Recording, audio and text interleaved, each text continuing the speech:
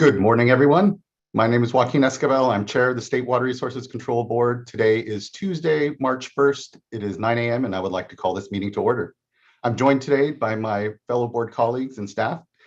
First, we have Vice Chair Doreen Diadamo and board member Nicole Morgan, board member Laurel Firestone, and board member Sean McGuire. We also have our executive director with us, Eileen Sobek, our chief counsel, Michael Loffer, our two chief deputies, Eric Oppenheimer and Jonathan Bishop. Our clerk of the board is Janine Townsend, and assisting her today is Margie Argel and Courtney Tyler. As you can see, this meeting is being webcast and recorded. You are either viewing us out of two ways, our customary live streams on YouTube Live or on our Cal EPA website, or you're here on the Zoom meeting platform with us today. If you intend to comment on any of our items, you should be here on the Zoom platform. There are instructions at the top of the agenda, a link that you can go to in order to fill out a form and get the password and link here to the Zoom. But if you are viewing from one of those other places, you have not been able to do so or having difficulties, you can also email the clerk of the board at commentletters@waterboards.ca.gov, and she can help get you here onto the platform. Once here, your cameras will be off. You will be on mute until your item is up and it is your turn to speak on your item. And with that out of the way, before we do get into our agenda today, I do want to note that a revised agenda was released. We are postponing item number 3, our urban water conservation update, to the next board meeting. As some of you may know, that was usually, we usually had that urban water conservation update on the second board meeting because it's at the end of the month that data was due. But we really wanted to move it up because we wanted to make that data as timely as we could. This time around, though, it fell with the due date on that data from water systems being just yesterday. And so we had to make a call whether or not to send out provisional data or just come back with the full numbers. And that's what we'll do. Until then, it is certainly dry out and there is a critical need to conserve. So appreciate everyone's patience on that. Next, then, we can get into our agenda. And today we have, and appreciate this, 2 tranches of Superior Accomplishment Awards to present, and would welcome up Karen Mogus to begin so. Hi, good morning, Chair Esquivel. Good morning to you, Karen.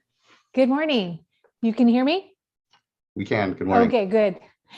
Good morning, Chair Esquivel and members of the board. I'm Karen Mogus. I'm Deputy Director, Division of Water Quality here at the State Water Board, and I am pleased to be here to present a Superior Accomplishment Award to Jody Pontareri, who I see is on the Zoom platform. Jody, if you are willing, I'd love for you to share your video. If not, that's okay too. Jody has worked on California's non-point source grant program for over a decade. For those of you unfamiliar with the program, the non-point source grant program awards millions of dollars every year to local organizations across the state for projects to reduce pollutant loads and improve water quality, implementing total maximum daily loads. Jody provided institutional knowledge and program stability during the transition between program supervisors back in 2015. She educated the incoming supervisor on many of the tasks necessary to manage the non-point source grant program, ensuring the effective and efficient administration of the program continued during and after the transition period. Jody provides excellent customer service, consistently and thoroughly responding to inquiries about the program from both internal and external parties. She has been the main contact for inquiries about the non-point source grant program, and she does not let any inquiry go unanswered.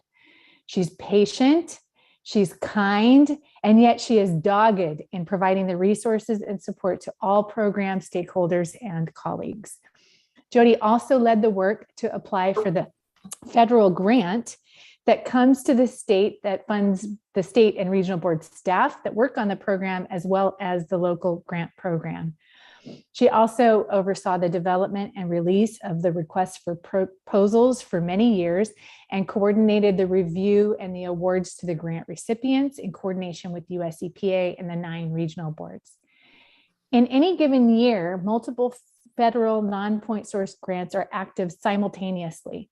And so Jody had to use her exceptional organizational skills to track the federal funds coming into the state and the multiple subgrants funded by each year's federal grants to ensure proper accounting and reporting of grant milestones. And for any of you who have worked on the non-point source program, you will know that the reporting portion has been notorious for being the least sexy part of the program. And Jody handled it with grace and excellent organizational skills.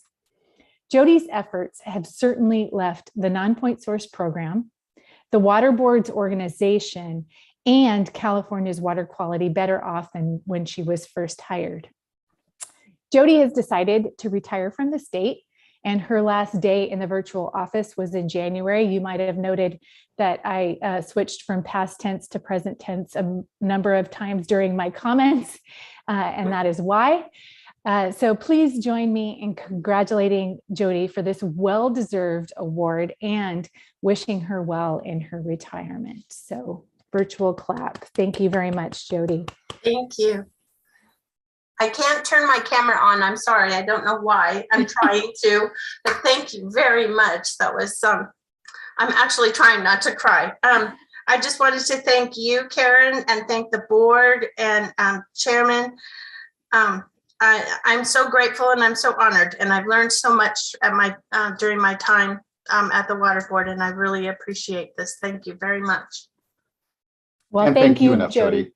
You know, your incredible dedication to the non-point source work and program, and especially on the funding side, is just well appreciated incredibly. And I can't help but just think, this is the 50-year anniversary of the Clean Water Act, and when you think about all the work that has gone into point source programs and the real challenge the non-point source pollution is to our watershed still yet, but still there, the incredible progress that we've been able to make as a state, it's been because of dedication from you and all your incredible colleagues in the program, Jody. So just thank you for the years of service.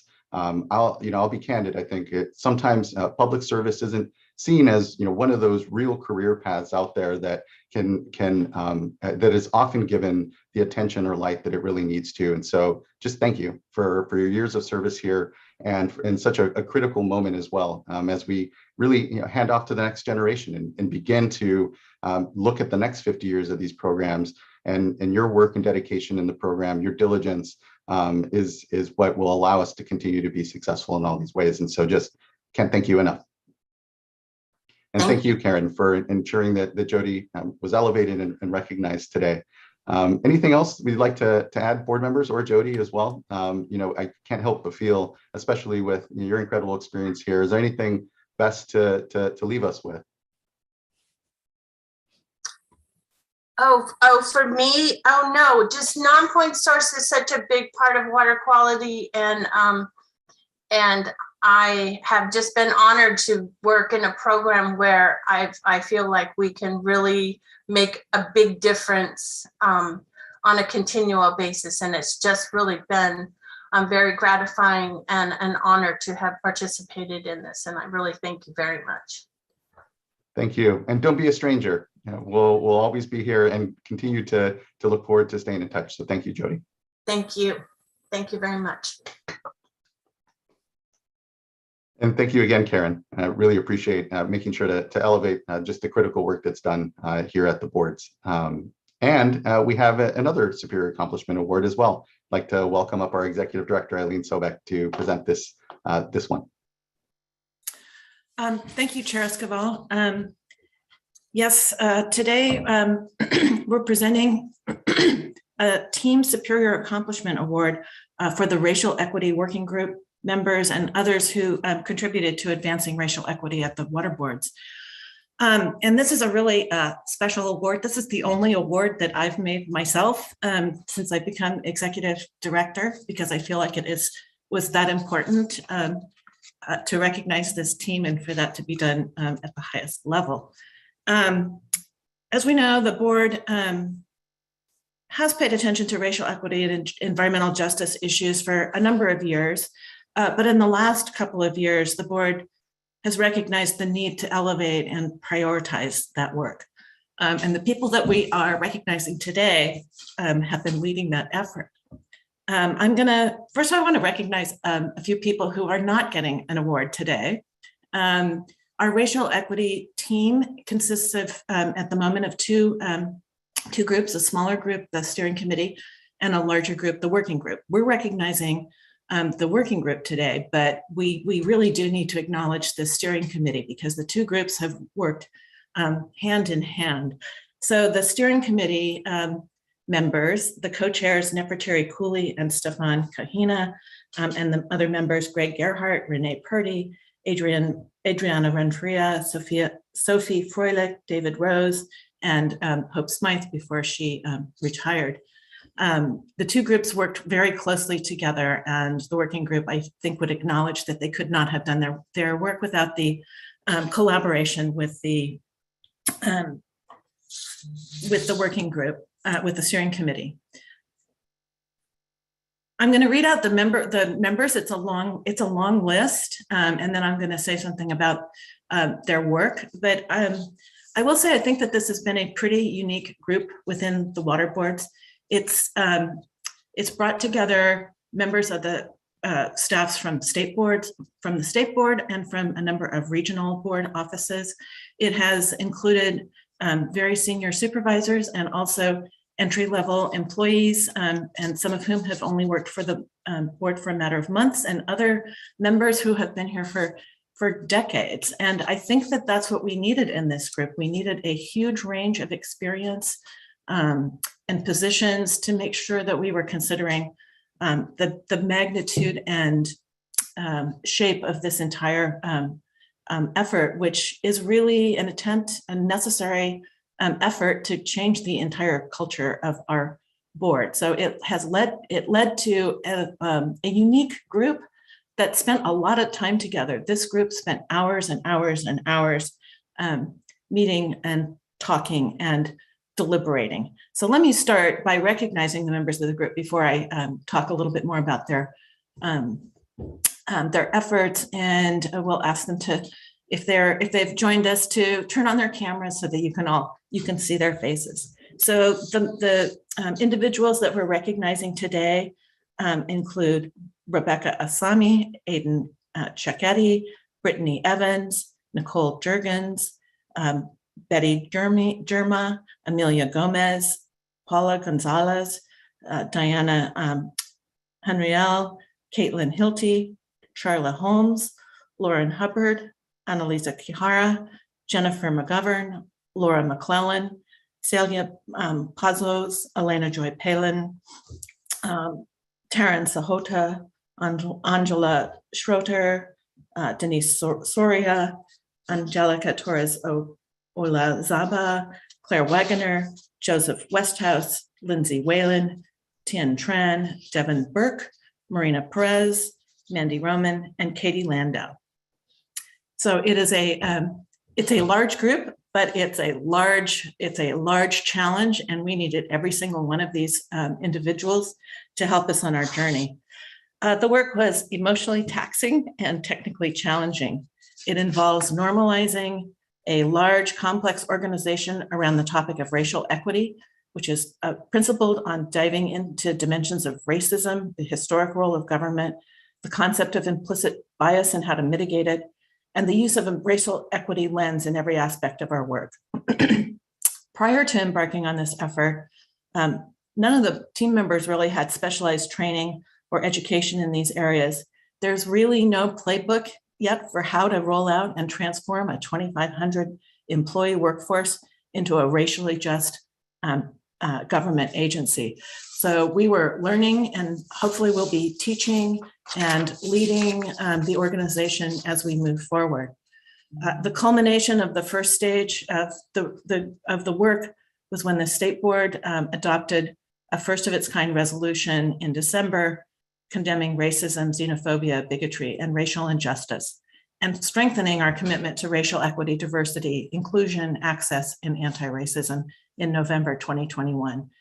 The working group members that we're honoring today spent nearly a year developing the resolution and guided it through multiple rounds of employee, public, and board member input.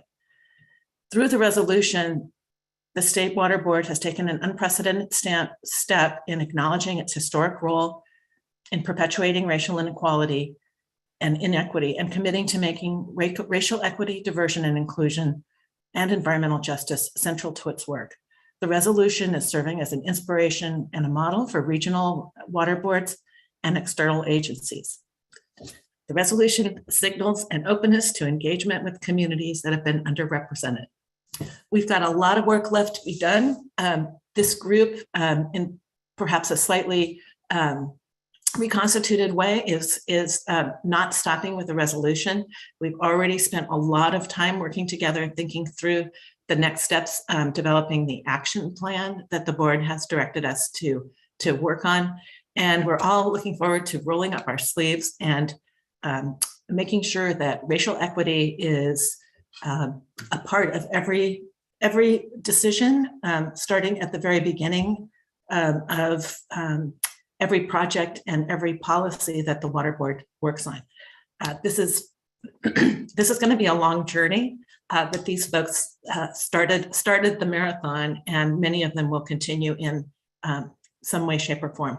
So thank you all, and well deserved.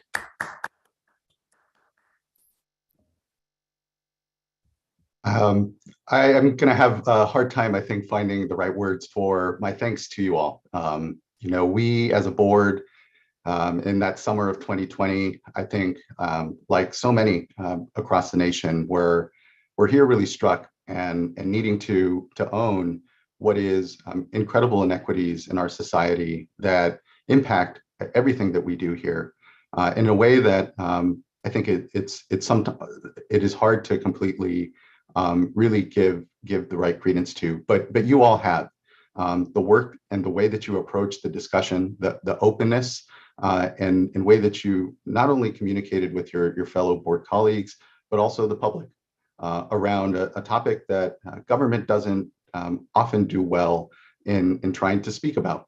You know, these are incredibly personal topics amongst us all, including societal then and of importance to us as government agencies.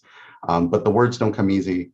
The politics around it can certainly be intense, but the way that you approached it has I built trust in what is a really critical discussion, and that I'm just so incredibly proud of to be a very small part of here amongst all your incredible work. And to Eileen's point, you know, the fact that you all represent not just the Division of Water Quality or the Division of Financial Assistance or Water Rights or Administrative Services or with a regional board, but that here the water boards as a whole has come together to reflect, to lead, and to have some of the most important conversations we can in a way that I just have been blown away. And I just thank you incredibly for the good work that you've all done. And I know it's not always easy. So thank you. I wanted to just, please. I just wanted to say one more thing, which is somebody else who did not receive an award because they moved on was current board member Nicole Morgan, who had been an incredibly active member of the working group. So we were, given her destination, we were happy to see her move on. Thank you. I also wanted to thank the working group. The group came together from offices across the state to truly form a team, have respectful and open conversations, learn from each other, conduct internal and external listening sessions, draft the racial equity resolution that was adopted by the board, advance racial equity at the water boards. And they did this all in addition to their regular jobs. You know, and so I just really wanted to say thank you to all of you. I know this was a heavy lift and you guys did it with grace.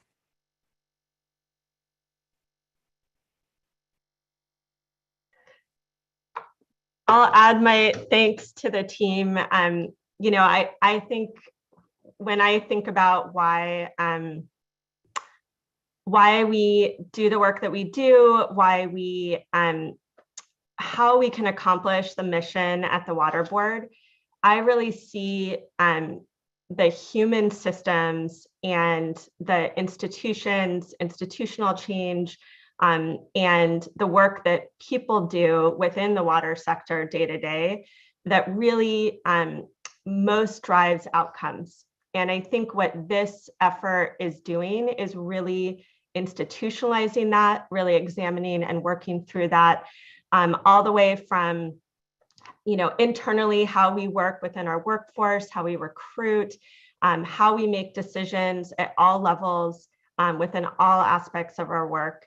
I have to say, I am amazed and grateful for the time, like both Executive Director Sobek and Chair Esquivel said that, although the intent and was to make sure that this is a core part of your work time, the reality is to really do justice to this. I know so many of you put in time above and beyond what the call of duty was, what your normal work hours were, what the work that you do within our organization and helping us live up to really the commitment that we have, that we've passed, that we've said with this first, really this first stage of passing the resolution.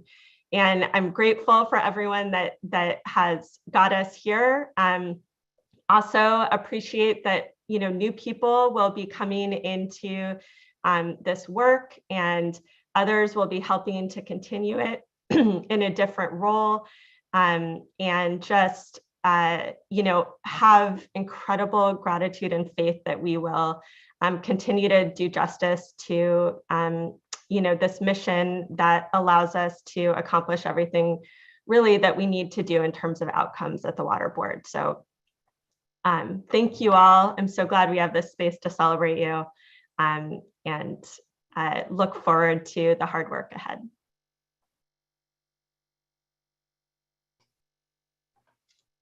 Thank you all again. And here, let me do a quick print screen, because that's our version of a photo now for all of this. So everyone smile.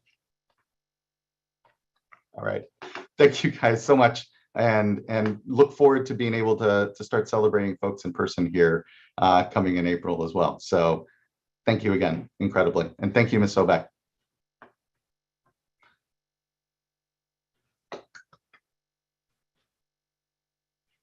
Okay, that now concludes our presentation of the Superior Accomplishment Awards. And again, I can't thank enough supervisors and managers here for making sure to elevate the work of your programs and the people, the most important part of us as an organization.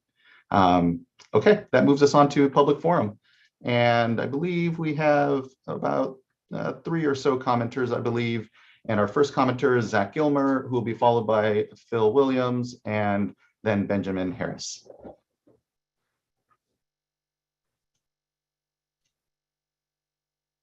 Hello. Good morning. Hey, good morning. Thank you, board. I really appreciate it. Public comment, correct? That's what I'm here for. All right. Yes, so yes, apologies. Yes. I've been dealing with let's see here, how do I say this? There appears to be a bit of an overlap, or maybe perhaps miscommunication or lack of information available to cities in South Orange County. And specifically when there's these redevelopments that are happening on sites that are contaminated or have been contaminated, and most of them have some sort of record on GeoTracker, and some have caps that are on there where it says nothing more should happen, right, without letting the regulatory agency know. However, cities are still proceeding with issuing building permits and claiming that sites are CEQA exempt. I don't think they know exactly what that entails when they say that. It's complicated, and I'm wondering if, in South Orange County in particular, there's a bit of an overlap, because there's Orange County Environmental Health, which is great. However, South Orange County is technically covered by San Diego Regional Water Quality Control Board. And so there's a large military base that separates. And I think it's from Laguna Beach all the way down to San Clemente. And I'm wondering what sort of resources would be available to help cities know that, hey, this was an old gas station. Hey, this is a dry cleaner. Hey, this is an existing site that has maybe soil closure. And if anything happens, the agency needs to be made aware of it. These commercial buildings that are being redeveloped, I know, for example, San Clemente, they rezoned all their old gas stations for mixed use to try to revitalize the community.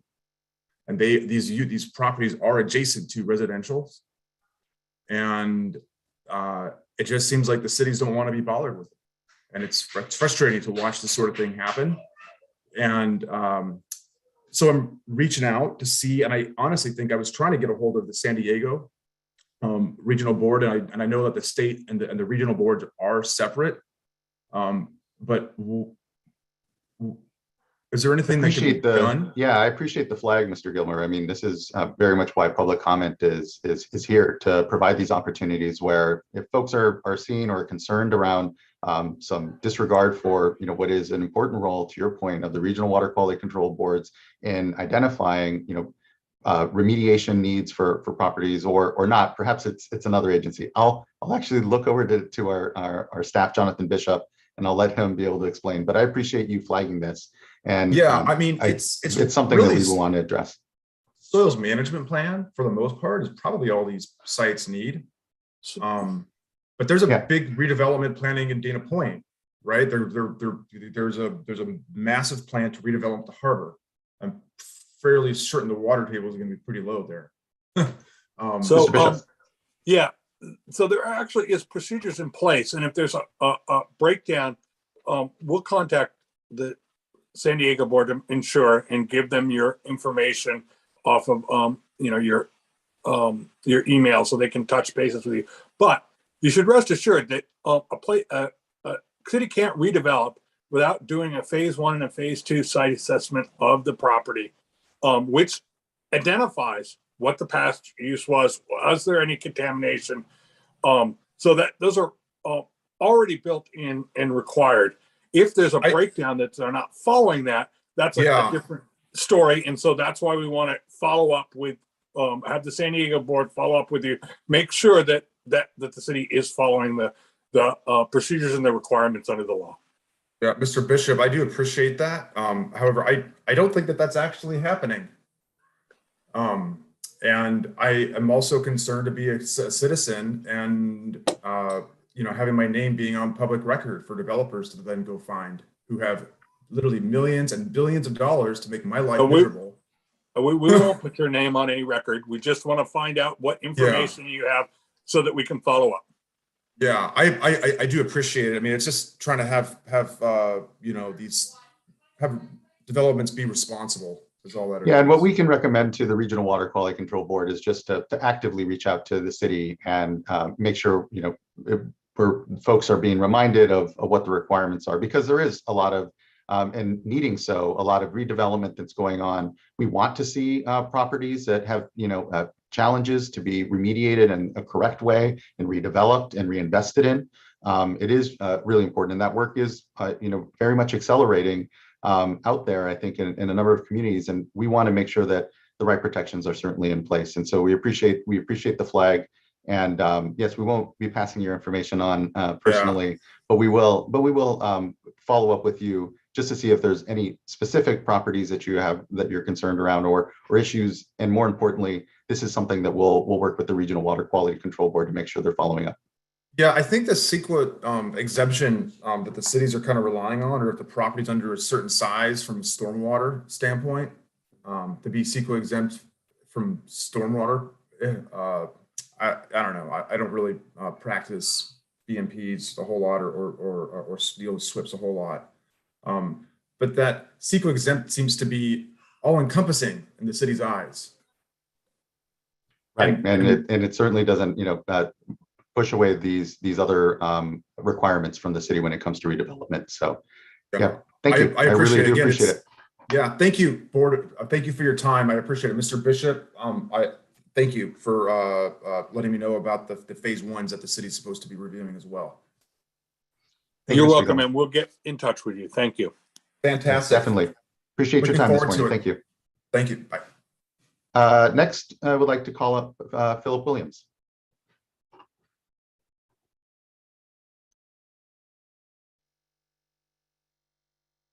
Good morning, Mr. Williams. Good morning, sir. Can y'all hear me okay? Good morning, Mr. Chair. Good morning, members of the board, and very happy Mardi Gras to you all. My name is Phil Williams. I represent the city of Ukiah up in the Russian River watershed. And we have some comments meant to lead to some constructive conversation, we hope. But as reflecting on Mardi Gras before it became the debauch that is generally known as now, I mean, it's intended to mark as a season in our lives during the year where we can enter into a time to reflect upon the past year, repent where necessary, and seek for ways to improve. These comments are certainly offered in that spirit, sir. As we prepare for another unfortunate, looking like another dry year, now is the time to engage with stakeholders, such as the city of Ukiah, on ways to improve the emergency regulations from last year, particularly those in the Upper Russian River watershed.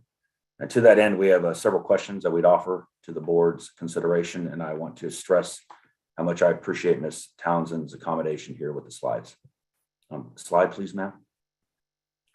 When you passed the emergency regulations, you found for certain things, you found that they were necessary to protect releases of stored water to meet the imperative of supporting minimum human health and safety needs, to protect endangered and threatened and endangered fish, and to ensure sufficient storage in Lake Mendocino to meet minimum health and safety needs.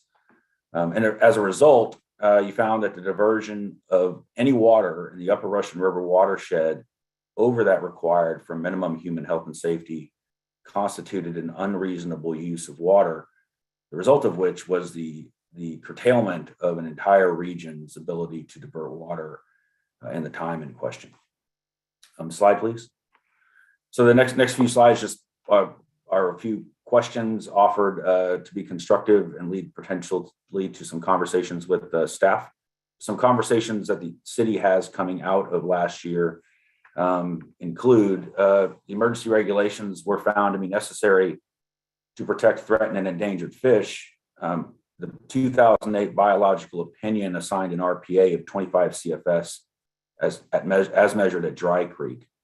But that same biop is clear that the fish in question are actually not in the main stem during the time at issue, namely in the summer months. I would point y'all and your staff to pages around 181 to 184 of that biological opinion to make it clear that coho, steelhead, and chinook just simply aren't in the main stem due to the species evolving in the main stem and that stream typically becoming dry through the years.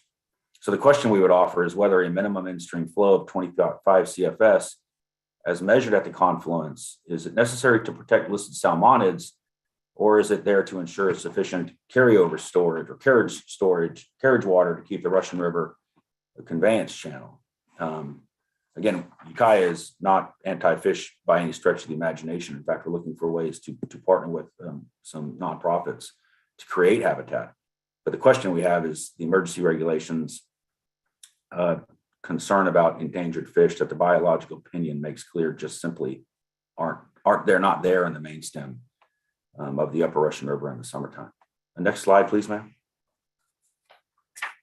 The next point, when you adopted the emergency regulations and you issued the curtailments, no consideration was given in the Upper Russian River watershed for the water right holders' respective priority or the availability of certain flows, such as abandoned flows from the Potter Valley project. And as I said before, this resulted in an entire region being curtailed and brought down to minimum human health and safety needs. So the question we would offer is, why did the State Water Board not curtail in order of priority and based on available supplies? Here I would point you directly to quotes from your findings, particularly pages 10 and 11 of the findings for the emergency regulations, which identify abandoned flows, but then assigned those flows to junior water right holders. So the question we would have is why the abandonment of longstanding principles of priority? The third question we would offer deals with the protection that the board provided in decision D1030. That decision was the one that created the right to store water behind Lake Mendocino. In ND 1030, the State Water Board established a protection for uses occurring prior to 1949 in an effort to ensure that the construction of that dam and the resulting diversion would not result in the impoverishment of the Ukiah Valley and that region. But no consideration in the emergency regulations was given, and there was no discussion about this pre-1949 protection. And so a question we would offer to you and your staff is, why did the State Water Board not make allowance for this pre-49 protection? And are there ways to do so while still balancing the many imperatives that we all face during the drought? Next slide, please, ma'am. And then two final questions we would offer relate to groundwater and the connection of groundwater to surface water diversions. Lately, State Water Board staff who have indicated a desire to include groundwater in the next round of emergency regulations, or as you amend the existing emergency regulations. As you all know, percolating groundwater lies outside your jurisdiction. But as I've said repeatedly and insist upon, right, the law is the law and the facts are the facts. If it is jurisdictional water, then it is jurisdictional water, and your jurisdiction is clear and ought to be followed. There is a well-established 4-part test for determining the boundaries of that jurisdiction. And the question we would offer is, how will that existing test be applied in the context of the emergency regulations? And what steps have been taken to engage with diverters in the Upper Russian River on this issue of interconnected groundwater? And then finally, Mr. Chair and members of the board, we have a groundwater sustainability agency up in the Ukiah Valley. Our GSP was recently adopted and approved and is out for public comment. In your final resolution from last June, when you adopted the emergency regulations, you passed resolve number 5, which was read into the resolution during the meeting. And in that, you directed your staff to work with stakeholders on improvements in water availability and use within the Russian River watershed. So the question we would have is, how will the studies in this GSP and their findings be incorporated into the emergency regulations in 2022? And mostly, how will that inform this discussion and this question about, the extent of the State Water Board's jurisdiction? In closing up, with an eye to, it hasn't rained in a couple months, unfortunately, and with an eye to the coming summer, we would ask for a chance to engage with staff and engage with the board. We would invite conversation on these points. We believe these questions are certainly intended to be constructive and drive toward kind of a durable and constructive solution for the region. We would hope that you would see the city of Ukiah, which has senior water rights far up on the Russian River, that you would see us as a partner to help you balance the many imperatives you will face in the coming year. That concludes our comments. I would welcome any questions. Really appreciate your time this morning, Mr. Williams, and ultimately really the collaboration that went on even last year and last summer, and appreciate the water sharing agreement that Ukiah was able to have to help folks on the North Coast, I think of Fort Bragg and others in water hauling. Thank you. What our door is always open, that, and so we're glad to be able to make sure that we're further exploring how best we implement curtailment this coming summer, knowing that things are dry, and it's given that Lake Mendocino is pretty much, and we've heard here in previous updates, we'll hear, I'm sure, here in a moment with our hydrologic update discussion around the work going on the Russian River. It includes a lot of collaboration and a lot of opportunity to make sure that all parties are informing the board's approach so that we can best balance what are these incredibly difficult circumstances, and that I certainly don't have to tell you, given what Ukiah and the watershed had to live through this last summer. So thank you for that. And I know I don't think I'll let Vice Chair for sure chime in here. We won't have much back and forth here because we don't have time to necessarily, this isn't the moment to, but your questions are well thought out. I appreciate them, and I look forward to further engagement around it. And I appreciate the nod to this Lent season and what this time of reflection is supposed to be, as someone who's born and raised Catholic. Appreciate the nod to that. So thank you, Mr. Williams. Vice Chair, please. Thank you. I don't really have anything to add. I think that, we're all very much aware of the challenge and also of the dialogue that's going on since we adopted last year, and weekly, every other week communication. So really appreciate you giving us an update on your thinking, and also our staff and all the stakeholders that are spending a lot of time on looking at, how this could be done better. The only question that I have or request is that you did, Mr. Williams, have a couple of references that were not included in the slides. So if you could, I know on abandoned water, you had a reference. So if you could include that information as you forward those slides to Ms. Townsend. Yes, ma'am, I will do. And I do want to stress your staff, right, folks, as always, the punctilio of professionalism and dedication. So certainly my questions are not intended to take anything away. In particular, Mr. Ekdahl and Mr. Sambo and Brian, just a privilege to work with. So thank you for that. Really do appreciate that, and look forward to what I know will be a lot further discussion here. And as the Vice Chair said, do appreciate you coming here with, and we'll look back and reference the parts of the order that you have most concern with. So thank you. Yes, sir. Thank you, sir. With that, we have next Benjamin Harris, and I think we have one commenter after that, Jeff McQuillan. Hi there. Good morning, Chair Morning. Esquivel and members of the State Board. My name is Benjamin Harris. I'm the staff attorney at Los Angeles Waterkeeper. I just wanted to speak briefly today about a request for the board to consider making minimum flow determinations for the Los Angeles River through a formal proceeding.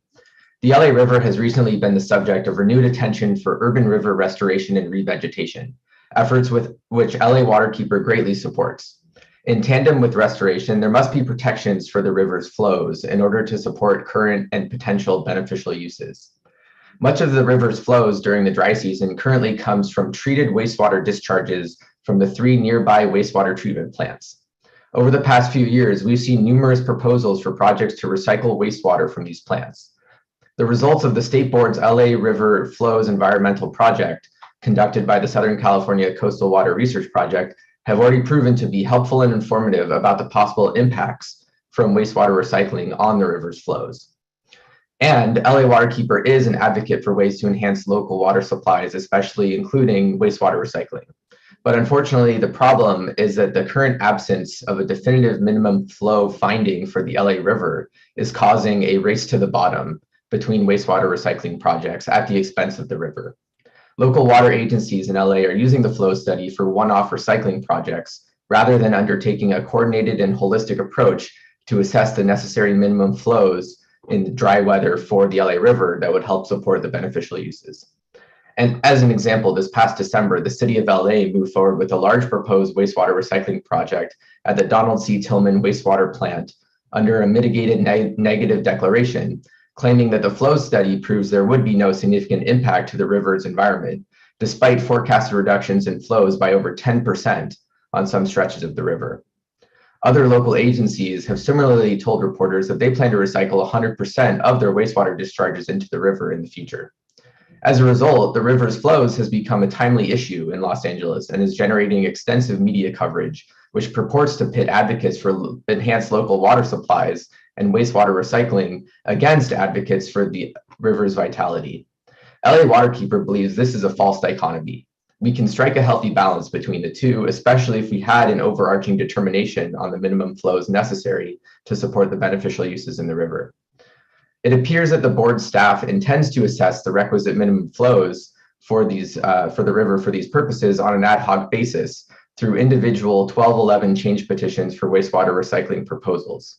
We believe this ad hoc approach is unwise, as it would still require staff to have some implicit minimum flow threshold in mind, but without public engagement or transparency about what that threshold is and how it can be applied consistently moving forward. Making minimum flow determinations in a formal policy process will allow for input from the public and will create the certainty that we need to move forward with wastewater recycling as much as possible and in a manner that protects the LA River's flows and beneficial uses. We greatly appreciate and acknowledge that the board has highly limited resources and that there is a need to prioritize other minimum flow determinations in Northern California rivers, especially for salmon habitat. However, we hope that the board understands the vital need for minimum flow determinations in urban rivers as well, such as the LA River. LA Waterkeeper stands by to help the board get any resources it might need to help make minimum flow determinations for the LA River in the most effective manner, and we would be happy to make a formal presentation to the board on the subject in the future if desirable. Thank you for your time and consideration, and I'd appreciate any questions if you have any. Thank you, Mr. Harris. I really appreciate your good comments this morning. I know that the LA River and water recycling and the balancing, to your point, our work with SWRCB and others has hopefully demonstrated our intention on just wanting to be mindful of what we know are a lot of pressures on our watersheds, a lot of complexity within the LA River watershed. I think of the stormwater capture work being done as well. And I think there's just a lot of incredible opportunity to your point, not see a false dichotomy, but just see the balancing that, the board here and all of us together are always called to do in these complex but really critical decisions, and not allow non-decisions to be decisions as well. So either way, thank you, Mr. Harris. I appreciate the flag, and we'll have more to talk at some point here for sure. And by all means, board member Firestone. Thanks. Yeah, I'll just add to that I think this is a important opportunity for us to look at how we advance the ambitious water recycling goals that we have as a state, and also look at balancing that and providing a really a pathway for addressing beneficial uses, also a lot of environmental justice, access to green space and waterways. And it's a really timely and important opportunity to balance that and find a pathway forward. So I do feel like, this, obviously we have resource issues, every meeting, there's a host of rivers where folks are rightfully pointing out that we need to establish in-stream flows. So not to say that there's not challenges in figuring out how we do justice to these needs throughout the state. But I also think in particular, this is a timely and unique and important opportunity to get in front of this issue that I think will just continue more and more, so that we can, like you said, avoid this false dichotomy and do justice to the goals that we have. So thanks for bringing this up. And I think as we look at priorities, our priority setting with the board, we really do that through a transparent process. And I think this is a good point for us to be looking at within our priority setting process. So thanks. Yeah, thank you, board member. And thank you again, Mr. Harris. What I also, think of here is the work that we've done these last years to really improve the reporting on water recycling, so that we're understanding, where is it going, to what use is it being put in, and discharges generally from plants. So, our new sanitary sewer general order is an opportunity as well to, think about some of this work perhaps. So anyway, thank you, Mr. Harris, and thank you, board member. I think that actually wraps up our public commenters. We don't have one last commenter here. So with that, thank you everyone for your time and patience for both the awards and public comment, an important part of the board's business. We can now get on to our agenda items, and the first being agenda item number 1, adoption of the board meeting minutes from the February 15th board meeting. Do I have a motion? Or are there any edits? Yeah. Move adoption of the minutes. I'll Thank you, second. Vice Chair. Thank you. Ms. Townsend, can you please call a roll call vote?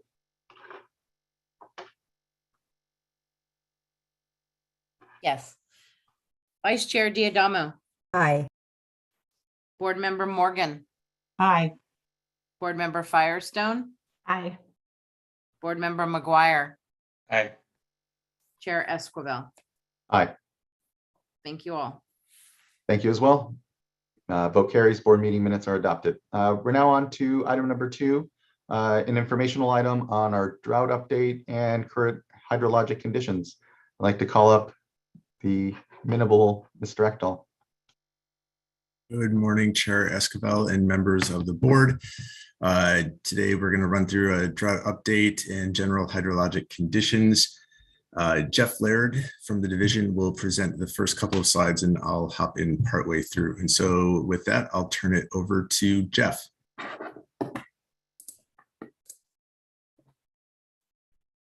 Thanks, Eric. Good morning, Chair Esquivel and members of the board. My name is Jeff Laird. I'm a Water Resources Control Engineer in the Division of Water Rights Bay Delta Sacramento Unit, and I'll provide you an update on the precipitation summaries of the water year, the status of reservoirs across the state, and some other relevant hydrologic updates. Next slide, please. One more. Thanks. We'll start off with an update on our precipitation indices. Unfortunately, our major precipitation indices remain largely unchanged for the past few months. Here with the Northern Sierra Index, we have just under 32 inches of total precipitation, which is slightly below average for this point in the year at 92% of average. Next slide, please. In the San Joaquin Basin, there's been about 20.4 inches of precipitation, which is 80% of average. Next slide. And in the Tulare Basin, we've had a total of about 13.5 inches of precipitation, which is 74% of average. Next slide. In terms of the snow or our snowpack, snow water content, each basin has just kind of been slowly dropping off since our last storm. And the basins respectively sit at 52%, 59%, and 53% of the April 1st average. And that's for the Sacramento, San Joaquin, and Tulare basins from top to bottom. And overall, we're looking at about 65% of average overall. Next slide, please.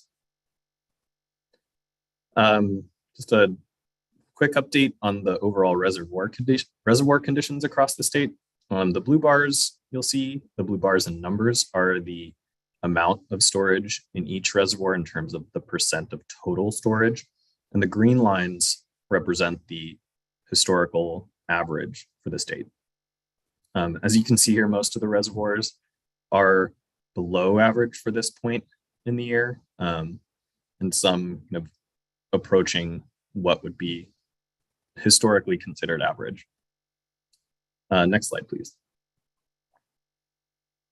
Zooming in on a few key reservoirs. This up first, we have Lake Shasta. Overall storage is just under 1.7 million acre feet, which is about 37% of total capacity and 52% of average. Next slide. At Lake Oroville, storage is about 1.6 million acre feet, 47% of total capacity, and 76% of the historical average. Next slide. Further south at Folsom, storage is just under 530,000 acre feet, 54% of total storage, and 110% of historical average. Next slide. And our last zoomed in look, we have New Melones, and right now that reservoir holds about 986,000 acre feet of storage, which is 41% of total capacity and 69% of the historical average. Next slide. Here we have a couple of other reservoirs, Cachuma, Diamond Valley, and San Luis. Cachuma is about 48% of capacity, 66% of average. Diamond Valley Lake at 72% of capacity, and San Luis at 45% of capacity and 57% of average. Next slide. Here we have the Term 91 curtailment update. This update was produced last week, and since then, supplemental project water values have been fluctuating between positive and negative values. Myself and other board staff are monitoring the conditions and will impose Term 91 curtailments when that's appropriate. Next slide, please. Here we have the overall drought monitor for California as of late last week.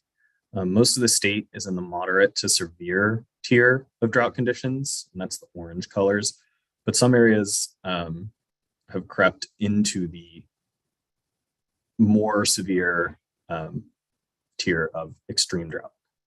Next slide, please. In the Colorado Basin, conditions are similar to California, and we see the majority of the basin, about 80% in the moderate to severe range, with some in the extreme to exceptional range of drought conditions. Next slide.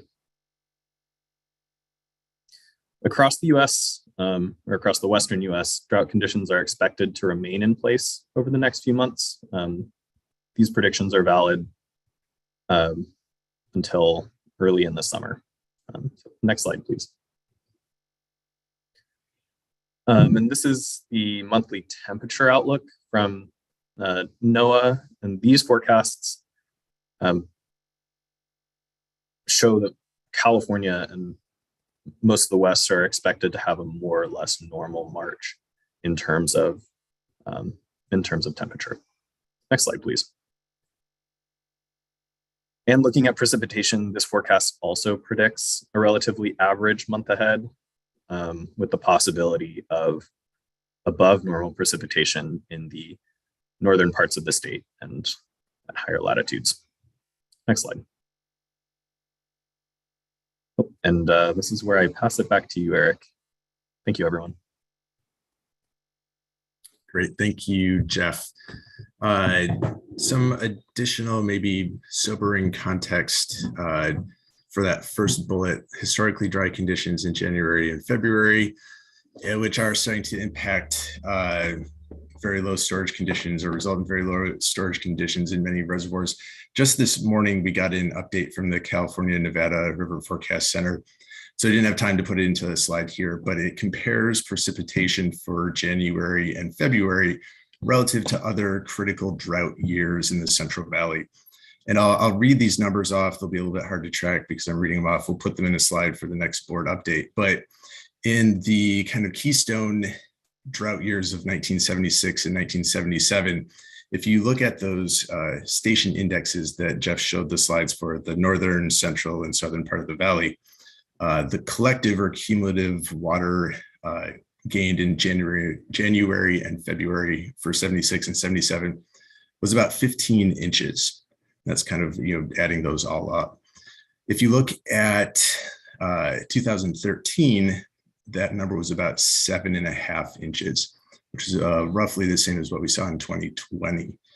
If you look at this year, that number was 2.4 inches. And so it is the driest January, February timeframe by far in California's more than 100 years of record, almost by an order of 4, I think, or roughly when I do the math in my head. So that's a very sobering statistic to kind of start our really started the irrigation season, when you drive around and the trees are starting to blossom, things are starting to come out from dormancy, and so the water demand is going to start ticking up, if not already, then very soon. A very dry antecedent 2 months of January and February means that soil has dropped moisture content, and there's need for additional irrigation to wet things up. So we're starting in a pretty bad spot. And I don't want to be too alarmist in these presentations or these updates, but it does reflect very challenging conditions going forward, particularly if you look again at those reservoir storage levels in Shasta in particular, which is already significantly lower than where it was last year. It could be a very challenging summer for management of temperature and water quality issues for this upcoming season. So with that bit of sobering starting point, We are looking at the methodology that we're using for the Bay Delta curtailments, and that methodology does suggest that we should have increasing curtailments.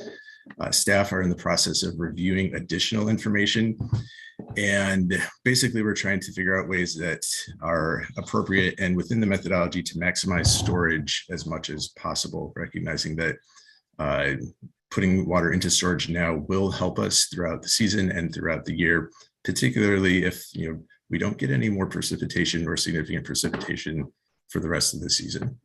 We do anticipate sending an updated curtailment status out today to the Delta Lyris, and we'll continue to do so about each Tuesday of each week. And we'll provide additional context on kind of what we're looking at in the methodology and opportunities we're trying to do to maximize storage wherever possible at the March 15th board meeting. Next slide, please. In Mill and Deer Creek, the curtailments have been in place since October 15th, and the diverters have maintained 50 CFS since that time.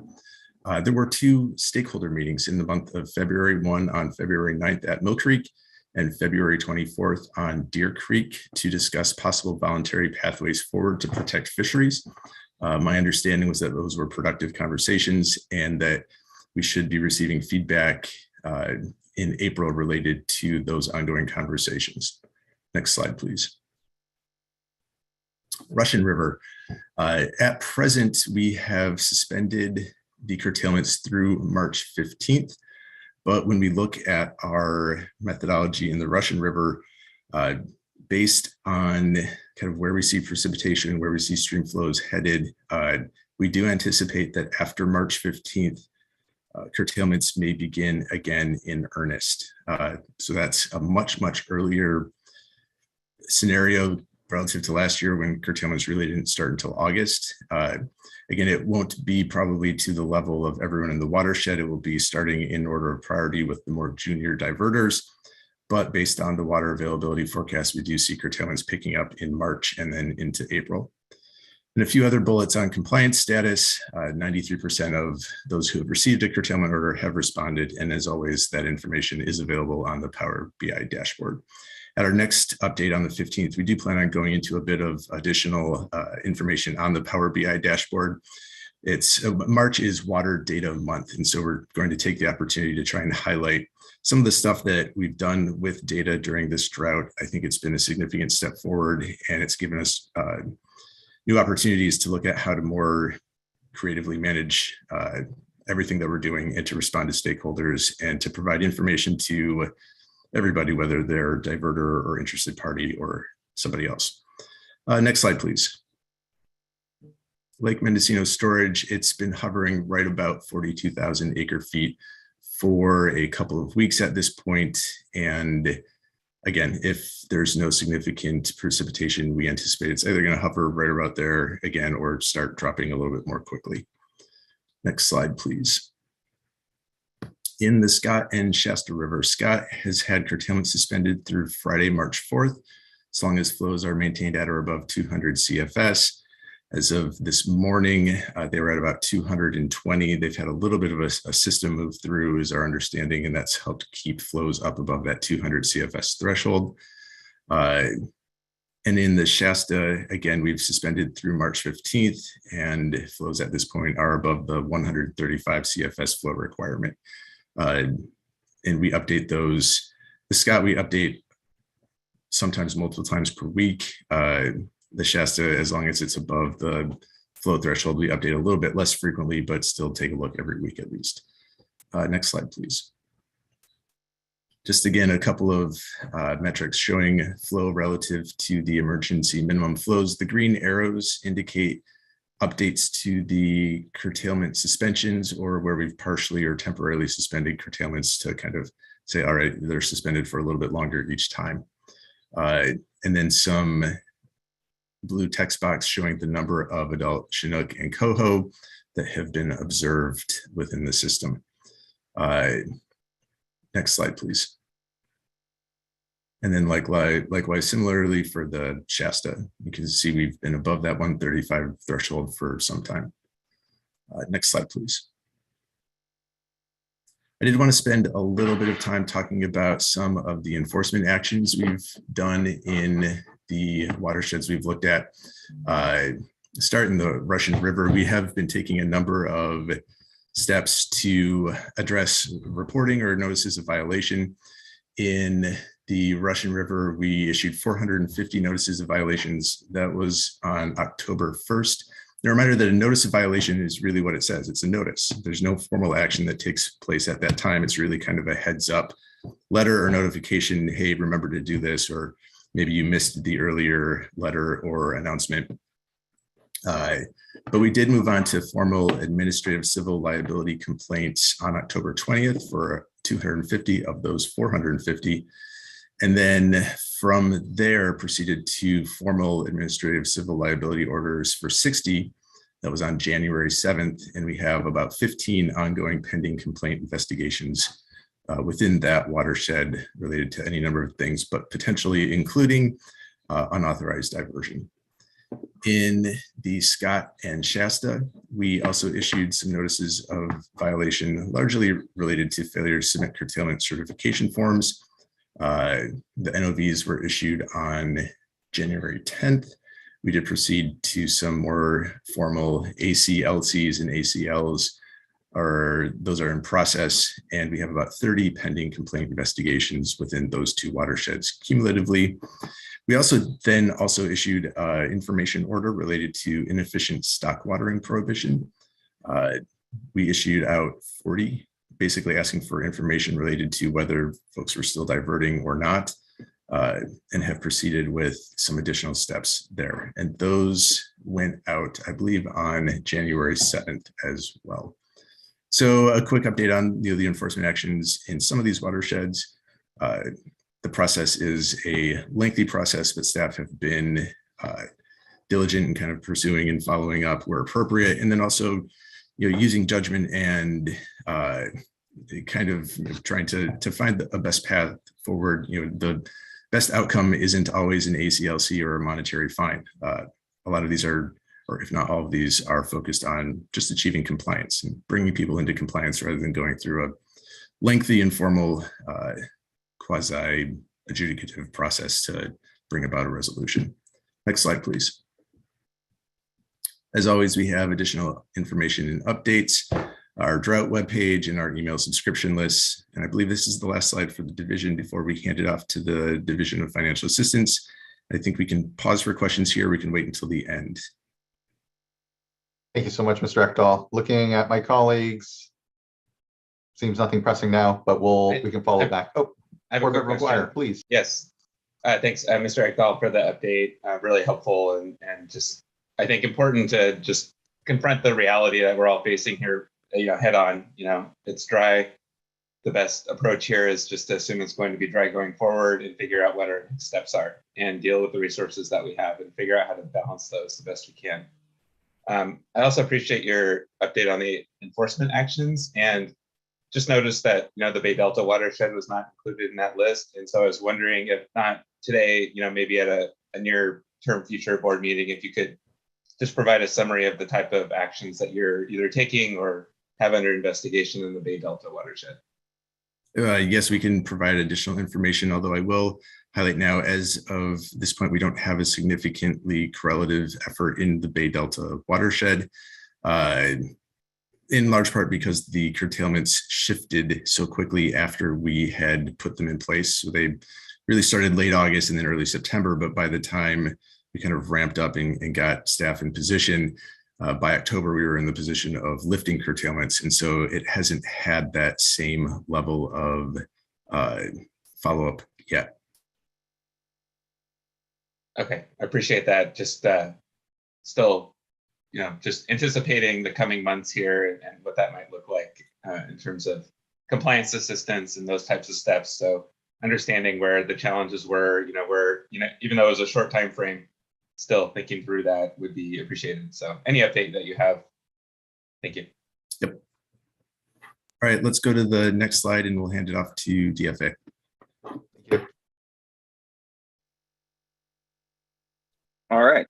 Good morning, Chair Esquivel and fellow members of the board. My name is Matt Pavlchek. I'm a senior engineering geologist over the Cleanup and Abatement Account and Emergency Drinking Water Unit with the Division of Financial Assistance. And today I will be providing a brief update on drought-related funding. Next slide, please. So again, this map shows all of the urgent drought projects that we have committed funding to since July 1st. We're now up to a total of 16 projects for just under $2 million. And as a reminder, we are continuing to coordinate closely with our colleagues at the Department of Water Resources, who also have some drought-related funding available regarding urgent drought response, as well as the development of county level or regional scale programs to assist those served by state smalls and domestic wells that have gone dry. Next slide, please.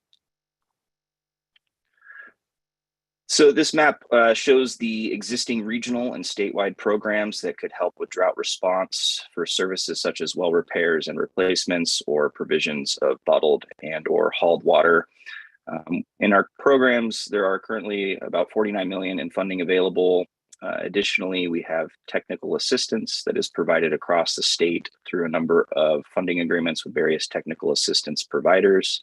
These technical assistance agreements could potentially also assist with drought-related issues, and there's still approximately $54 million remaining in these programs.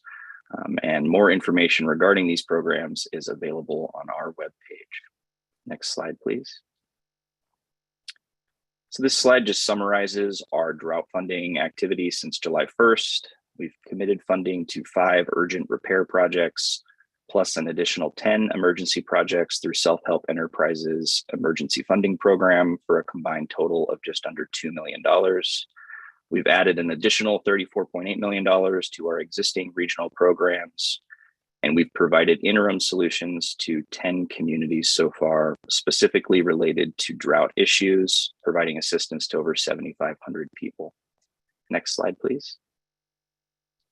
So going into a little bit more detail on our recent funding approvals, we didn't approve any requests for urgent drought projects in February of 2022, and there were also no amendments to our existing regional funding programs. Through the Self-Help Enterprises Emergency Fund Program, we recently approved a well repair project for William Fisher Memorial Water Company for about $15,000. For our county programs between the State Water Board and DWR, we are still in discussions with several interested counties. And the State Water Board recently launched a countywide and regional funding program solicitation that is now live in our financial assistance application submittal tool. Next slide, please. So today I wanted to go into a little more detail on the countywide and regional funding program. The solicitation opened on February 22nd. Applications for this solicitation are not scored competitively and will be accepted continuously, subject to funding availability. The funding is intended to address drought-related and contamination issues faced by state small water systems and domestic well users in disadvantaged communities. And staff are holding 2 workshops with RCAC to provide an overview of the funding available and the application process on March 2nd and March 4th. And more information regarding this countywide and regional funding program is available on our webpage as well. Next slide, please. I also wanted to highlight our recent work with Spring Mountain Mutual Water Company that I had mentioned previously. They serve a small disadvantaged community with a population of about 26 people. The water system's well failed on February 4th, and utilizing our existing regional funding programs implemented through Self-Help Enterprises, we were able to quickly respond with bottled water deliveries beginning on February 7th and hauled water deliveries beginning on February 9th. Through our programs with Self-Help Enterprises, all 23 homes have had tanks installed. As of yesterday, we have provided a little over 62,000 gallons of hauled water, and to date, 13 households have enrolled to receive bottled water as well. Next slide, please. And lastly, here are some links to various resources that are for drought-related funding resources, and we are available for any questions that you guys may have. Thank you, Mr. Pavlchek. Really appreciate just the great work of the Division of Financial Assistance and Division of Drinking Water, truly, and Administrative Services. All of our teams here that have really stood up to respond to communities. You know, reflecting back on the last drought, we didn't have these programs. We were caught a bit flat-footed, and the state response really has evolved and grown from there here at the board with these programs. And then now the emphasis on making sure that these programs to support state smalls and domestic wells in other counties, and especially places like I think Glenn County and Tehama, places where we weren't, necessarily hadn't seen these sorts of impacts before, I think speak to the need for, and I appreciate the good work that's going on to anticipate continued dry conditions, to look at worst case scenario in the middle of next summer and imagine ourselves there and put here now the work into already having agreements in place and plans, and importantly, local leadership to own the challenge with support from the state to help bring communities through. That was the model for last summer, truly, when we even think of our comprehensive response in the Russian River watershed. And we just know that we're gearing up for the same. And so I just appreciate the good work of the Division of Financial Assistance and all our folks at Drinking Water as well, and know that it's been a continuum of just really further professionalizing the state support and response to what we know is not going to be the last drought, certainly, and really concerned about the severity that may deepen into this next summer. So thank you, and appreciate the good work. And Board Member Firestone. Echo that, and also just want to say I'm excited about that there's 12 counties already interested and stepping up in preparation. That's really exciting, and I appreciate staff's work in getting that up and running so ahead of time. I would just say, in the future for updates, it would be great. The focus is has really been on response and emergency response, and we're doing a ton on that. And that's really been the focus of this. I would love to just add a little bit when we give updates on all the investments and work we're doing to prevent those emergencies, so that we aren't having to do the hauled water and emergency response. I know we're investing a ton in trying to get systems interconnected, get the kind of infrastructure in place so that communities don't run out of water. So it'd be great just to highlight that in a future update, so that we don't miss recognizing that work and kind of understanding that piece of it.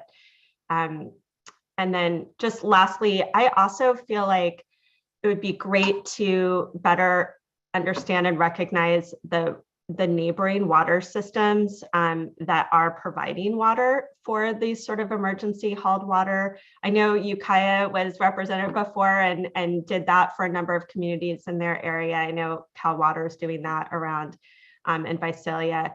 And I don't know if that's through this presentation. It could be just through another avenue, but I think just recognizing, both the counties and the other water systems that are really stepping up to help prevent and be ready for response and for neighbors is just helpful to recognize and celebrate a bit.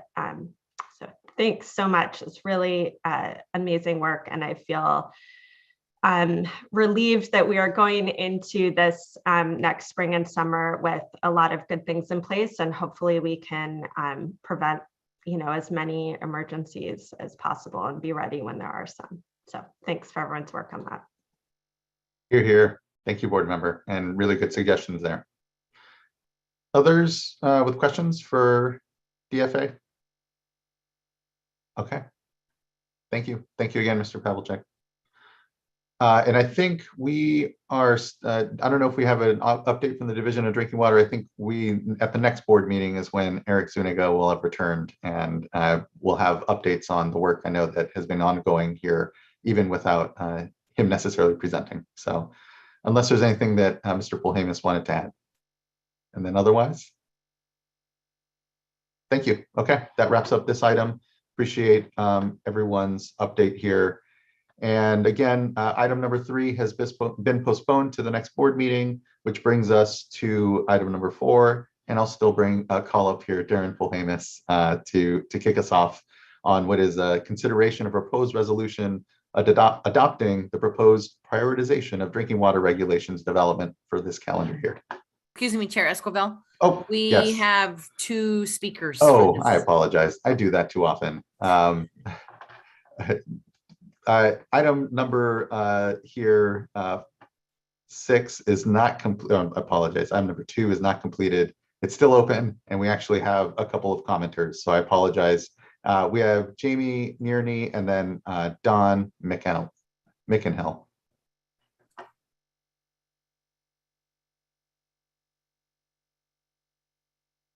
Moving along too quickly there. Apologies, Good morning. Ms. Nearney. No Good morning. worries. Glad to have you Good with us. morning. Thank you.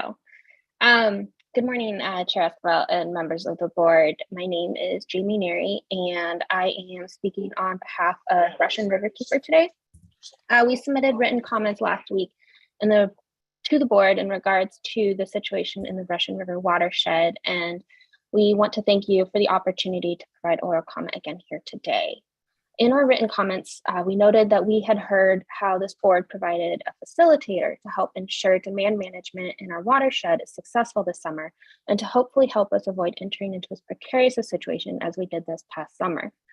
We thank the board and staff in our written comments for those continued efforts, and we want to reiterate those thanks here. So thank you again, we appreciate it. And we really look forward to learning more about those conservation efforts and would be happy to provide our local knowledge and perspective to any plans if the opportunity ever arises. As you are aware, the Russian River watershed and the community reliant on our watershed have been particularly hit hard by the impacts of drought these last few years. And efforts to date to conserve water supplies and reduce demand have unfortunately not matched the level of need necessary to protect our environment and basic human health needs in the face of multiple drought years. We highlighted several of these concerns in our written comments, so primarily want to use this opportunity today to draw the board and staff's attention to one of the larger obstacles we are seeing in the attainment of our water supply goals, and hopefully can see some addressing of this issue in any voluntary plan or agreement made with water users in the watershed going forward. Specifically, the lack of any real-time monitoring and reporting requirements for users has resulted in the inability to effectively regulate water use in our watershed, to the point where curtailment and other efforts meant to protect our water supplies have failed to have the desired impact and were reportedly violated at some scale.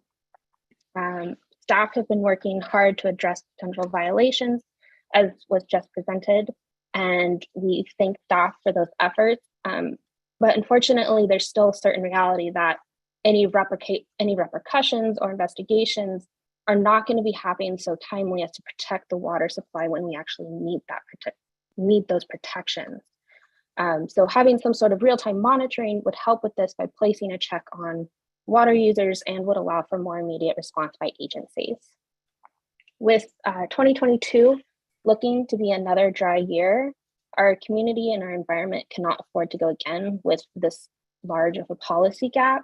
And with a mode of measuring accurate real-time water use for all users and increasing that level of transparency, it is really impossible to know where resources such as staff and funding need to be better directed to protect our water supplies for all beneficial uses, which in effect makes the jobs of everyone involved a lot more difficult. And we would just like additional consideration given to this issue. And thank you. Appreciate the opportunity to give comment.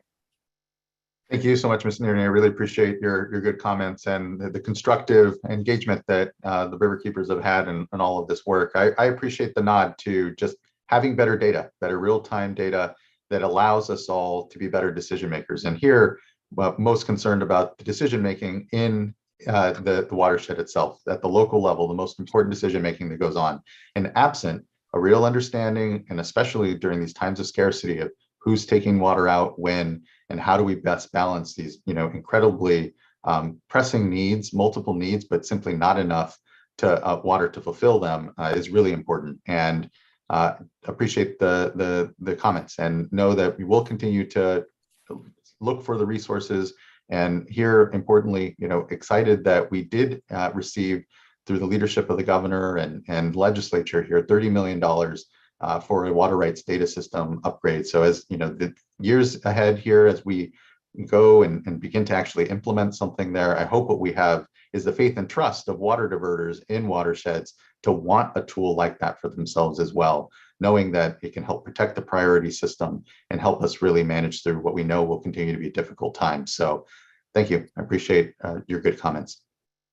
Next, and thank you for your patience and sorry for the quick skip there. So thank you. Next, we have Don McEnhill.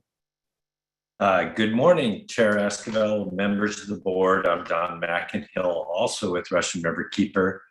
And neither Jamie and I were signed up for public comment on February 1st. So we'd like to offer belated congratulations to the Russian River Water Rights and Drought staff for their well-deserved award on February 1st. We're building the plane as they were flying it and really making time to talk with stakeholders, including Russian River Keeper. They were very generous and we really appreciate it.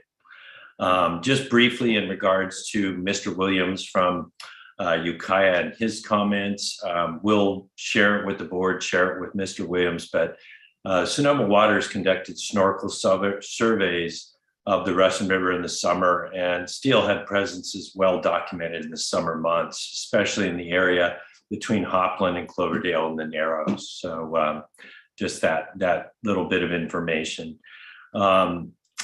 Back to my regular comments, as you know, we're seeing dramatic changes in climate. And in the last 20 years, dry years are becoming as common as wet years. And we're very much in a paradigm shift of climate change. And as you well know, new tools are needed to manage water allocation while protecting the environment and uses of water for people. The IPCC report issued yesterday stated incremental change is not going to do the job. We do need transformational change. We're certainly talking with the legislature and the governor's office about those transformational changes and how we allocate water and protect the environment. And certainly Planning and Conservation League's report on reforming water rights is a great start of small changes we can make today. Sam, Eric, and the Russian River team have been hearing our calls for proactive demand management linked to storage levels in Lake Mendocino since 2020. Curtailment orders are just not a great tool for a crisis that occurs with the frequency that we expect. And so we applaud the efforts of all the stakeholders and staff to create conservation programs. That is a far better tool in our opinion. That said, last summer we saw the curtailment orders violated in so many cases, and we appreciate your attention on that, staff especially.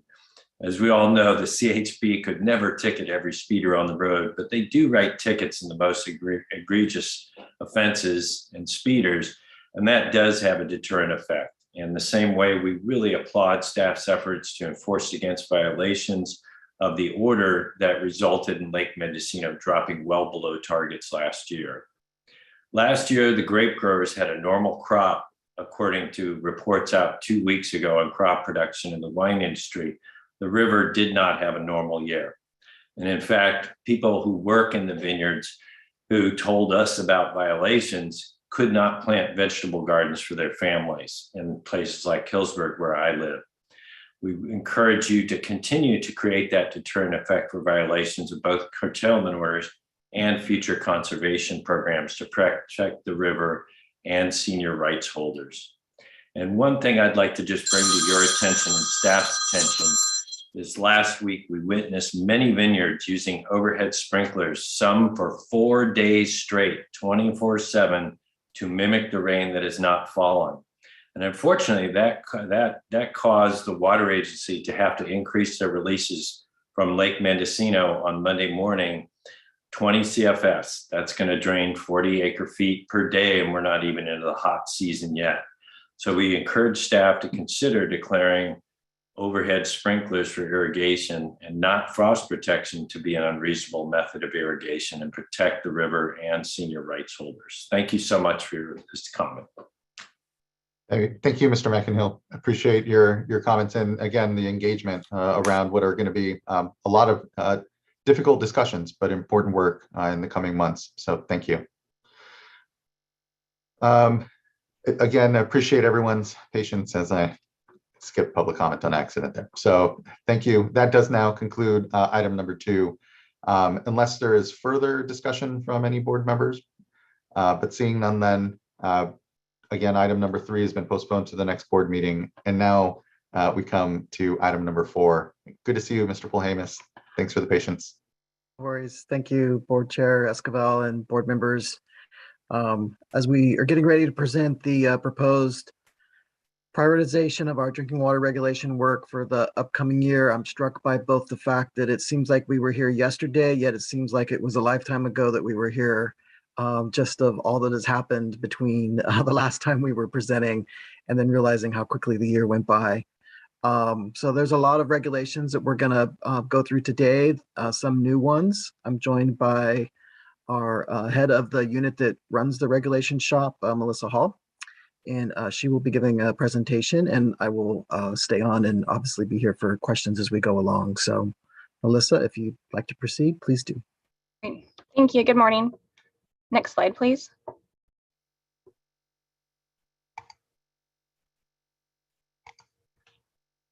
In addition to Darren's staff available to answer questions for this item are pictured here and include Randy Bernard, supervising engineer for the technical operations section, and Robert Brownwood, principal engineer and branch chief for DDW's program management branch. Not pictured are David Rice and Zach Miller, legal counsel for this item. Next slide, please. I'm going to start by reviewing progress on recent priorities, followed by the proposed priorities for this year, and finish with a preview of future year priorities. Next slide, please. While not all items on our priorities list for a given year will be completed in that year, we do want to review some regulation packages from recent priority lists that have been completed. The Environmental Laboratory Accreditation Program regulations were adopted in 2020 and took effect as of January last year, and you'll be hearing an update on how implementation has gone on that later today. The revised perchlorate DLR and detection limit for purposes of reporting, or DLR, and revised total coliform rule regulations on the 2020 priorities list were approved and took effect July of last year. In a before and after comparison of the perchlorate data received since the DLR revision, the count of sampling stations with quantified detections at the lower DLR has increased over 60% just in the last 6 months. So that's already showing significant data contributions. And in December of last year, California received formal approval of its primacy package for its administrative penalty authority. Next slide, please. For this year's proposed priorities, we'll be starting with several maximum contaminant levels, or MCLs. At the top of the list is hexavalent chromium. Hexavalent chromium is a naturally occurring element found throughout California and is also produced by certain industrial processes. It has a public health goal, or PHG, of 0.02 micrograms per liter, or parts per billion, and is based on small intestine carcinogenicity and a health protective value of 2 micrograms per liter based on liver toxicity. In its 2017 order invalidating the California Department of Public Health's 2014 hexavalent chromium MCL, the Sacramento Superior Court ordered the board to adopt a new MCL in compliance with the Health and Safety Code section 116365, especially in regards to economic feasibility, paying particular attention to compliance alternatives for small water systems and their users, and setting the MCL as close to the public health goal as is economically feasible. Because analyzing economic feasibility is at the foundation of developing the revised MCL, a review of various options and ways that we might consider it, especially for the multitude of small water systems we have in California, was undertaken in 2020, with a white paper describing the findings issued for public comment that March, followed by a workshop in April. Following receipt and consideration of comments, staff commenced work on a new MCL. Preliminary occurrence data were released that October, with treatment cost estimates following in November and 2 webcast workshops held that December. A CEQA scoping meeting was held last November, and comments from the external scientific peer reviewers on best available technologies were posted to our website this January. Staff are preparing to release a draft regulation text for public comment, hopefully this month, and hold 2 workshops to receive comments. Following consideration of public comments, the formal rulemaking process is expected to start in late spring to early summer this year. Next slide, please. Like hexavalent chromium, arsenic is a naturally occurring element found in soil and mineral deposits throughout California. It's also found in commercial and industrial products such as wood preservatives, ant bait, agricultural pesticides, anti-fouling paints, dye, and pharmaceutical compounds. The current state and federal arsenic MCL is 10 micrograms per liter with a detection limit for purposes of reporting or DLR of 2 micrograms per liter. The Office of Environmental Health Hazard Assessment, or OWEHA, has issued a public health goal of 0.004 micrograms per liter based on bladder cancer and a non-cancer health protective value of 0.9 micrograms per liter based on cerebrovascular disease. US EPA has established an arsenic maximum contaminant level goal of 0. Staff are proposing to evaluate lowering the current MCL, with DLR revision planned to proceed in advance of the MCL as part of the metals DLR rulemaking package scheduled for this summer. We're hoping to be able to hold a workshop on preliminary occurrence data and cost estimates by early next year and follow with a notice of proposed rulemaking by late 2023. Next slide, please. Next on our list of proposed MCLs are per and polyfluorinated substances, or PFAS. PFAS include a large group of synthetic compounds widely used in nonstick cookware, food packaging, stain repellents, firefighting foam, and other applications. In 2018, the Deputy Director for the Division of Drinking Water issued interim notification and response levels for perfluorooctanoic acid, or PFOA, and perfluorooctane sulfonic acid, or PFOS. In August 2019, based on a recommendation from OWEHA, the division updated the notification levels and requested that OWEHA develop public health goals for these contaminants. In February 2020, the director lowered the response levels for PFOA and PFOS and requested notification level recommendations for 7 other PFAS compounds found through water system monitoring. And in March of last year, notification and response levels were issued for perfluorobutane sulfonic acid, or PFBS. DDW continues to investigate the extent of contamination of these and other PFAS materials in drinking water sources throughout the state. In 2019, monitoring orders were issued for approximately 600 source water wells, and based on the monitoring results, general orders were issued in late 2020 for about 900 wells located near prior detections, and earlier last year to address Department of Defense sites. Future monitoring actions would be informed by data collected at wastewater treatment and chromium plating facilities, as well as bulk fuel terminals and refineries. This information will be used to determine whether DDW should request that OWEHA develop public health goals for additional PFAS compounds, what public exposure there is, and how much water might require treatment. OWEHA issued draft public health goals for PFOA and PFOS on July 22nd last year and closed the corresponding public comment period on October 28th. We're expecting final public health goals by the end of the year, at which point we can begin working on MCLs in earnest. Next slide, please. Fourth on the list of proposed MCLs is N-nitrosodimethylamine, or NDMA. NDMA is part of a larger class of disinfection byproducts known as nitrosamines and is formed in chloramine disinfection of drinking water and chlorine disinfection of domestic wastewater. Unintentionally formed in certain industrial processes and formerly used in production of liquid rocket fuel. While there is currently no federal or state drinking water standard for NDMA, California's initial 1998 notification level was revised to its current 0.01 micrograms per liter concentration in 2002, with a corresponding response level of 0.3 micrograms per liter. And in 2006, OWEHA established a public health goal of 0.003 micrograms per liter based on carcinogenicity. Development of an NDMA MCL will follow release of the proposed hexavalent chromium MCL. Staff are hoping to be able to hold a workshop on preliminary occurrence data and cost estimates around the middle of next year. Next slide, please. Fifth on our list of proposed MCLs is styrene. Styrene is an organic chemical, a precursor to polystyrene, and widely used to make rubber and plastics. Styrene currently has a maximum contaminant level of 100 micrograms per liter and a detection limit for purposes of reporting set equal to the public health goal of 0.5 micrograms per liter.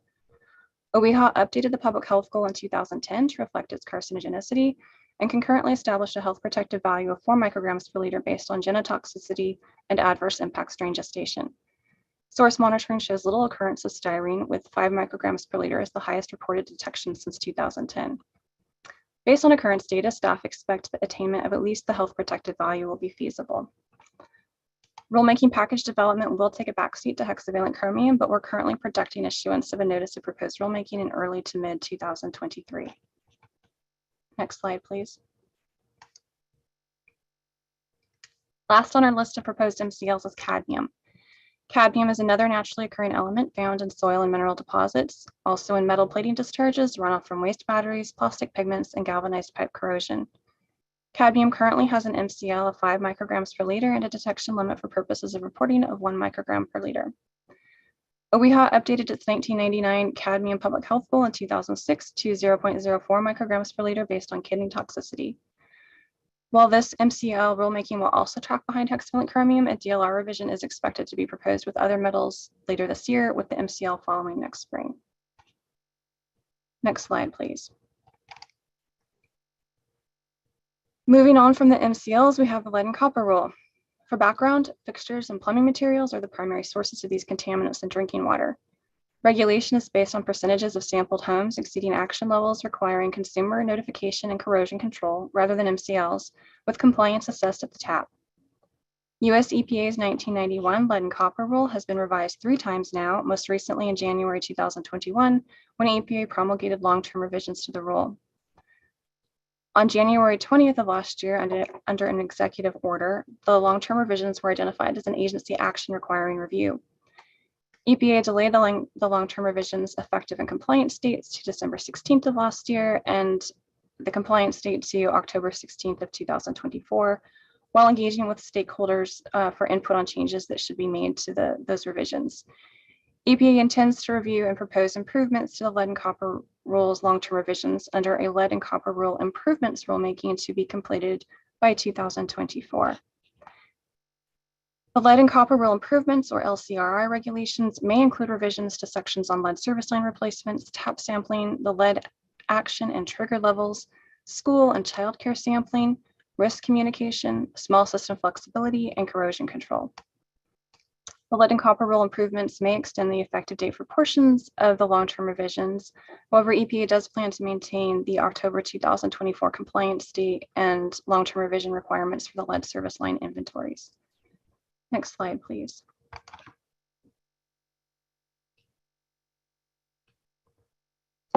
Some other key changes in the long-term revisions include the addition of school and child care facility sampling requirements. Sampling would occur at least once over a 5-year period, or an average of 20% of facilities sampled each year. There are new tap sampling procedures, including sampling the 5th liter at lead service lines using wide mouth sample bottles for sample collection. There's now a lead trigger level at 10 micrograms per liter to prompt reevaluation of corrosion control. Requirements for lead service line inventories and replacements for the entire service line, including the customer side, as well as new public notification requirements. Staff are participating in national implementation work groups and evaluating the most efficient means to pursue primary enforcement authority or primacy for this rule, while also potentially making state-specific modifications to further enhance public health protection. Next slide, please.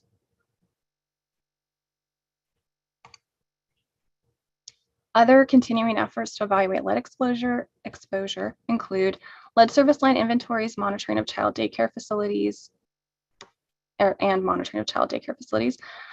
Under Senate Bill 1398, community water systems were required to compile an inventory of known partial or total lead user service lines by July 1st of 2018 and identify where the service line material is unknown.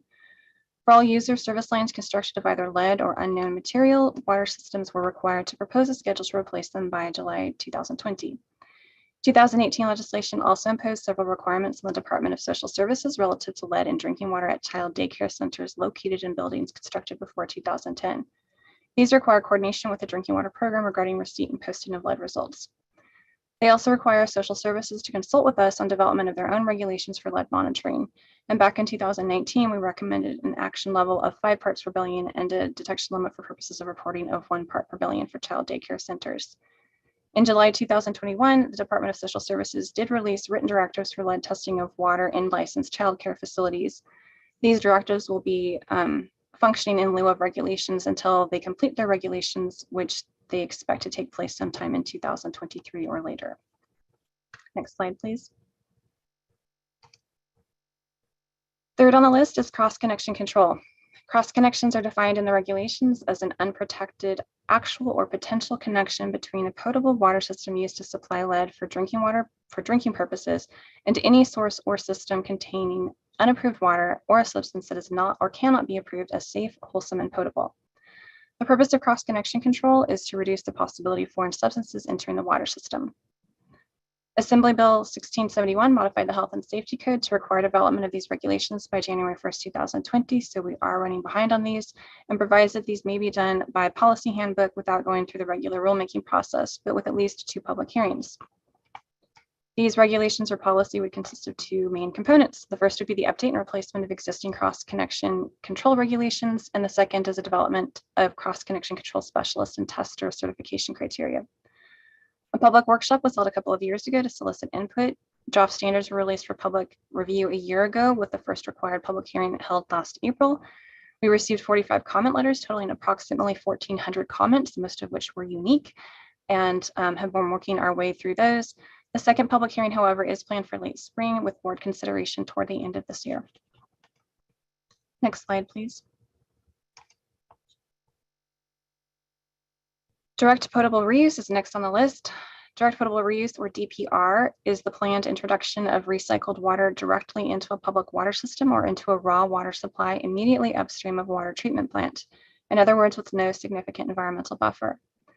Assembly Bill 574 established a statutory mandate to adopt uniform water recycling criteria for raw water augmentation by December 2023, as well as requiring that certain public health research be completed before adopting these criteria. As required by statute, a proposed framework for regulating direct potable reuse projects was presented to the board as an information item back in summer 2018, with an update provided in September 2019. A framework addendum was released for public comment last March, and 4 public expert panel meetings have been held since last August, with the most recent completed yesterday. These regulations are on track to meet the statutory deadline, with a notice of proposed rulemaking expected early next year. Next slide, please.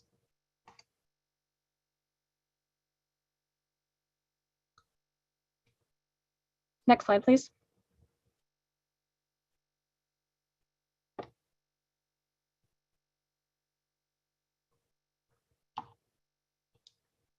Sorry, my computer might be a little bit frozen. I keep Oh, it's okay. Okay, so microplastics are a contaminant class of emerging concern for which there's no current regulatory standard, either at the state or federal level. In 2018, the Senate Bill 1422 added Section 116376 to the Health and Safety Code, requiring the board to develop monitoring and reporting requirements for microplastics in drinking water, starting with the definition by July 1st of 2020 and followed by adoption of standard analytical methodology, adoption of requirements for 4 years of testing and reporting of drinking water microplastics levels, including public disclosure of results, consideration of a notification level or other consumer guidance, and accreditation of qualified laboratories for analysis using the adopted analytical method or methods, all by July 1st of last year. The definition was adopted on time in June 2020. For the remaining work, we are running behind schedule due to COVID-related lab closures that first couple of years ago, but held a workshop on the proposed analytical method, potential monitoring and reporting requirements, and health effects last November. Method development and validation involved more than 30 participating labs from 7 countries, including both expert specialists in this area and interested municipal and commercial laboratories. For this work, the state board is authorized to implement these requirements through adoption of a policy handbook that's exempt from the regular rulemaking process under the Administrative Procedure Act. Staff plans to bring that to the board for consideration in late spring. Next slide, please.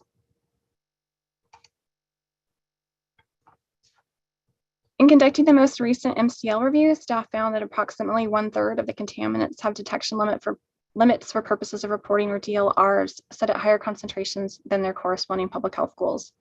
For those contaminants, staff's ability to evaluate public exposure between the public health goal and the DLR is limited, as is our ability to evaluate the economic and technological feasibility of lowering the MCL. So staff has been coordinating with the Environmental Laboratory Technical Advisory Committee, or ELTAC, to identify reporting limitations of analytical methods and to evaluate laboratory capacity and costs for reporting to lower concentrations. As staff determined that lower reporting levels can be achieved with adequate lab capacity, we're proposing revising DLRs to allow collection of data to better inform the MCL review process. And we're starting with metals. In a preliminary laboratory survey, we prioritized lead, which has a public health goal of 0.2 parts per billion. And based on the results we're seeing so far, we expect to be able to lower the lead DLR at least to the 1 part per billion that we recommended to social services and still have adequate lab capacity. So we're planning to notice that and present it to the board later this year, along with DLR revisions for a few other metals that are picked up by the same suite of analytical methods. As mentioned earlier, arsenic and cadmium would be included in the proposed DLR revisions. We are also looking to propose initial DLRs for metals with secondary standards. We've been working with laboratories and surveying them on capabilities and costs and are planning to hold a workshop later this spring with formal rulemaking starting this summer. Next slide, please. Next on the list is primacy package approvals. California has been granted primary enforcement responsibility for the Federal Safe Drinking Water Act, known as primacy, by US EPA for California public water systems. To maintain privacy, we must promulgate legally enforceable regulations for California that are no less stringent than federal regulations. To demonstrate this to EPA, states submit primacy packages for each federal rule, confirming the enforceability of the state regulations and including a crosswalk to show how adopted state regulations align with all provisions of the federal regulations. California currently has a backlog of primacy packages, and clearing this backlog has been a high priority for EPA. EPA Region 9 staff have recently provided formal and informal comments on several primacy packages. In response, staff are proposing to submit revised primacy packages for the public water system definition, for which we had a successful legislative proposal that took effect at the beginning of this year, the groundwater rule, the recently approved revised total coliform rule, the public notification rule, and the consumer confidence reports rule. Of these, only the last 2 will require revisions to the actual regulation text and require board action. Work on addressing EPA's comments on the public notification rule is underway, and we expect to be ready to proceed with formal rulemaking in the latter half of the year. Formal rulemaking for the consumer confidence reports regulation is likely to wait on upcoming federal changes to their regulations. Next slide, please.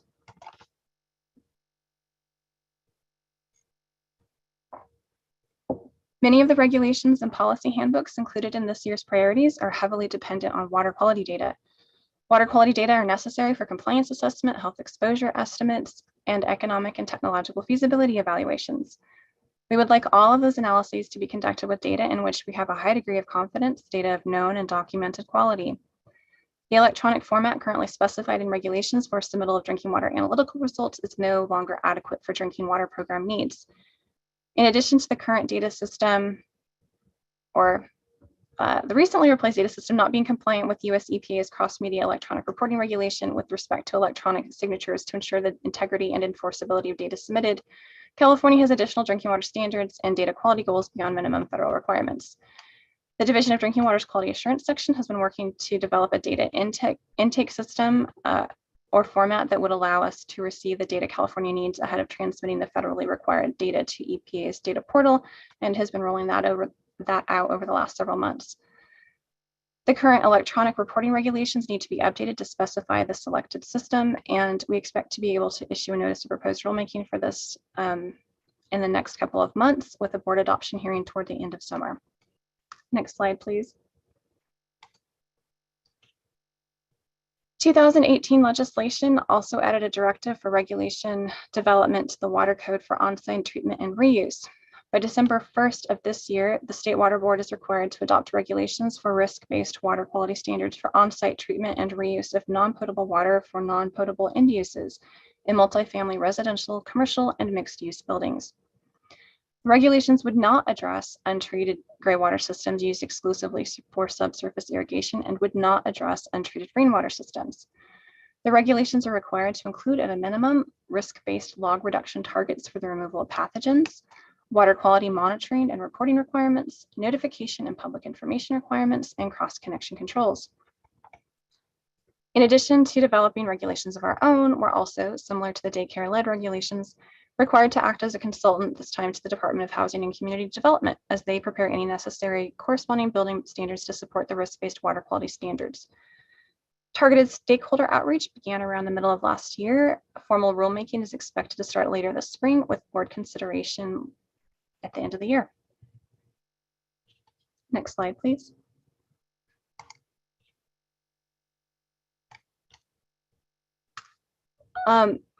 We're also doing a update of our recycled water regulations. They were last updated in 2000, so it's been a while. California Water Code Section 13521.2 requires an update by January 1st of next year and requires that update incorporate provisions from the Cross Connection Control Policy Handbook. So these are tracking right behind those. We are proposing a notice of, we're planning a notice of proposed rulemaking in early summer this year with board adoption at the end of the year. Next slide, please. Next are notification and response levels, starting with harmful algal blooms. Last year, the Division of Drinking Water requested that OEHA prepare notification level recommendations for microcystin and cylindrous spermopsin and an evaluation of anatoxin A and saxitoxin data leading to notification level recommendations if appropriate. For background, microcystin is a hepatotoxin released by some species of blue-green algae or cyanobacteria. It can cause skin conditions such as rashes, hives, and blisters, gastrointestinal symptoms, allergy or asthma-like conditions, and liver damage. Pets and other animals that drink the water can also be sickened by this, so it's more frequently more noticeable for dogs, I think. In 2015, US EPA issued health advisories for this. Cylindrospermopsin is another toxin produced by cyanobacteria and for which EPA has also issued health advisories based on adverse effects to the liver and kidney. Anatoxin A is another cyanotoxin associated with deaths in domestic animals, livestock, and waterfowl due to neurotoxicity, especially respiratory paralysis. And EPA prepared a 2015 health effects support document in 2015 in which it found insufficient studies and occurrence data to support a health advisory at that time. Saxitoxin is another neurotoxin produced by some cyanobacteria. It's more commonly associated with paralytic shellfish poisoning. OEHA did provide initial recommendations last spring as shown on this very full slide, with the EPA health advisories also shown for comparison, and we'll be providing updated recommendations to reflect acute health effects this spring, after which DDW intends to proceed with notification and responsible proposals for anatoxin A, microcystin, and cylindrospermopsin. We don't currently have a validated analytical method for saxitoxin, so we will be working with our contract laboratory to remedy that prior to issuing notification and response levels. As with last year's PFBS notification response levels, we would be following the new public notice process. Next slide, please.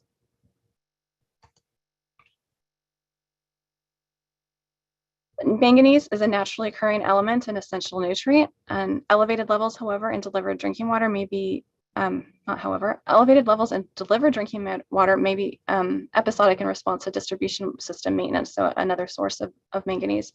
At high concentrations, however, it has been found to be a developmental toxin with extended ingestion at elevated levels, causing impairment to memory, attention, and motor skills.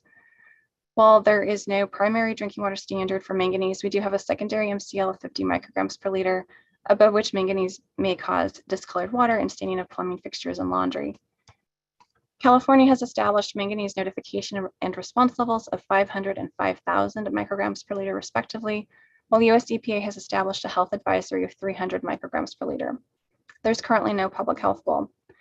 Staff intends to propose a revised manganese notification and response levels in complete consultation with OEHA by early this summer and propose a DLR as part of the metals DLR revisions package and consider requesting development of a public health goal.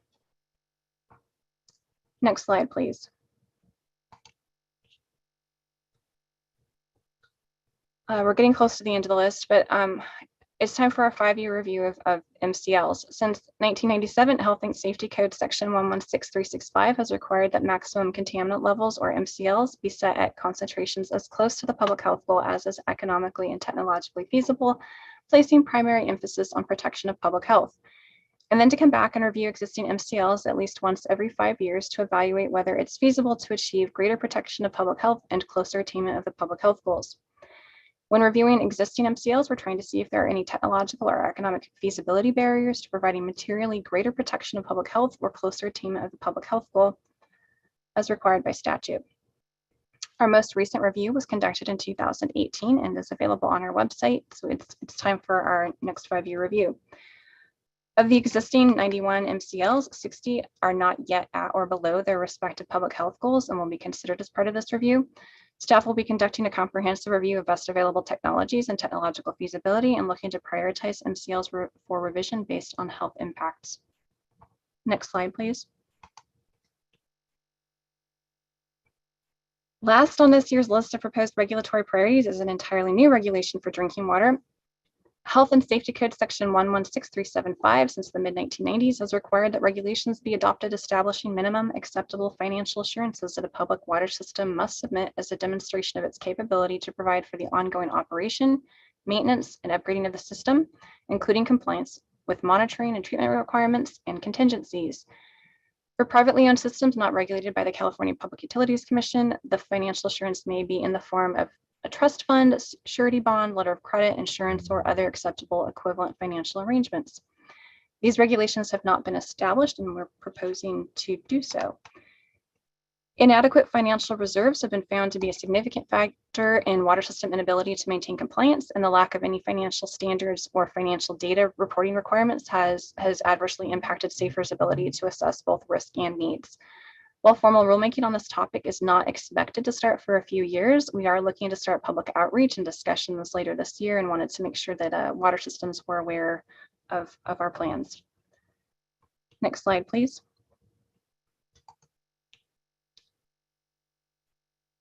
In addition to the proposed regulatory priorities for this year, we wanted to provide a sort of regulatory priorities preview of additional topics and contaminants that we're keeping an eye on and setting up for eventual rulemaking.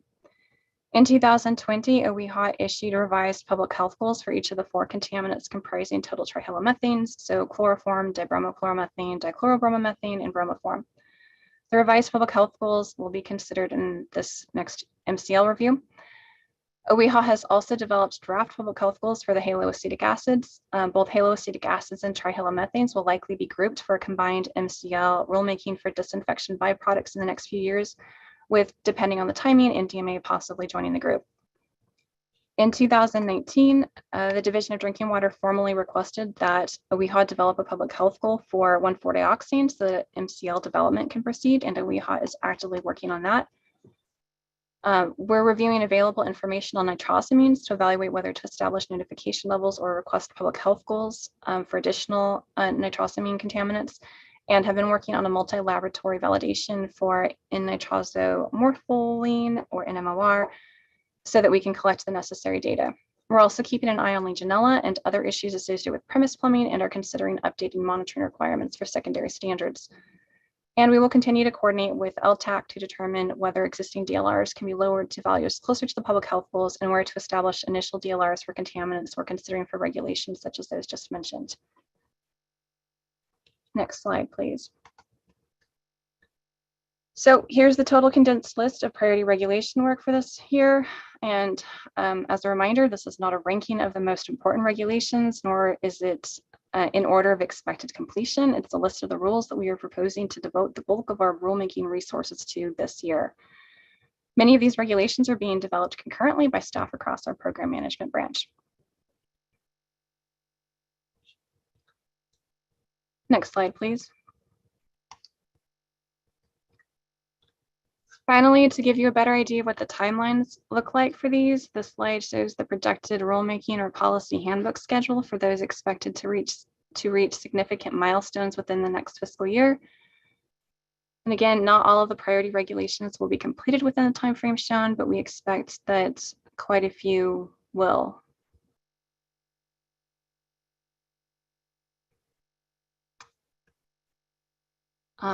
Next slide, please.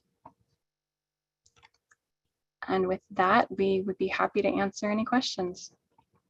Well, of course, just first and foremost, thank you, Ms. Hall. I know that your team is a small but mighty team here. This is an incredible amount of work, but it reflects, again, the emerging contaminants of concern that are out there, the need to hear just better help support systems and keep an eye on public health. And I just appreciate it's a lot of complex work and leading edge in many ways.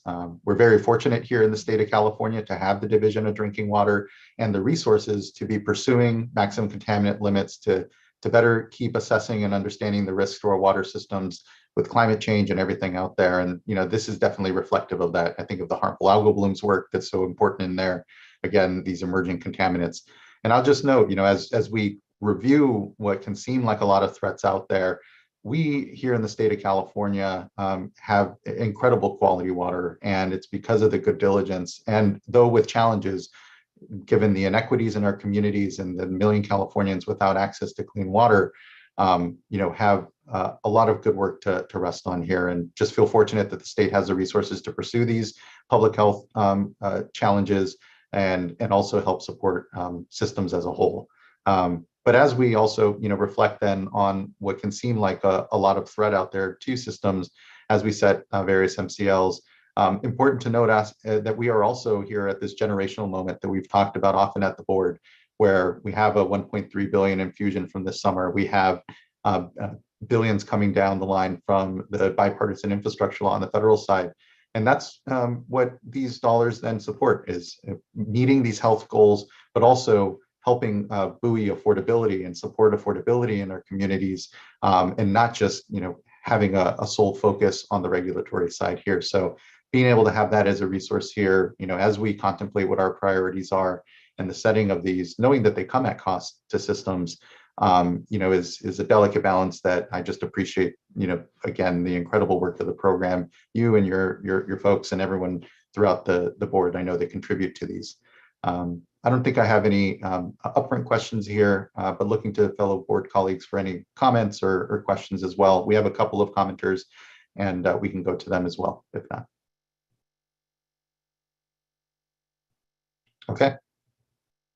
Hearing nothing from fellow board colleagues right now, we can call up Debbie Webster, and I believe followed by that will be Jared Voskel. Thank you, Chair Escobar and board members. It's great to see you guys. I appreciate the opportunity to talk about this issue. I want to actually just say that we appreciate, the Division of Drinking Water's proposal, and that protection of drinking water is a top priority. But we also want the board to be aware of a dilemma that Civiqua's members and others that are subject to water quality regulations have with the adoption of MCLs. So once adopted, MCLs are incorporated by reference as water quality objectives through most basin plans in the state, especially the two in the Central Valley. In establishing these water quality objectives, Section 13241 requires that a regional board ensure reasonable protection of beneficial use, but also requires considerations of a number of factors, including economic considerations. And although we understand that the Division of Drinking Water may not be the appropriate unit within the water boards to perform the analysis, and that their charge is to consider the cost and feasibility of drinking water to drinking water providers, it is the water board's duty to consider the water code factors prior to adoption of new MCLs for hexavalent chromium, PFAS, and other constituents. In addition to the Division of Drinking Water's considerations for technology and economic feasibility for water suppliers, a parallel analysis is needed by the Division of Water Quality or the Central Valley and other water boards to consider those requirements of Water Code 13241. So in summary, what I'm asking is that process be integrated into what the board is trying to do with the MCLs. And so I'm happy to answer any questions, but I really do appreciate the opportunity to comment. Thank you, Ms. Webster. I appreciate that flag and concern. I know what comes to mind certainly are secondary MCLs, which are often also adopted by reference in basin plans that create issues with other programs in, say, Southern California. So it doesn't sound like it is. Again, it's this by reference that creates the challenge, because it automatically assumes then need for compliance. I think it's something to be discussed. I mean, I think in other places as well. I think it's really the cross connection between the MCL setting, maximum contaminant limit setting at the Division of Drinking Water, and then its impact on then permits because of their incorporation in basin plans is something, yeah, probably to better be discussed. And I appreciate the flag around it. And again, to my mind, parallels similar concerns with, like, say, even secondary MCLs and other permits in other parts of the state. So, Board Member McGuire, please.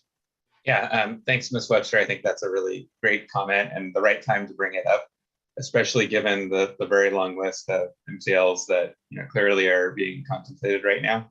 We should be looking at the whole picture and the whole water cycle and thinking about how different decisions, albeit here to rightly protect drinking water, could have unintended impacts on others.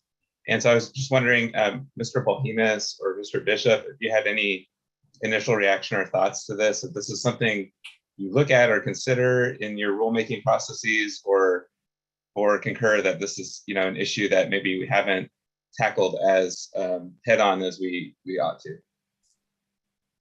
Yeah, no, I'm aware, Ms. Webster's made this comment to me before.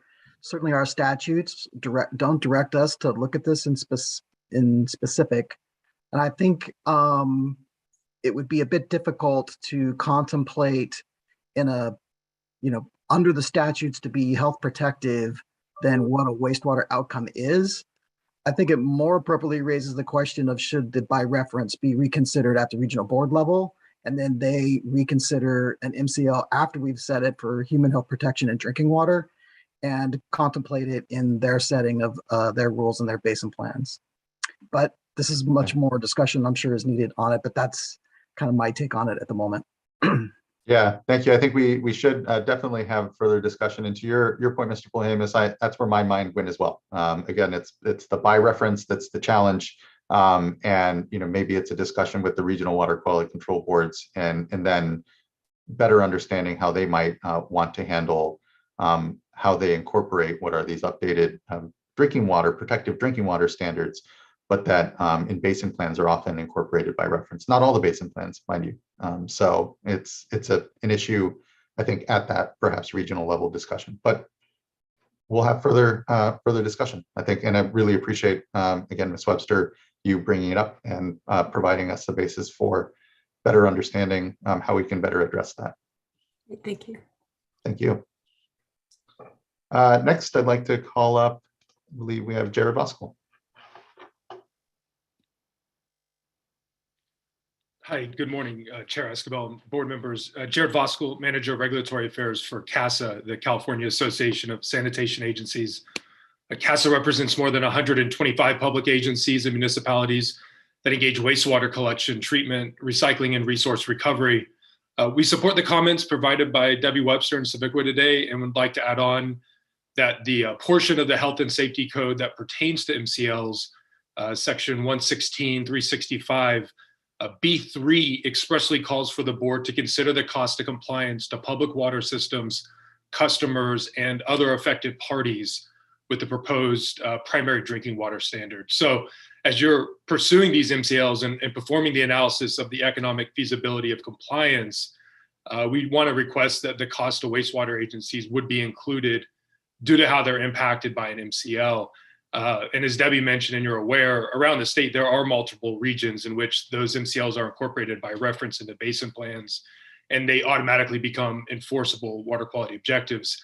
I think maybe with exception perhaps of NDMA that was mentioned today, our members receive various contaminants from others, but they're not utilized in the treatment process. And due to these facilities not being designed to treat for such compounds, they may actually bypass treatment.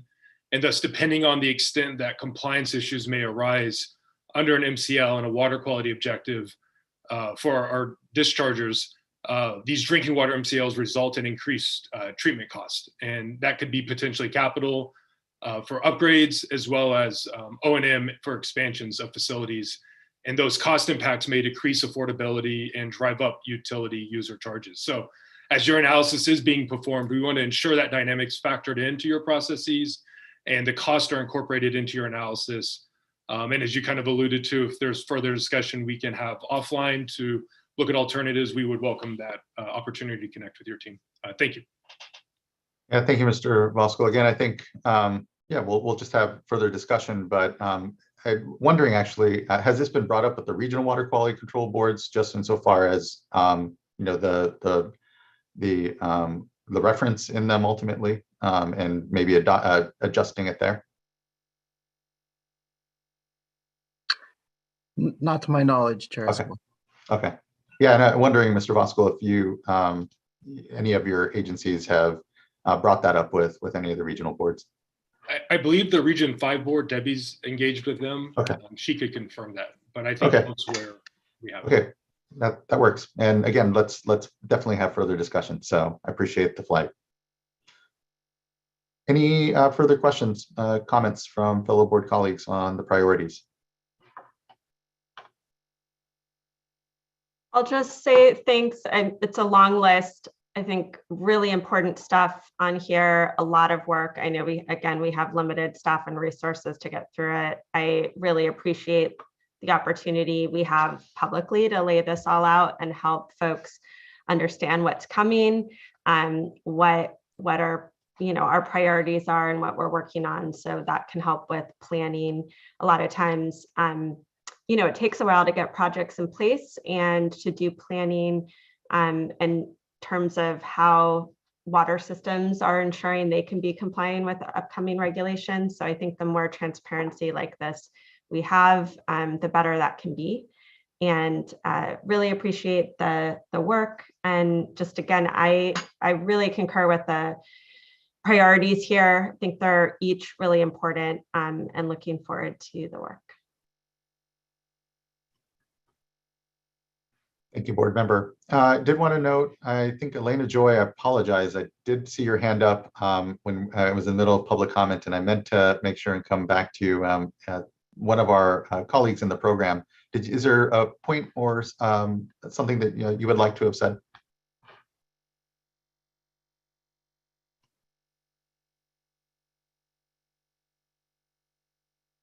No? Okay. All right. Thank you. Okay. And then other board colleagues, any comments or work? Yeah, I just want to also echo those comments. I'm very impressed with the ambitious list of regulations. I think it is really good to spell out kind of what your thinking is, even acknowledging that even with the really ambitious schedule that you showed there on the screen, that in reality, you know, some of these things will slip and some of these things will fall into subsequent years. But it's important for stakeholders, water systems to understand your thinking, division of drinking water, and where you're headed. And so I think signaling these priorities as early as possible is a really helpful exercise here through this annual discussion. I also want to say that because this is such a long list, and I know you have a very small team ultimately that works on these regulatory packages, I think it is important to reflect on getting things across the finish line. That's always my mantra. And, you know, I'm always looking for ways to do that. And so I am a bit concerned, you know, that there are a lot of irons in the fire here, and you know, some things will maybe unintentionally slip more than they would otherwise. So, you know, I think to our State Water Board strategic work plan and the priorities that we have in there, and there are some drinking water priorities, and I'll just call one out in particular, and that's hexavalent chromium. You know, it's been a priority for a few years now. We've had many discussions. It is in our strategic work plan document, we have asterisks next to priorities that are super priorities, if you will. And so I just hope that, you know, as we, you know, kind of reflect on that and the need to finish MCLs, these are all long due, overdue in many cases actions. But when we have special cases like that, just to put added emphasis and resources to make sure that those are focused on and completed as quickly as we can. So I think I'll leave it at that, but all in all, you know, great work, and you know, thank you for everything that you do. Thank you, board member. Vice Chair. Oh, apologies, Vice Chair, you're on mute.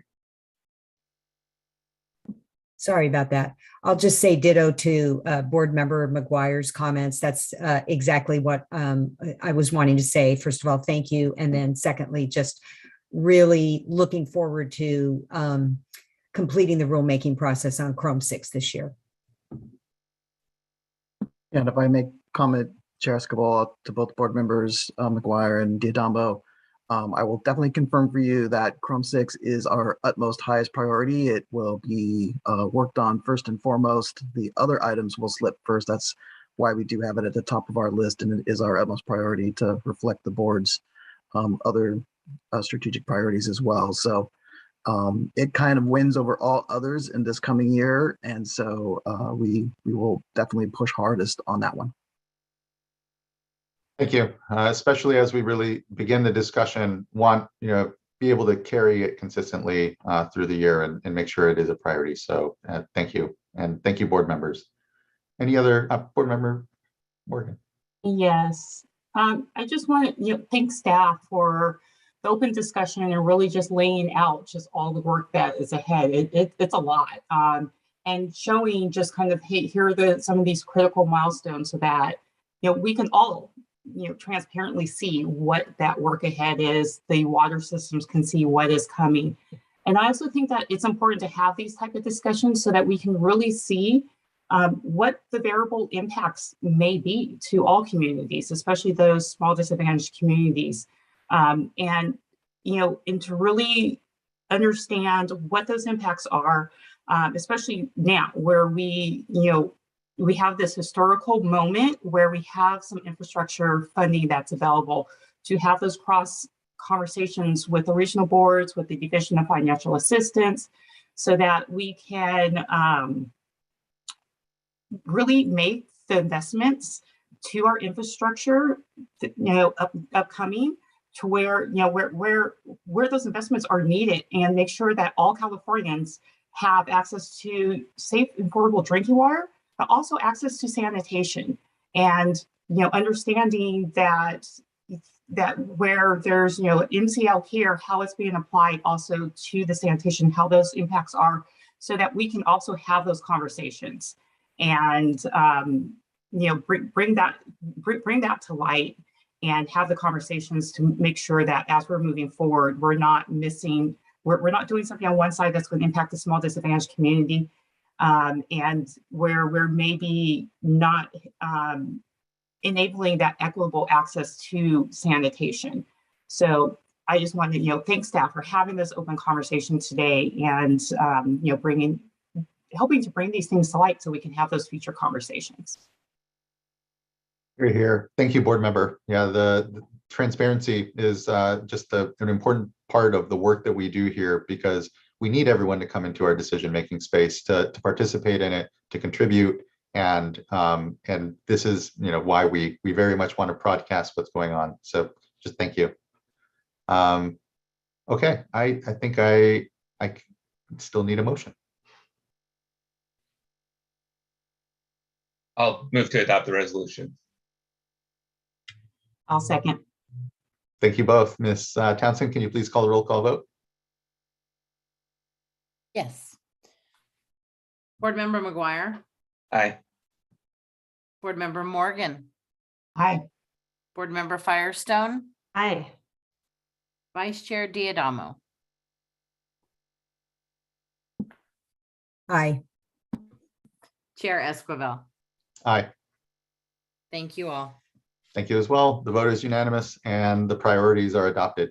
Thank you again, Darren and Ms. Hall, everyone, for the incredible work, and looking forward to, and maybe get an update at some point. And I'm sure maybe the executive director's report is a good place or something 6 months in, just to see if there's any change in the timelines that we saw, perhaps. It doesn't count as actual direction because it's after the vote, so you're fine. Okay, next then, let's go ahead and take a break. We'll take a 15-minute break, come back then at 11:40, and we will begin start in on item number 5. And try to hear item number 6 then as well before we break to lunch, but we'll see. But 11:40 we'll return back, and it would be a late lunch at around 1, but we'll see how long our conversations go. See you now at 11:40. Thanks everyone for the good morning so far. See you soon.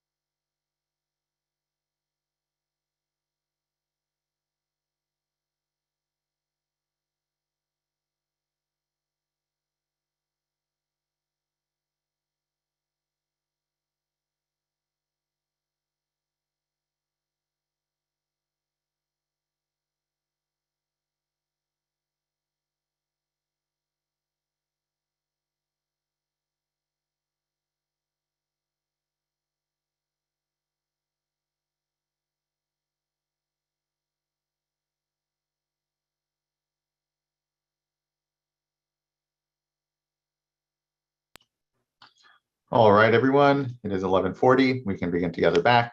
I appreciate everyone's patience this morning. Hope you had a good break.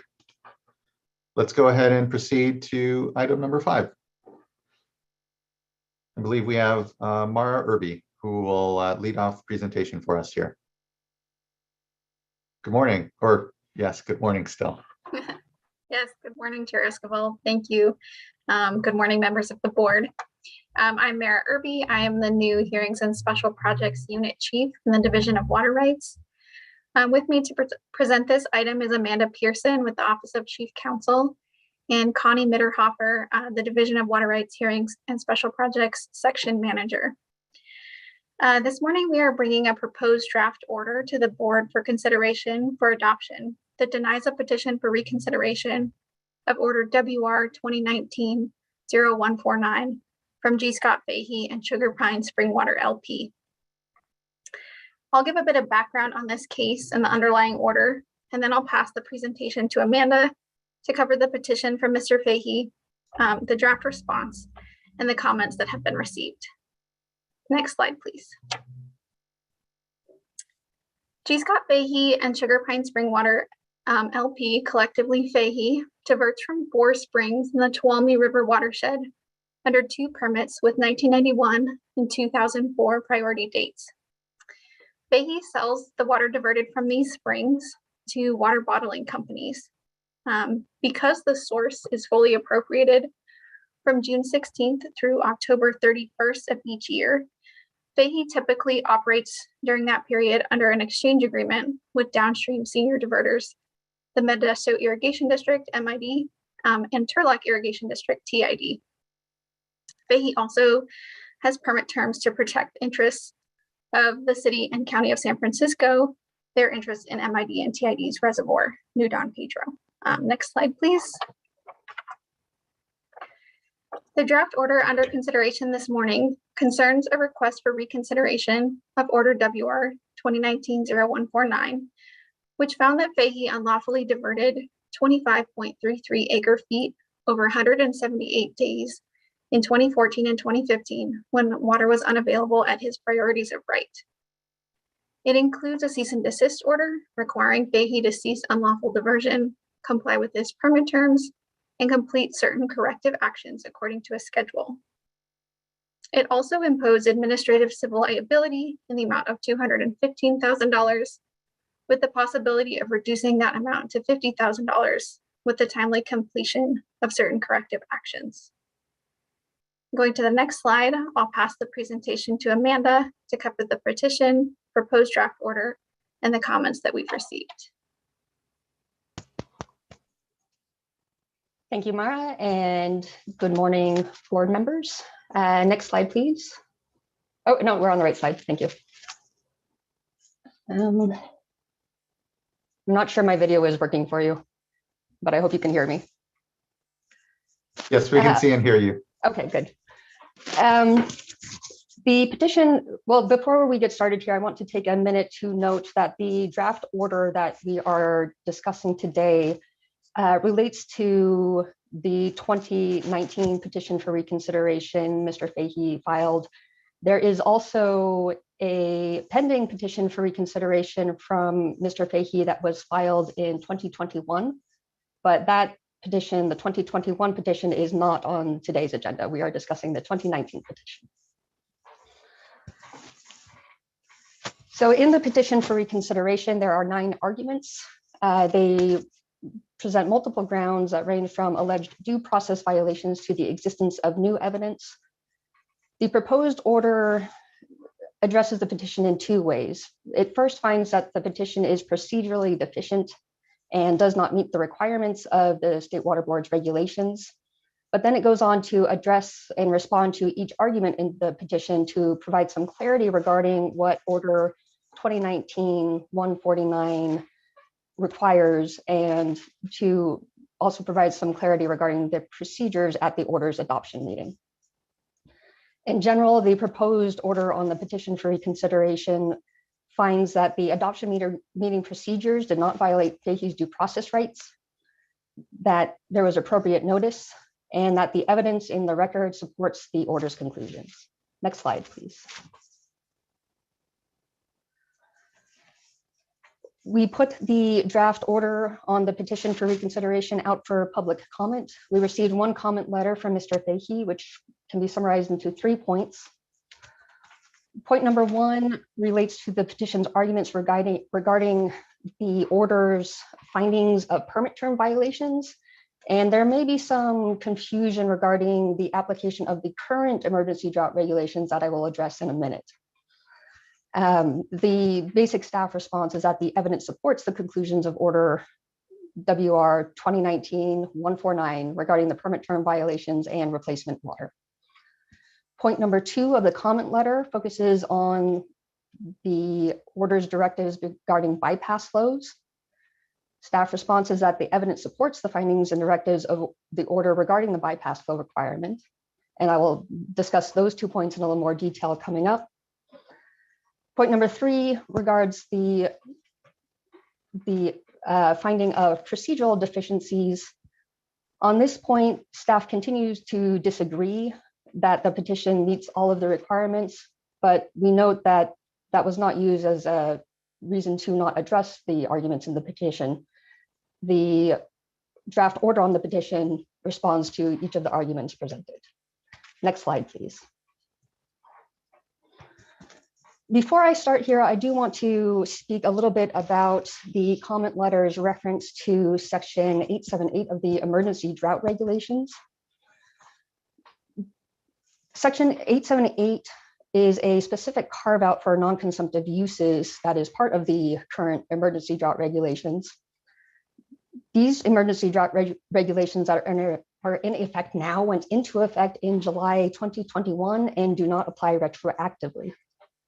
During the last drought in the mid-2010s, the unavailability notices the board sent out in 2014 and 2015 did include a form with a checkbox for a certification that the right holder is, quote, diverting water for hydroelectric power generation or other non-consumptive use, and all water diverted is returned to the stream, unquote.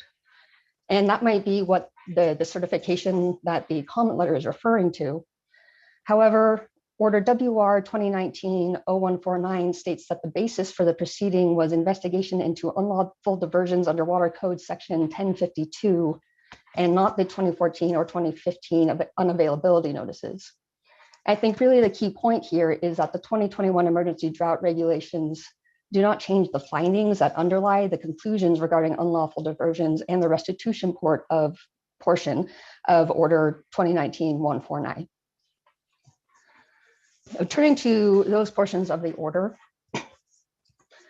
the draft order on the petition for reconsideration explains that Order 2019-149 evaluates the diversions that occurred during the non-FAS period, and FAS here stands for fully appropriated stream. The order treated non-FAS diversions separately from diversions that occurred during the FAS period because there are different requirements that apply to the diversions during those two different times. For the non-FAS period, the order finds that and this is Order 2019-149, the order finds that there was not sufficient evidence to support a finding of unlawful diversions and that there was no obligation for Fahey to provide replacement water for those diversions. Because there was a finding that there was not an obligation to provide replacement water, the board did not reach the question of whether any water Fahey had pre-positioned in New Don Pedro Reservoir mitigated or otherwise made up for those diversions. Next slide, please.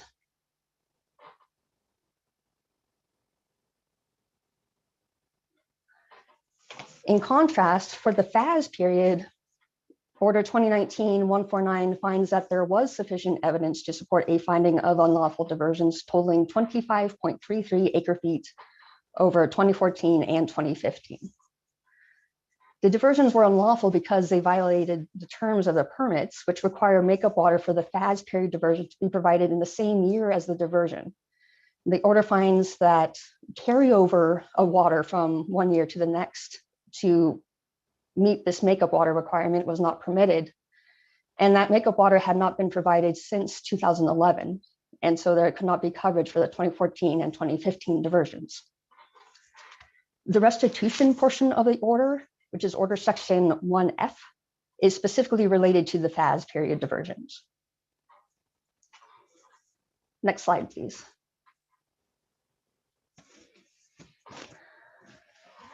To address the comment letter's discussion of the bypass flow requirements, we want to note that there was some conflicting evidence in the underlying proceeding regarding compliance with the bypass flows, but the ultimate conclusion in order 2019-149 was that the record demonstrated that Fahey had failed to take sufficient measures to show compliance with the bypass flow obligations.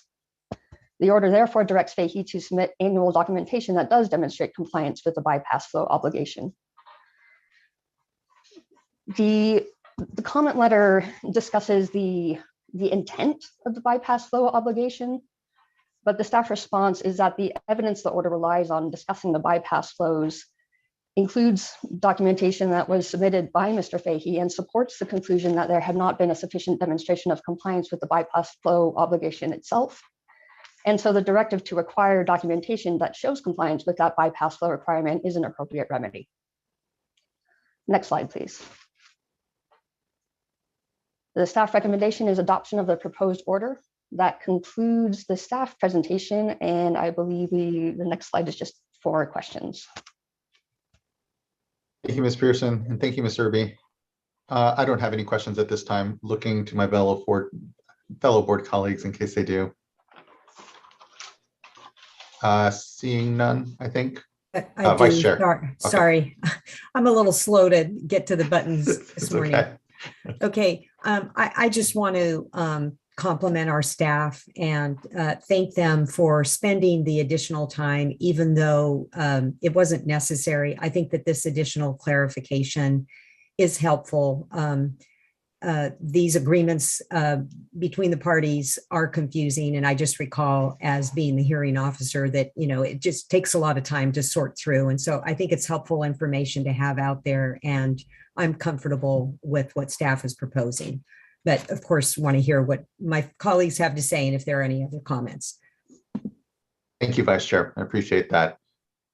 And looking to board colleagues, in case there is comment, we do have one commenter, Mr. Fahey, and we can hear from him before we have further discussion if that works. Okay. Let's call up Mr. Fahey.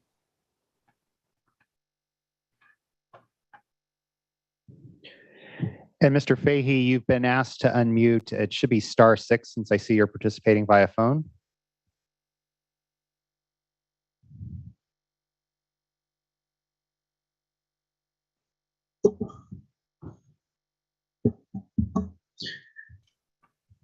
Once again, Mr. Fahey, if you're able to hear us, I know you joined us by phone. We're asking you to unmute, and on a phone that is *6. There we go. Good afternoon, Mr. Fahey.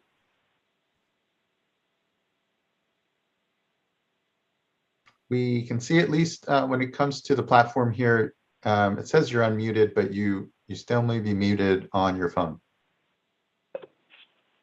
Can you hear me, Chairman? We can. Okay, sorry. Oh, no, sorry in the least. Good afternoon. Good afternoon. Let me have a moment here to collect myself. Yes, please.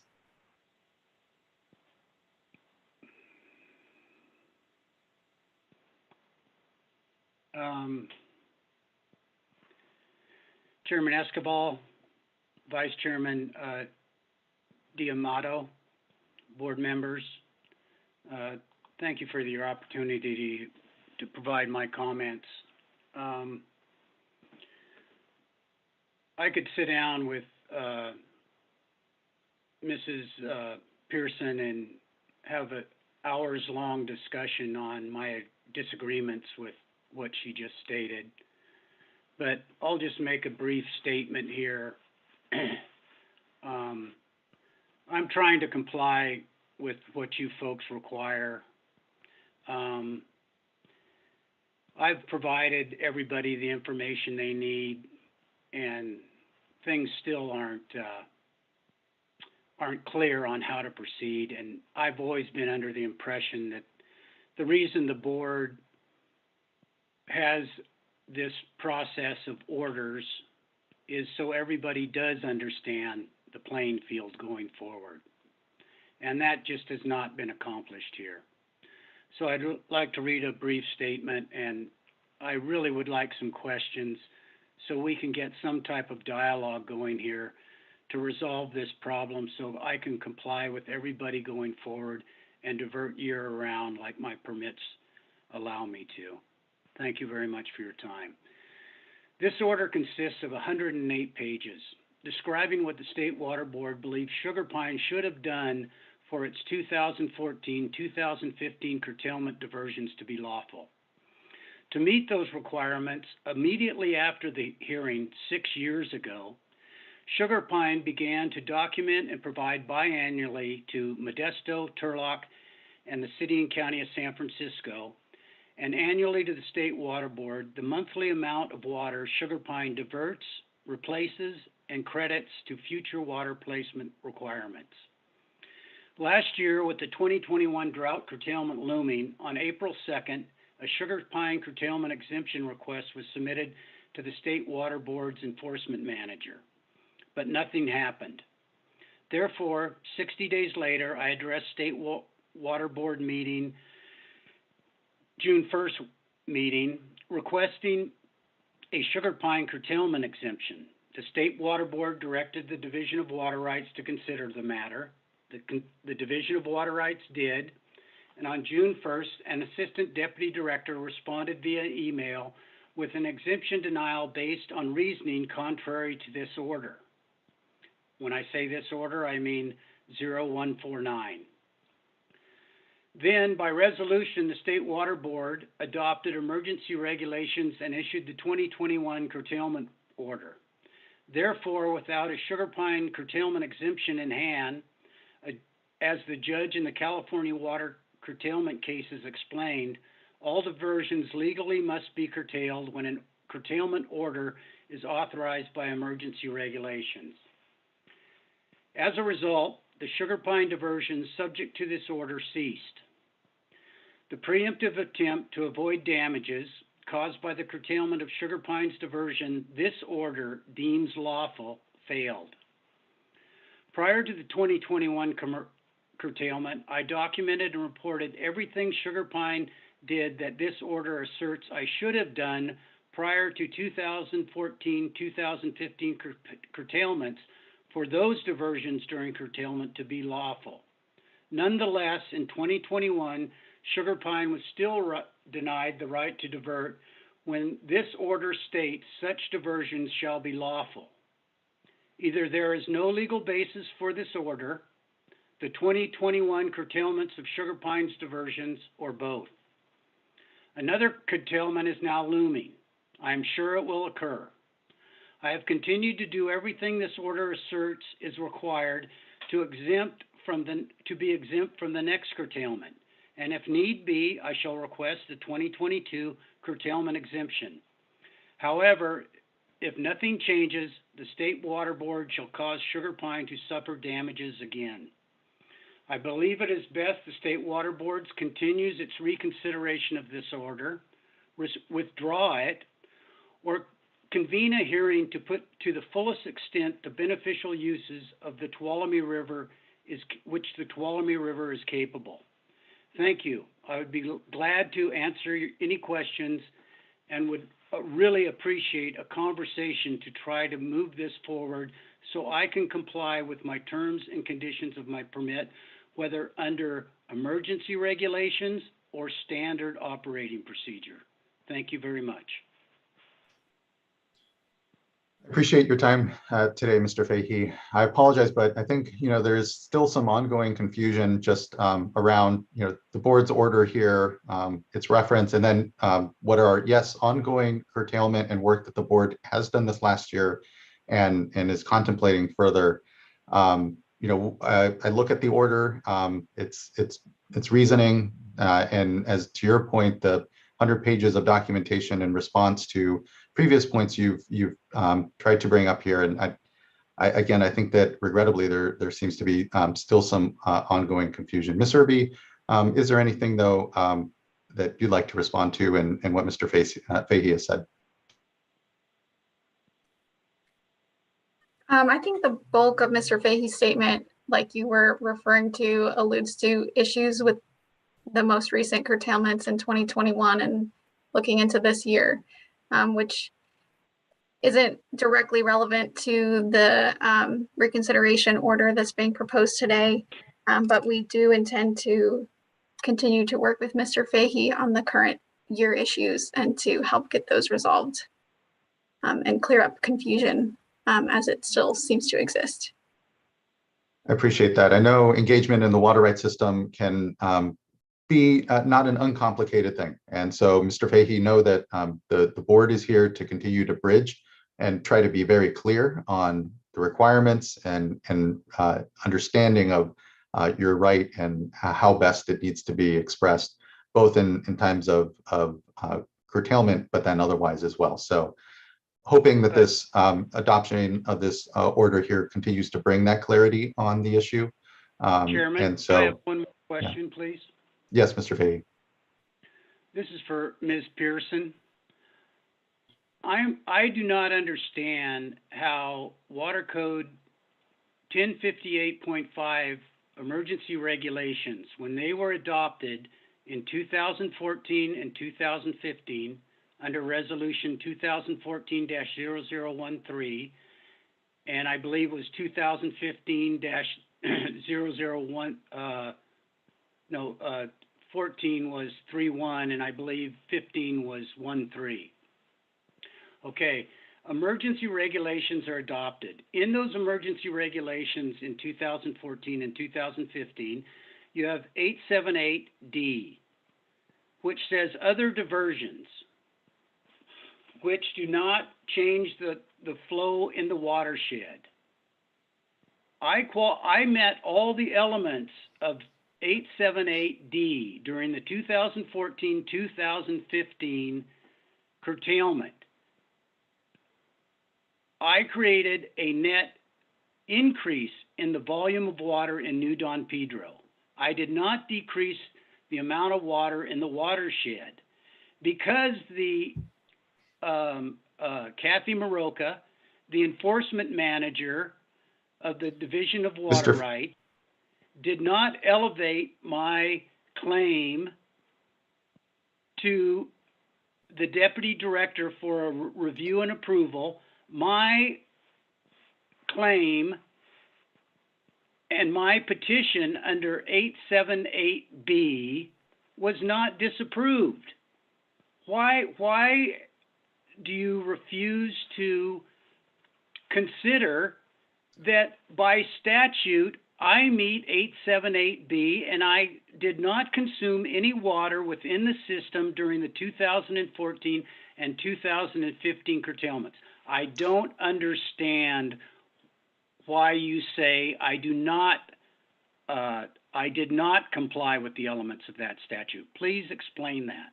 Thank you. Mr. Fahey, I apologize. I'm not going to allow a complete back and forth here with staff on your question here. It's fundamental to what was before the proceeding, before the vice chair, and there was plenty of discussion around. So I appreciate your engagement today, and Mr. Chairman, let's sort it out at this level so we don't have to get the courts involved. This is not going to go away. You and I and everybody else involved in this need to sit down and sort this out. Otherwise, it's going to have to go before into the judicial system. I am not going to just voluntarily be beaten up by a bunch of people that won't listen to me. I am trying everything I can do to comply. I am not. Mr. Fahey, I appreciate your comments today. We're not trying to pick on you. This is, we have provided plenty of recourse and response through the course of both the hearing before the vice chair and then now the adoption of the petition and then on our order now on reconsideration. Okay, thank you. Thank you. I apologize. I think there is some No, you fundamental don't need to apologize. disagreement. So thank you. Yeah, that's fine. Okay. Yeah, we just Thank you, Mr. disagree. Fahey. Yeah. Comments or questions from other fellow board colleagues here?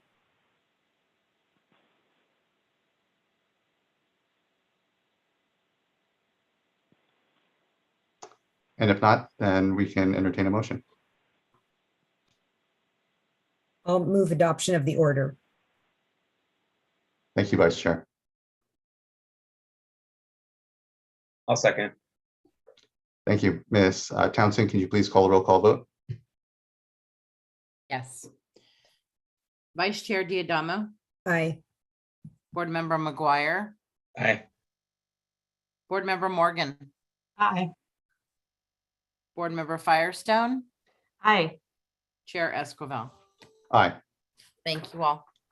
Thank you. The item carries and is adopted. Next, let's move on to item number 6.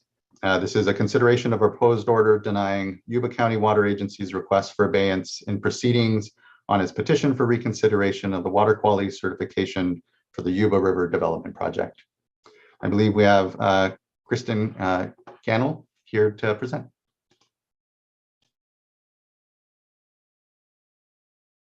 Oh, apologies, you're still on mute. Shoot, I hit the thing twice. Thanks, Chair Esquivel. Good morning and or afternoon, since it's noon. I'm not sure which one applies at the moment.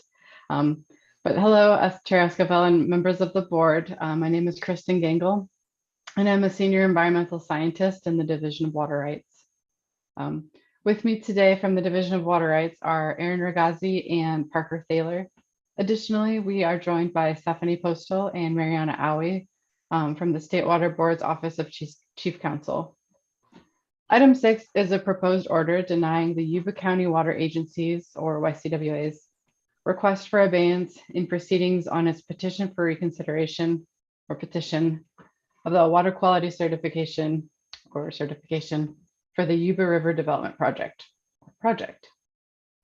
On January 11th, 2022, YCWA submitted a request to hold in abeyance its petition of the certification for the project. As background, in addition to YCWA, the California Department of Fish and Wildlife, or CDFW, and a group of non-governmental organizations comprised of California Sport Fishing Protection Alliance, Friends of the River, Sierra Club Motherlode Chapter, Trout Unlimited, and the South Yuba River Citizens League, which I'll collectively refer to as CSPA et al., filed petitions for the project certification. On January 14th, 2022, board staff contacted these petitioners requesting input regarding placing YCWA's and other petitions in abeyance. The 3 petitioners responded as follows. YCWA does not object to any of the petitions being put in abeyance. CSPA et al. Do not want their petition held in abeyance, and they object to any petitions being held in abeyance. And CDFW is neutral with respect to whether the petitions are held in abeyance. Staff considered this request for abeyance, including the feedback from the petitioners, and have brought YCWA's request before the board today. YCWA has requested to hold in abeyance its petition of the project certification to enable settlement discussions on certification issues, which include minimum in-stream flows, that are currently prohibited by the bar on ex parte communication.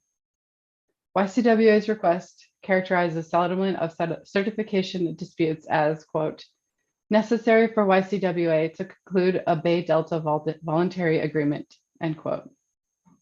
YCWA's request also states that granting the abeyance would align resolution of the issues raised in the certification with the board's projected timeline for initiating environmental review of a voluntary agreement framework. No public comments were received on the proposed order. Staff recommend denying the request for abeyance for the following reasons, which are discussed in greater detail in the proposed order. First, there's a lack of agreement among the petitioners regarding the petitions being held in abeyance. California Code of Regulations, Title 23, Section 3869, Subdivision C, provides that the board may hold the petition in abeyance, quote, if agreed upon in writing by the petitioner and the applicant, end quote. as CSPA et al. Have not agreed to their petition being put into abeyance, one of the requirements for holding the petitions in abeyance is not met. Here, all three petitions address many of the same certification conditions. Thus, in this situation, it is not possible to hold one petition in abeyance and simultaneously move forward with addressing the other petitions.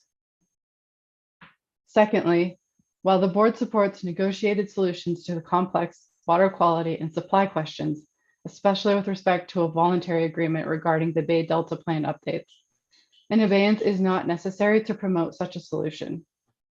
YCWA has been participating and can continue to participate in voluntary agreement discussions, even with the ex parte prohibition in place. YCWA and other parties can continue to discuss and may finalize potential voluntary agreement commitments without discussing with the board the project certification and issues addressed in the petitions. Third, putting the petitions in abeyance at this time and under YCWA's proposed terms would not help conserve resources of the board or the petitioners. Board staff and petitioners have devoted and continue to devote significant time to developing resolutions to the issues raised in the petitions. In addition, the issues raised in YCWA's petition are also being litigated in state court proceedings, and even if all petitioners agreed to an abeyance, the board would need to continue to spend resources addressing these issues. For these reasons, staff recommend adoption of the proposed order denying YCWA's request for an abeyance of its petition on the project certification. And that concludes my presentation. Staff are now available to answer any questions. Thank you. Thank you. Much appreciated. I know we have a few commenters here. Looking to folks on the board here, if there is any initial questions or discussion. Okay, then let's move on to our first commenter. I believe we have Willie Whittlesey.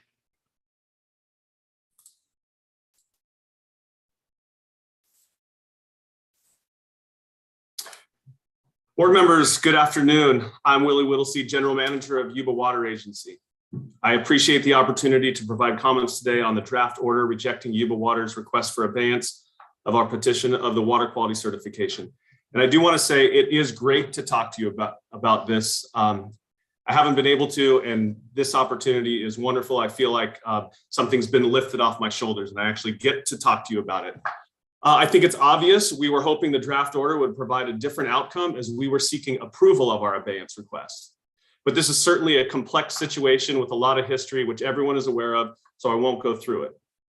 We recognize that some of the processes are adversarial by design. We also recognize that the ex parte communication prohibition is applied when this board is going through certain judicial type functions. We will continue to respect the ex parte rules. What I want you as the board members to know, though, is that Yuba Water's interest, my interest, is to resolve all issues associated with the Yuba project certification.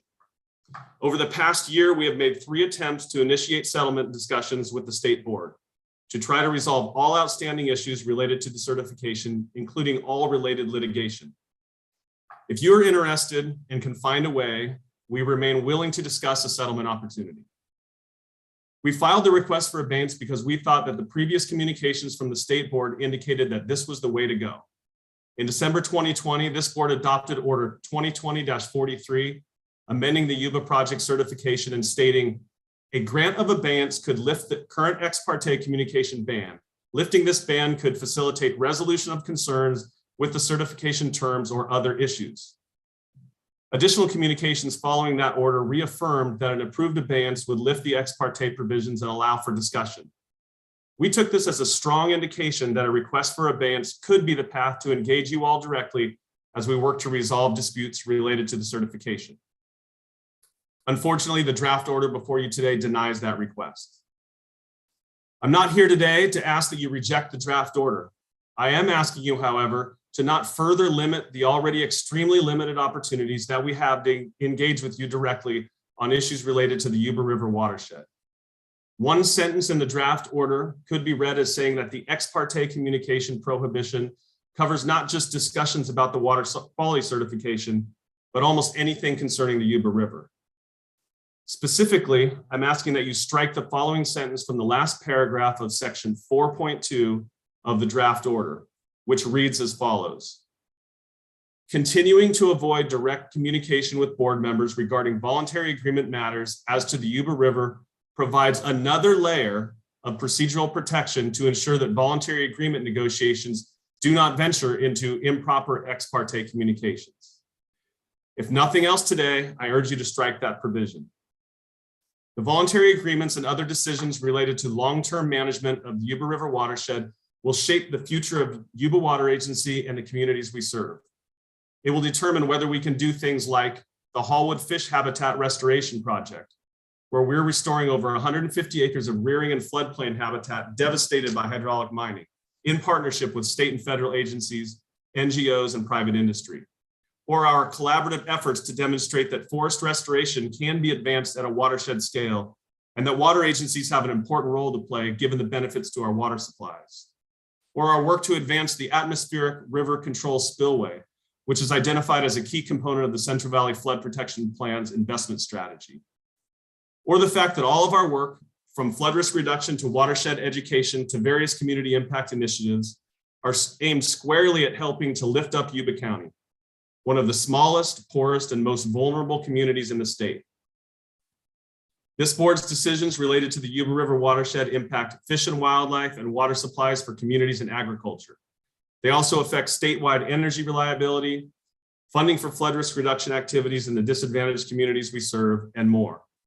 I believe strongly that putting additional layers of restriction on communication about potential comprehensive collaborative approaches to solving these complex issues like the voluntary agreements is unnecessary and not helpful. So I request that you delete that sentence from section 4.2 of the draft order. Thank you for your consideration. I hope that we'll have the opportunity to work with you to address the certification and other issues affecting the Yuba River watershed in the near future. Thank you. Thank you, Mr. Whittlesey. I appreciate what I know is a lot of complex discussions out there. And here, when it comes to that provision, I just want to make sure I clarify with staff that just the reference is really to board members here, because as I understand, our staff at the programmatic level are involved in understanding and having discussions around how this all can best fit together, knowing that it's not just certainly this decision on this water quality certification, but the water quality control plan writ large, to your point in reference, then voluntary agreements, or other aspects of the system that the board is interested in making sure we see the forest for the trees. But when it comes to our individual involvement, have to make sure we preserve what is an important decision-making space for us here and have equal access here and or none, as the ex parte ban on at least this decision with the water quality control or the water quality certification, has us under. But just want to, I guess, clarify with staff then that, what we're referencing there is just really board involvement and not necessarily all of our programmatic involvement or discussions that go on with the agencies. So, hi, Chair Escobar. This is Eric Oppenheimer. I'm in the meeting room today, the board meeting room with Mr. Loffer, but that's an aside. To address your comment, yes, at the staff level, we are certainly discussing the voluntary agreements with the Yuba parties and their contractors and consultants and the Yuba staff and Mr. Whittlesey himself. I do understand the issue that he's raised and flagged. To my knowledge, there hasn't been direct conversations on the voluntary agreements between the board members and the Yuba themselves. And of course, the discussions are now being led by the secretaries of natural resources and Cal EPA. And again, with staff participation from many of the state agencies, including the board. In the end, I think we felt that the issues related to the petition and voluntary agreements were just so intertwined that it was important and is important that the ex parte communication wall be maintained with respect to the voluntary agreements on the Yuba. And that's basically it. Yeah, and I guess this isn't an expansion of the ex parte ban or the wall on these discussions, as I understand it, and want to clarify that that's the case. And I guess the other point I was wanting to make there is it doesn't also prevent or preclude the board's here ability to understand and assess, all those moving parts and the big picture that's going on at the programmatic level, the important level that informs our decision making here. So, yeah, wanted to make sure that, I guess, if that was clear, that was clear. And Vice Chair. Okay, so I am reading this, maybe a different way. So I read that this is a layer of protection should we choose to avoid direct communication. I see how it could be interpreted that we are required to continue avoid direct communication, but I'm not comfortable with it if staff's view is that it is requiring direct communication with board members. So I think we're all very capable. I realize that these issues can be intertwined, but they're not necessarily intertwined. And I find that when I have communications with all parties, I'm able to be in a better position to be able to make decisions as a board member. There's no substitute for getting out, on the ground and hearing from folks about what they're thinking with respect to specific solutions. So what I would suggest is that we maybe consider how this could be reworked so that for those of us that are concerned about crossing that line, that one way to avoid crossing that line is just to avoid direct communication. But I feel for me that I'm capable of having a conversation about the general issues that Mr. Wilsey mentioned and moving into general communication about voluntary agreements. Once it gets too specific, for me, that's where not necessarily even on the CERT, but just preserving our ultimate decision-making authority as a board, that we not get too much into the weeds. And I don't even think in that situation, it's necessarily crossing over into the CERT discussions about terms of the certification. And in that instance, that's for me is a bright line. And I think otherwise, I think that it should be up to us as board members. And I recall that there was even some language in here that referenced a Court of Appeals decision regarding discussion with board members. And so I'm taking this to mean, Mr. Oppenheimer, that this was something that, you'd prefer to do, but, from a legal perspective, I don't see that it's necessary. Well, and hopefully board members can hear me. We're trying to split the screen in here. It's brave new world with the mask mandates coming down in the building. So first of all, the way that the entire paragraph is structured, it's designed to identify the different layers of protection that are involved and recognize that there are different proceedings going on, and that generally avoiding the direct communications on specifics of particular rivers, and this is what this particular sentence is about, helps avoid crossing over into potentially impermissible ex parte communications on the pending certification. It is an additional cautionary step that's acknowledged there. And then as recognized in the final sentence of this particular paragraph, in the event that there is one of these conversations involving the voluntary agreements, and it's at the general level involving a board member, so a direct communication, there is still ultimately an ultimate cure that can occur of disclosure. But all of these are designed to go in sequence to protect the integrity of the pending adjudicative proceeding, and recognizing that there are crossovers and there's potential. And that's why in general, there is a buffer that is set up to avoid the direct communications when you get down to the river specific levels, for example. Just to clarify then, Mr. Lawfer, the second sentence, do you read it that is an additional layer that could be used in order to prevent that crossing over, but is not required? That's correct. And that's what we're saying. And in general, that's what the practice that's being used is to avoid getting too much into the weeds and talking directly on specific figures on individual rivers when there's a pending adjudicative proceeding on it. Okay. Thank you. Thank you, Vice Chair. And thank you, Mr. Lawfer, for the clarification. Mr. Whittlesey for the opportunity to clarify the intent there and have a discussion around it. And again, appreciate that it's not an uncomplex set of either procedures here at the board, but certainly circumstances out in the watersheds as we address drought and all these other challenges on our fisheries and the management. And so I appreciate it. But yes, do you have follow-up? Yeah, Mr. Chairman, I would like to say we do read this as not necessarily an additional layer, but just discouraging discussion between myself and my board members and the water board, yourself and the board members. We do great things in the Yuba watershed, and some of them may be tied eventually to the voluntary agreement. So we don't want to discourage that discussion. We have respected the ex parte communications, and we don't want this one sentence we're asking to be struck. We don't want it to cast an additional layer, even if it's a perceptive layer, not a legal layer. We don't want to discourage communication. We want to have open communication. We want to tell you about the wonderful things we do.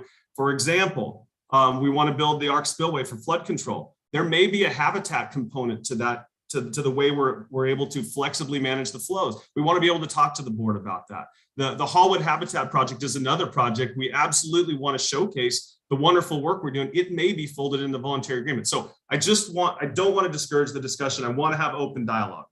Yeah, I appreciate that. And here, recall that, Eric Oppenheimer and all our folks, those are the board too. They are how we implement and an ability to not necessarily, and here we're not saying it's an added layer as well. So, I agree with you, the appropriate communication on issues is good, and how we have always communicated how we function best, as the Vice Chair said, listening to all parties involved here. So again, I appreciate that the perception from some may be that it further limits it. You're hearing it from myself, at least here, that it doesn't. And I think the Vice Chair has further to add as well. Yeah, and I'm sorry to take up a lot of time on this, but this is an area that really strikes a chord with me. So when I first came to the board,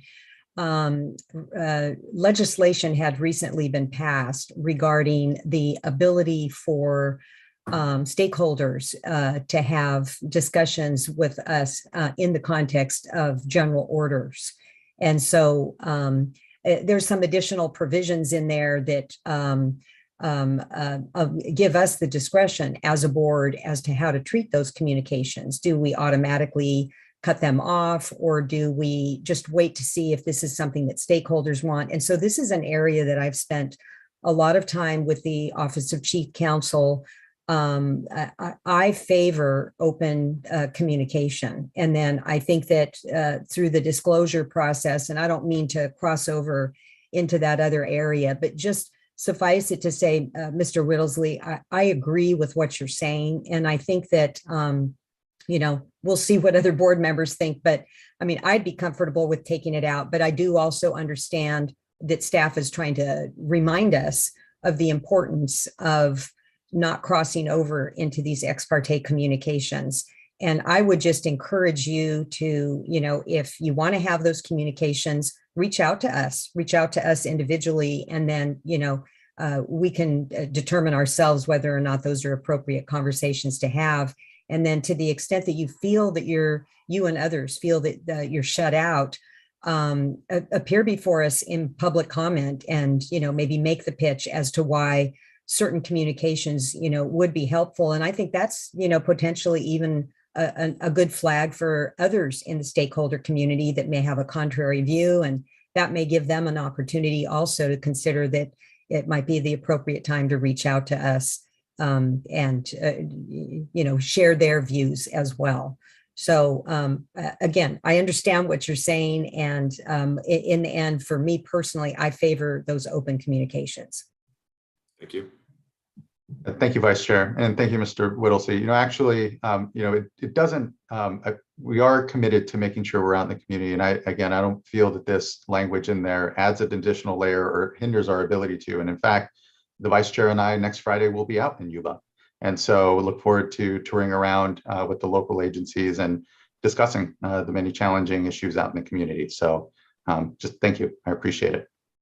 Any other, before we just let you off the hook there, Mr. Willis, anything from other board members or any discussion on this? It's an important topic and point amongst our work. So I certainly appreciate the concerns and the delicate nature of walking this line in between, crossing over into an ex parte area versus wanting to support, open and transparent communication about any issue that relates to the Yuba. And certainly, I'm also a proponent of open communication and feel very comfortable, Mr. Whittlesley, engaging with you and others in the watershed as appropriate. I know where that line is, and I'm comfortable talking in as much as we can. And to that note, I think, I actually find this paragraph helpful. It is a helpful reminder that these are really interrelated issues. It is a bit difficult to sort out, and it's for me as a board member, it's good common sense to just think through these issues carefully when we're engaging and having discussions like we should be having. And so, yeah, I'm comfortable with the language as it is currently. thank you, board member. Any other comments from folks or thoughts on this? Again, and thank you, Mr. Whittlesey. Again, especially we're not looking to limit further what we know can be a complicated dance, as we as a quasi-judicial body here have and in full judicial capacity when we're considering petitions and reconsiderations. Otherwise, just appreciate that it's a balance for us, and we're not looking to further limit it, but we have to remind ourselves of what those limitations are. So, well, Chairman, thank you for listening to my thoughts today. I appreciate it. Thank you. Next, I'd like to call up Chris Schutz.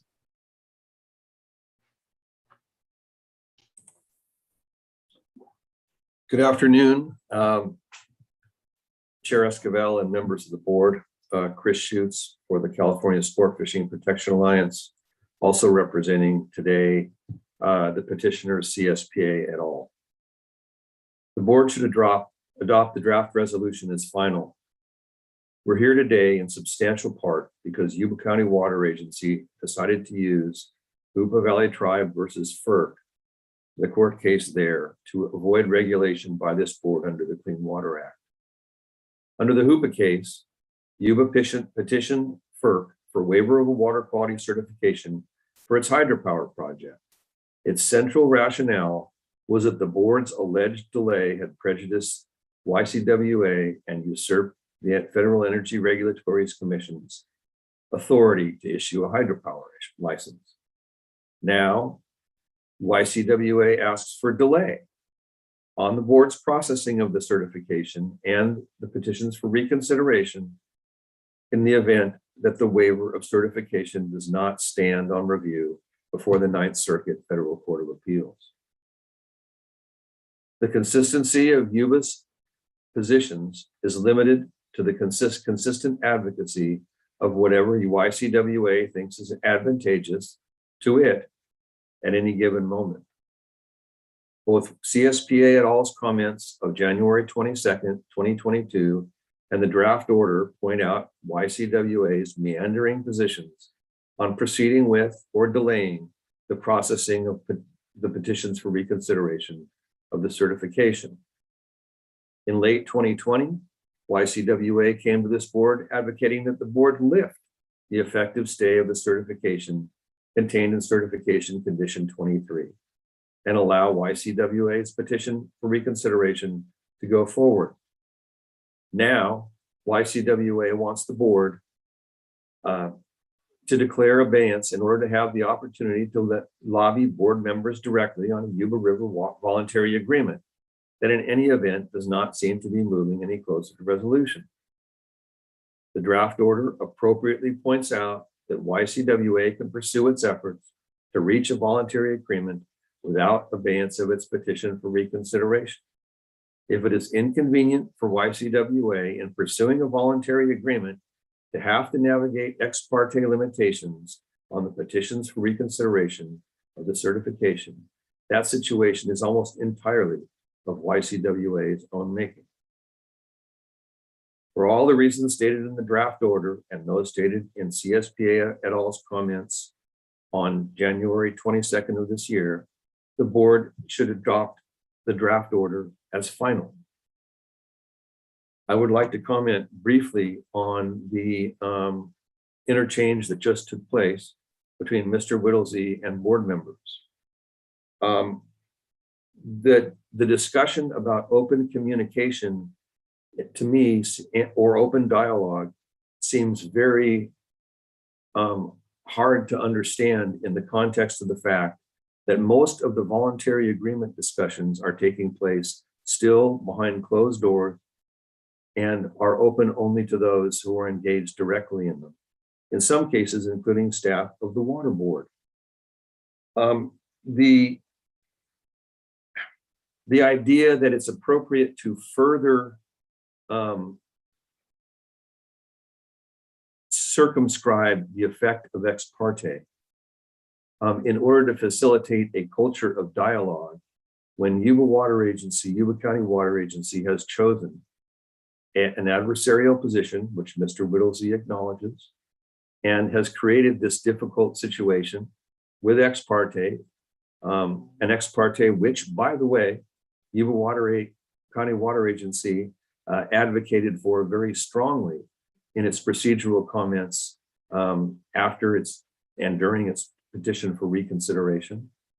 The idea that that should somehow be lessened, or that it's appropriate for board members to choose when or whether or not they're subject to ex parte on things that could remotely or more clearly be considered to affect the petition for reconsideration of the certification seems really inappropriate.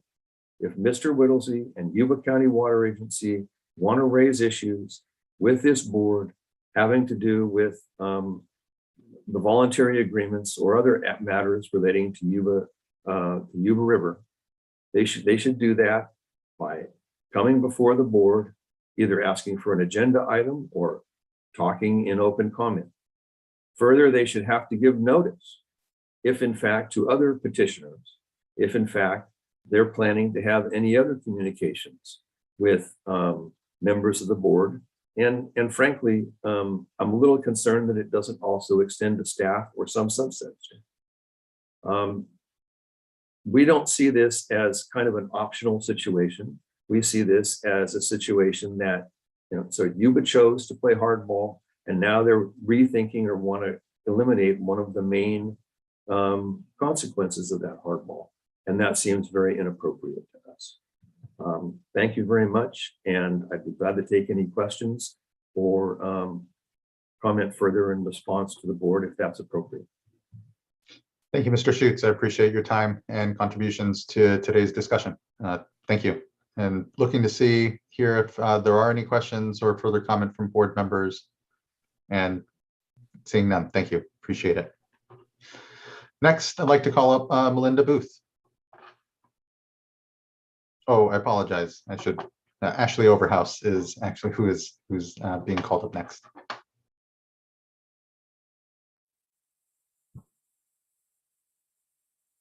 Good afternoon.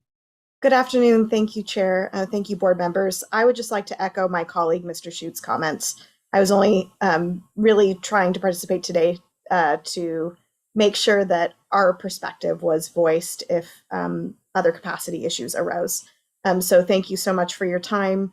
Echo Mr. Schutz's request to adopt the draft order as final. Thank you so much. Thank you, Ms. Overhouse. Appreciate the time. Okay. Further discussion here from colleagues? And if not, I can entertain a motion.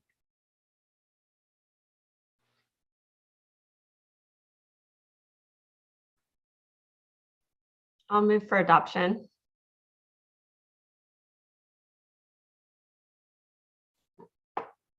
Second. Thank you.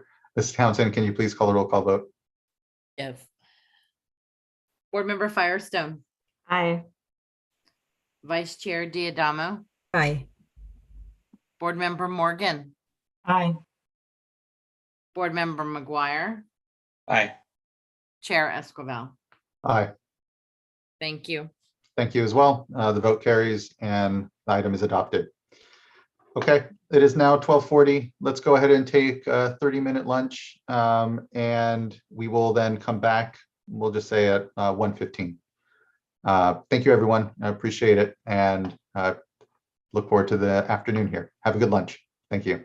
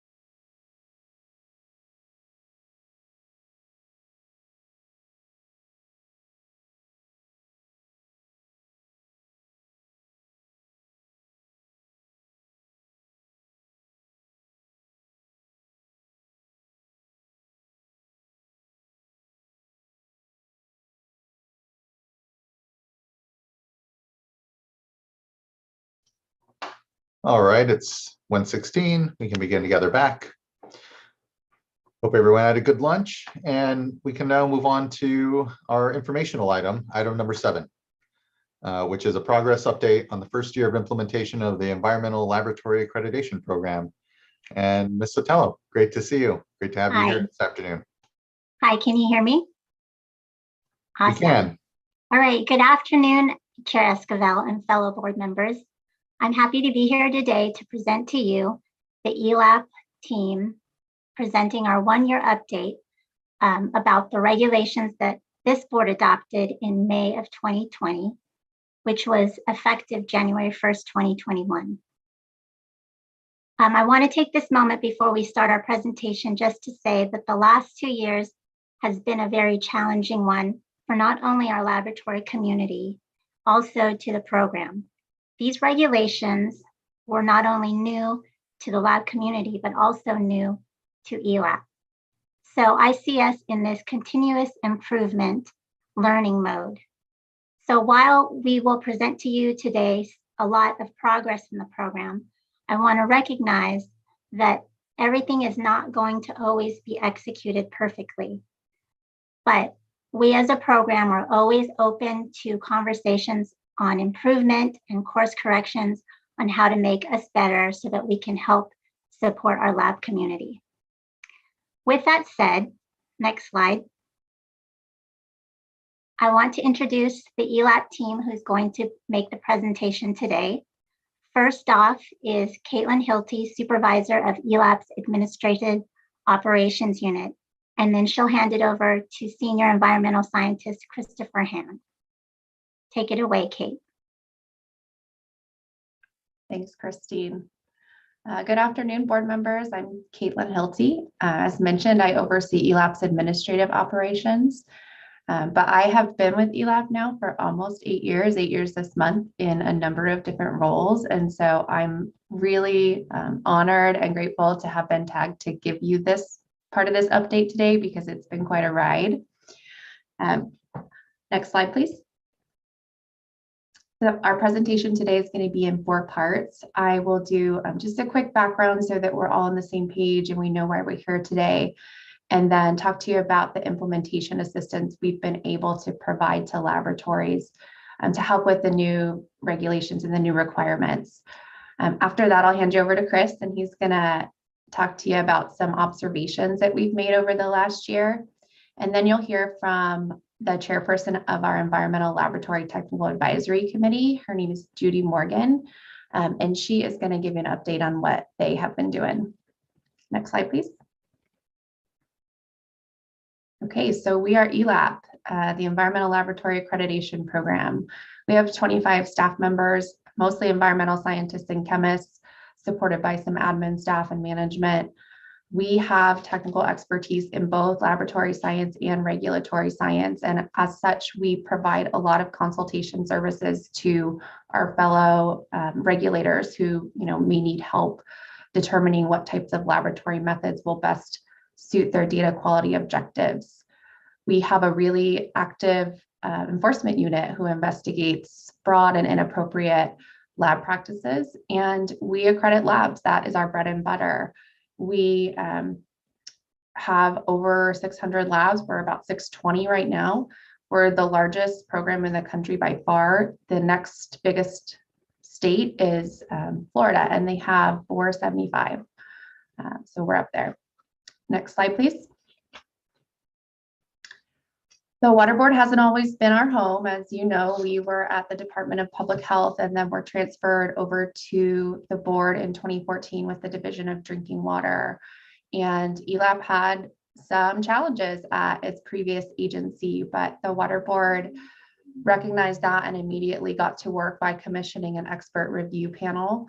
And they reviewed our program and came out with a report of recommendations and findings in 2015. And since that time, we have been hard at work improving the program. And one of the major pieces that we needed to do was to adopt new regulations. Next slide. That took us over 5 years to do that. We worked with both of our advisory bodies. So we have not only our LTAC, which is made up of primarily members of the regulated community from ELAP labs, but we also have an advisory committee made up of our state agency partners, representatives from the regulatory agencies that use the data from our laboratories, and they advise us on what they need from the labs they're running the analysis and providing the data that they use to make decisions on. We released 3 administrative drafts of our regulations and asked for public comment on all of those and incorporated feedback from our stakeholders into each one. And then we brought the final package to you in May of 2020 when you all adopted it. Those regulations became effective on January 1st, 2021. And we committed to you that day, and the board committed to the community to provide support and assist laboratories in transitioning to these new requirements. We also committed to providing updates to you, and that's what brings us here today. Next slide. There have been some pretty significant changes in the new regulations, both for ELAP, as Christine mentioned, as well as for the laboratories. One of the major things is that the old regulations were very vague. They didn't provide a lot of specificity on what was required or what the processes were to become accredited, and the new regulations rectify that. This is certainly an area that we are learning as we go in terms of implementing these new requirements and, refining and fine-tuning processes. But overall, we are seeing improvement on what was to what is now. The next piece is third-party assessment. So we have, in the new regulations, some laboratories are required to use an external assessment provider to have their assessments performed.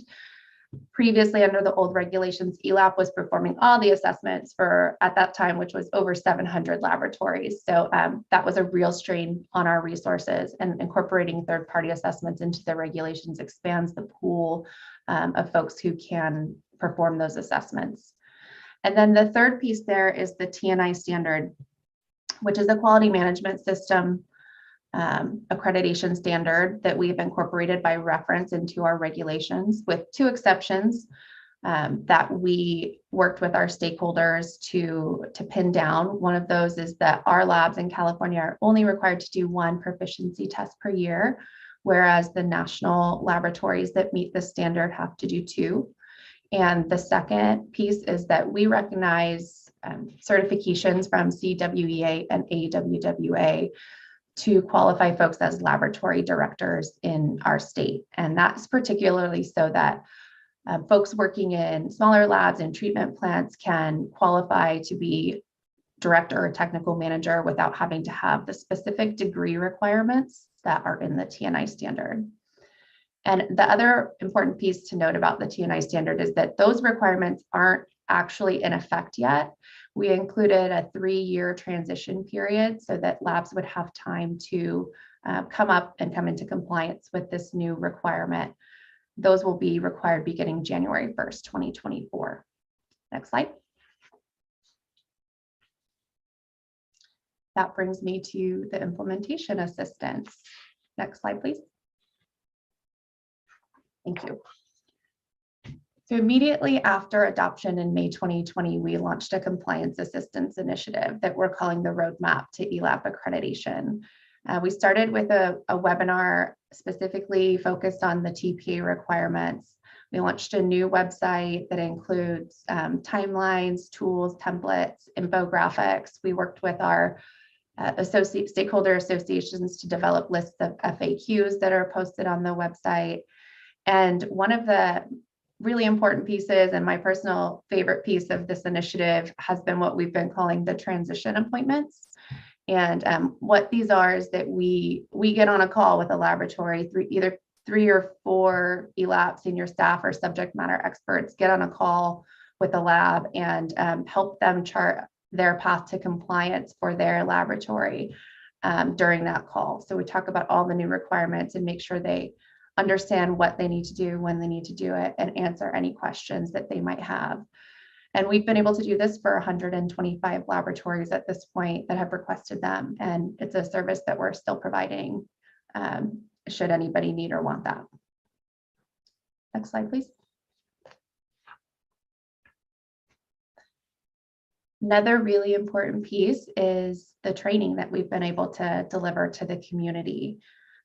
What we're calling the TNI documentation workshop is a result of an RFP that we put out.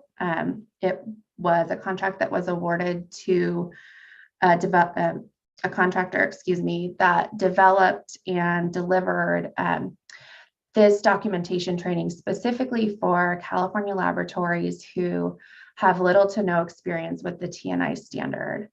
So they were able to hold, well, we're almost done, almost at 20 sessions. It'll wrap soon. And we've had small class sizes to allow for instructor and student interaction so that folks could get their questions about their specific laboratory answered.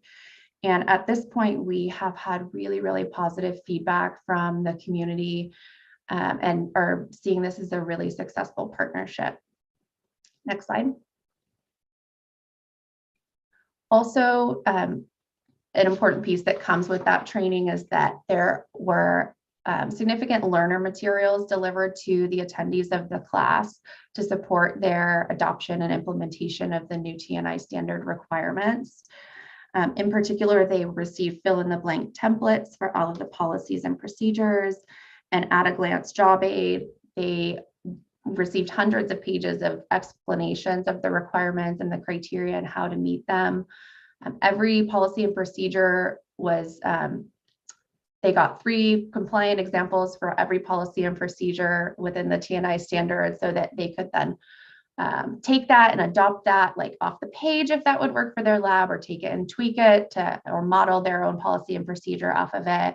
One of them in particular was specifically about how to make policies work for your TNI quality system when you're part of a larger agency. So really focused at targeting municipal labs who may not have control over all of the policies and procedures of their parent agencies. That was a big concern we heard during the regulation development period and wanted to answer that. And then we also will be posting a video very soon to our webpage of the training so that folks can go back and view that whenever they need to. Next slide. Great, so mentorship. ELAP had worked with the American Council of Independent Laboratories during the regulations development period to pilot a really small scale mentorship program in our state. It was directed at a few really small remote laboratories. And the intention there was really to make sure that all of the labs in our state would be able to implement the TNI standard. It was really successful. And I know you all have heard from some of the mentors and the mentees in the past. I think you may actually hear from 1 or 2 of them later today in the speaker cards. But importantly, TNI took notice, the standard organization, and they wanted to adopt this as a national program. And so our senior staff work with them to develop a program that is being implemented on the national level. And at this point, we have 9 California laboratories who are participating. You'll see their names listed on this slide here. So I wanted to give them all a shout out and just say kudos to you all for taking advantage of that resource to be partnered with TNI experts nationally to help you with your implementation. Next slide, please. That brings me to our annual laboratory conference, which we lovingly call ELAPCon. We did our first conference last year in 2021 for over 800 registrants, and we had 1 day of compliance assistance. And then we weren't really sure if we were going to do it again because it was a really big lift, but we had like overwhelmingly positive feedback from the community. So we knew we wanted to do it again this year. And our next one will be May 31st through June 3rd. And there's a couple of highlights this year that I can tease right now. The first is that we will be providing an ethics and integrity training to the community that will satisfy the TNI requirement to have that in your quality system. So folks will be able to attend that and satisfy that TNI requirement. It'll also be posted as a recording to our YouTube channel so they could use it in future years to continue to satisfy that requirement. And then we're also doing a full day of TNI training. We're bringing back our contractor from the documentation workshops and having them give one final training to the community that's really focused in on lessons learned from the 20 workshops that they were able to give up to this point, focusing and looking for particular issues and areas that were challenges for our community. And so we're super excited to be able to provide that as kind of the send-off training from that really successful workshop. So looking forward to that. There's also some very exciting speakers coming, but I won't do any spoilers right now. But we're really looking forward to it. So next slide. That's it for me. I'll hand you over to Chris. Thanks for the opportunity. Hello, board members. Thanks, Kate, for highlighting all of the wonderful work that ELAP has toiled over for the last year. I'm here to kind of bring things together and show kind of what we've observed over the first year of regulations. As Christine and Kate mentioned, year one with any new regulation is really a learning experience for any agency, ELAP in particular. We're observing impacts to the laboratory community and impacts to the program as well. And we're going to hopefully highlight a few of those. So next slide, please.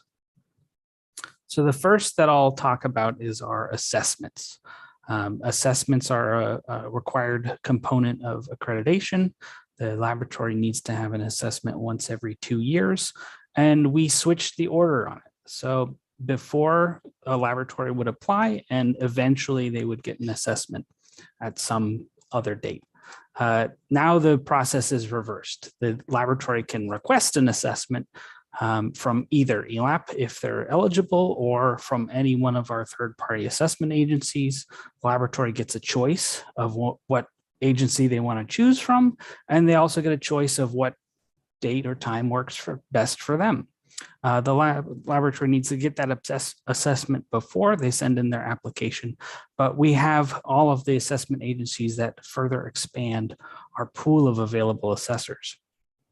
The data we have from year one isn't a whole year's worth of data. The TPA, or third-party assessment agency, memorandum of understanding was only signed in March. So signed in March, so there's a little bit of delay in being able to get on site and get an assessment for a laboratory there.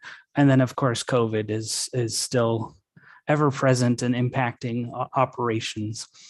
However, one good part of the COVID epidemic that we're having is that ELAP was able to sit down and do a desk audit of the backlog. And this is a historic amount of laboratory assessments that needed to be performed because ELAP gets part of its direction from US EPA as part of the primacy agreement to administer the drinking water program.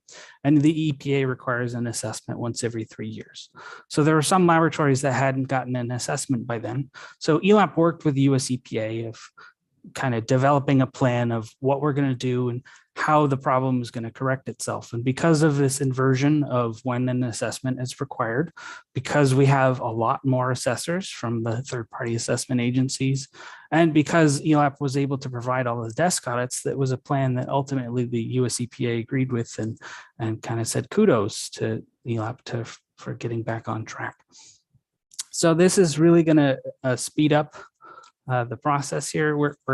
We're hopeful that we're going to see some different numbers next year as we have an entire year, or I guess I should say this year, 2022, as we have an entire year's worth of assessments, and the numbers are encouraging.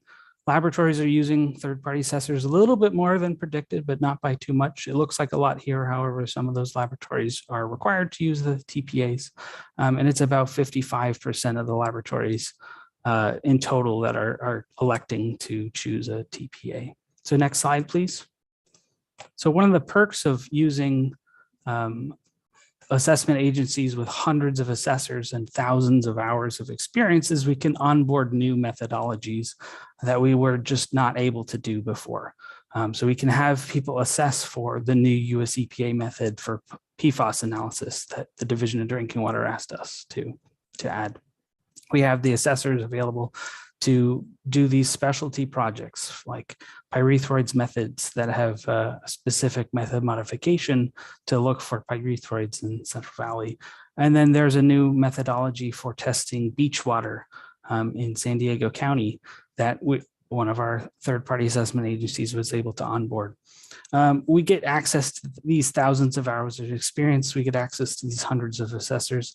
And the thought here is that more assessors is eventually going to equal a quicker assessment and a quicker ability for a laboratory to gain accreditation, because that's really the time-intensive component is reviewing the assessment on site. Next slide, please. But one of the major concerns that we had during the regulations process is what are the impacts of the new regulations going to have on the laboratory community? And that's something that ELAP has been very focused on, maintaining our eyes and ears on what's happening. Thankfully, we haven't heard anything from any programs that say any amount of data is being impacted in terms of laboratory capability or capacity. We haven't heard any of those things. We haven't noticed anything in remote areas getting access to laboratories to run their methodology in these more remote areas of California, but we have had some laboratories leave the program. ELAP is a program where we have a system in place to kind of, when we don't get an application from the laboratory, we kind of prompt, hey, what's going on? We send a reminder notice ahead of time that says, oh, your application is going to be due, but we do want to follow up if we don't get one of those. And so out of the 545 laboratories that are physically located inside California, 45 of them have elected to leave the program, and 14 of those were municipal laboratories. And this is something that we're being very focused on and being aware of.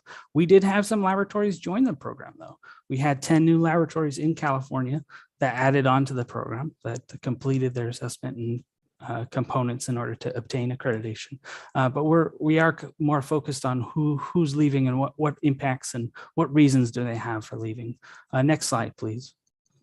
So we do poll and we ask, oh, you're not renewing your accreditation, you're relinquishing your accreditation. What are some of the reasons that you're doing that?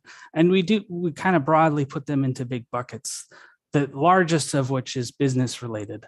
And just to kind of highlight the many things, otherwise it would be just called other, which isn't really helpful, but just to highlight some of the components are some laboratories consolidated locations. So they had 2 laboratories and now it's just 1. They didn't need both of them there. Some laboratories said we're not entering into the program because we just don't have the revenue to justify why we're in the ELAP program.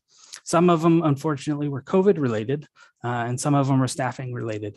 We had one example of the sole laboratory operator retired, and there was no lab staff to take over his duties.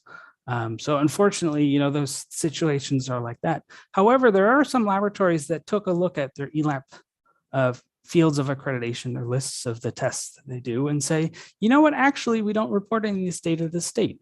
We're not required to have ELAP accreditation. And so they elected, you know what, we're just going to keep our laboratory for process control. We're going to step back and we're going to forego ELAP accreditation because it's not necessary. And these are usually for things that are considered field tests. They're specifically exempt from statute from needing an ELAP laboratory. And that's because the time frame for analysis is very short. So it's something that it's kind of infeasible to get to a laboratory. Things like pH and temperature, right? You need to measure those when you're collecting the sample. And if you take it to a laboratory, it's not necessarily the most accurate measurement. We did have some laboratories say that they're leaving the program because of ELAP's fees, which is unfortunate. This is something that ELAP is aware of, that's an issue, and we are looking into options of kind of if we can do anything with the fees. There are numerous challenges there that I frankly don't understand, being the technical staff here. And we had 4 laboratories that said they were closing because of the upcoming T&I requirements, which is unfortunate, given the compliance assistance that we have had. But it is something we're keeping a very close eye on and just kind of seeing how this is going to change in the future, because we anticipate there are going to be more changes in the future as more laboratories become more familiar with all of the T&I requirements and what's going to be required moving forward. So next slide, please. So moving forward, like I said, this is year one is really a great learning experience. Unfortunately, we can't learn everything as soon as we implement it, and we're noticing that with laboratories too. And we're not here to say, oh, I got you, and we have you on something. What we want is we want laboratories to succeed. We are making all of these compliance assistance documents. We are planning on making more. We have some great suggestions from laboratories for things to improve on. We just released a tool last month to help laboratories with scheduling assessments and planning all of the components that have a regulatory deadline. We have more documents coming out soon. We have one of them that's been sent out to a couple of other agency or organizational bodies that for review on how exactly ELAP names all of its methods and where a laboratory can look to identify exactly what name they have. We have other plans coming out soon. As most laboratories are aware, the US EPA promulgated a rule change on the methods that are allowed to be used for Clean Water Act compliance. And frankly, the way we did it last time hasn't worked so great. And we're noticing some experiences that laboratories have had. The way we did it before, I don't think that's the way we're going to do it this time. We are still discussing internally on exactly how ELAP is going to roll this out. There are challenges with whatever option we're going to choose, just because of the way that our system works, the way that ELAP's laboratories work, and the interaction that we need to have there. But we have some great suggestions from laboratories again. We have some laboratories that have come forward and say, hey, I know this is coming. When, can I do this? Can I do X? Can I do Y to take a proactive approach? So that's really encouraging. We are also going to be learning from our third-party assessment agencies. Part of the perks of the memorandum that we signed is they have to provide us a bunch of statistical data of kind of what's the most common laboratory finding, right? As Kate mentioned a little bit earlier, we have one of the workplace trainings about what's the most common sticking point in the training. And we can't anticipate that that's going to be a rotating part of our annual conference because of the overwhelming feedback we've gotten from the first one. I think that's something that's here to stay and that you're here to keep moving forward. Year one was really focused on the 2016 T&I standard. And that is because by far that is going to be the most intense work that the laboratory is going to do. We knew that was going to be the case going in. We know it's the case now. We've seen that with all of the laboratories we've talked to. And as the board directed us to, and as we will continue to do, any T&I related enforcement actions will of course be a light touch. As we said, we're all learning this together. It's still an experience that all of us are going through. We know we're not everyone's going to get it 100% accurate the first try. There are going to be things that people find are more challenging than others. And we have those processes built in place, and we have that plan in place to take a light touch. And as Christine mentioned, there was a theme of continuous improvement, and that is what kind of the T&I standard embodies. Is you want a process in your laboratory where your laboratory continuously proves. If you have a mistake, you find out what the cause of it was and you improve to get better. And that's something that ELAP is taking to heart as well. If we're finding problems that are arising in our situation, we are looking at what can we do to change that and how can we make it smoother in the future. But that's unfortunately all I have for the ELAP update here, but it is my pleasure to be able to pass the baton to our LTAC chair, Judy Morgan. LTAC is our technical advisory committee that serves to advise ELAP and any of the other state programs about any technical laboratory assistance that's needed. So next slide, and thank you, Judy. Thank you. Can you hear me? You Yes, can, okay. thank you. Okay, thank you. So good afternoon, board members, ELAP team members, and LTAC members and other attendees. Thank you for the opportunity to present today and give an update related to the activities of the Environmental Laboratory Technical Advisory Committee. So we're starting out with this slide because it was titled Creating One Vision for Many Resources, because we have many experts on the current LTAC that are available to provide valuable information to the stakeholder agencies. It is my hope that we can use the expertise of these member resources to have a positive impact on both the regulator and regulated communities that honors our current mission statement, which centers around transparency and dynamic exchange of information between the multiple entities, including our laboratories, data users, regulatory agencies, and ELAP. The goal is to be advisors and partners to ELAP regarding the technical, accreditation, and related information, with the goal to help them continuously improve the accreditation program. Next slide, please. So quick introduction of me. I'm Judy Morgan. I'm the VP and Chief Compliance Officer for PACE Analytical Services, and I've been in the industry for 30 plus years, and I have served in almost every aspect of laboratory operations. My most important involvement is in the stakeholder community, and it's what I enjoy the most. And it is the time spent with the trade organizations, the federal advisory committees, along with the committee and board memberships for TNI, third-party accreditors, and related organizations who have influenced accreditations, certifications, methods, and standards. Next slide, please. Quick overview of our members. This is our industry experts, and we have a very well respected lineup of industry experts, and I'm honored to serve with each and every one you see listed here. The total committee is 16 appointed members. We currently only have 15 because we lost one due to an industry change, but all are selected by the deputy director of the division. And as noted, each person represents a variety of expertise in the areas of environmental testing, lab accreditation, method development, and validation.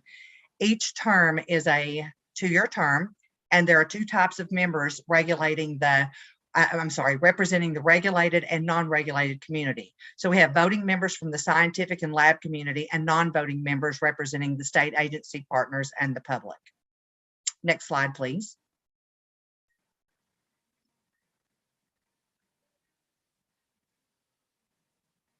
Next slide, please.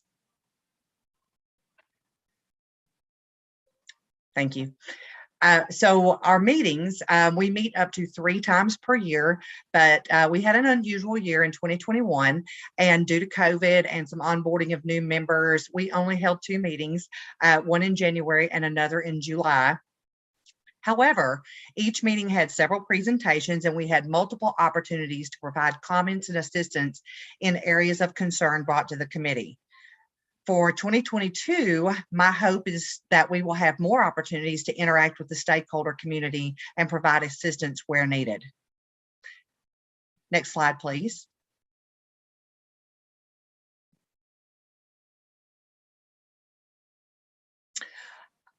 Notable topics covered in the meetings were numerous, but the following characterizes those that necessitated interaction and input from the LTAC members.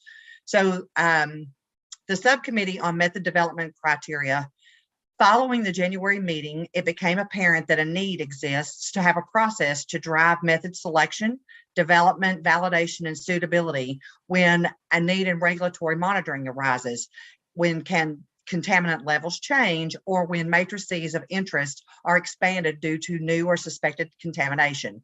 In these circumstances, existing technology or methods may or may not be appropriate. The request was for LTAC to assist with a path forward. As a result, a subcommittee was established to assist in putting together a process to allow for consistency in method establishment, validation, and suitability where technology needs are to be identified to best meet the stated data user need. As it stands, many documents exist within specific programs, both state and federal, to make similar determinations, but the goal here was to create a document that can be used as a guide for minimum method development criteria and to be used to assist in determining if it has been validated appropriately for the need and, of course, is suitable for the data user and in purpose for site monitoring, as well as other relevant determinations for contamination characterization. So there was a mission statement that was developed for this document that the committee put forth as an effort of development.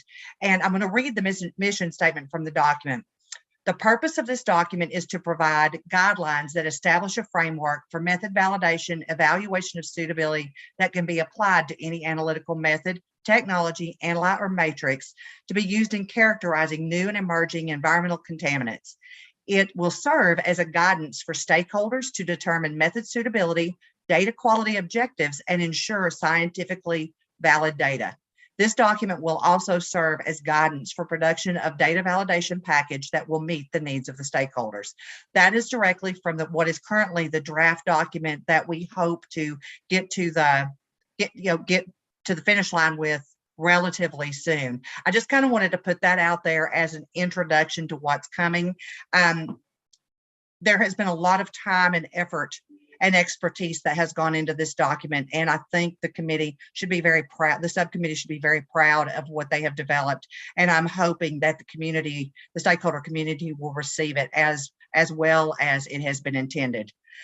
So I go on to say that this document was developed to provide guidance to create that data validation package to meet the specific needs. The future of the document is it is currently titled New Methods Validation Guide, and it has been developed, and it must still go before the entire LTAC committee for comments and feedback. From there, we will determine the final timeline and next steps for the use of the official document. Item number 2 on our slide, we received great information from the DDW and the areas of interest, and there were many great presentations that were presented that characterized several areas of interest. Presentations addressed federal updates to approved methods, discussion around the need for better methodology where specific needs arise, and updates from the ELAP program.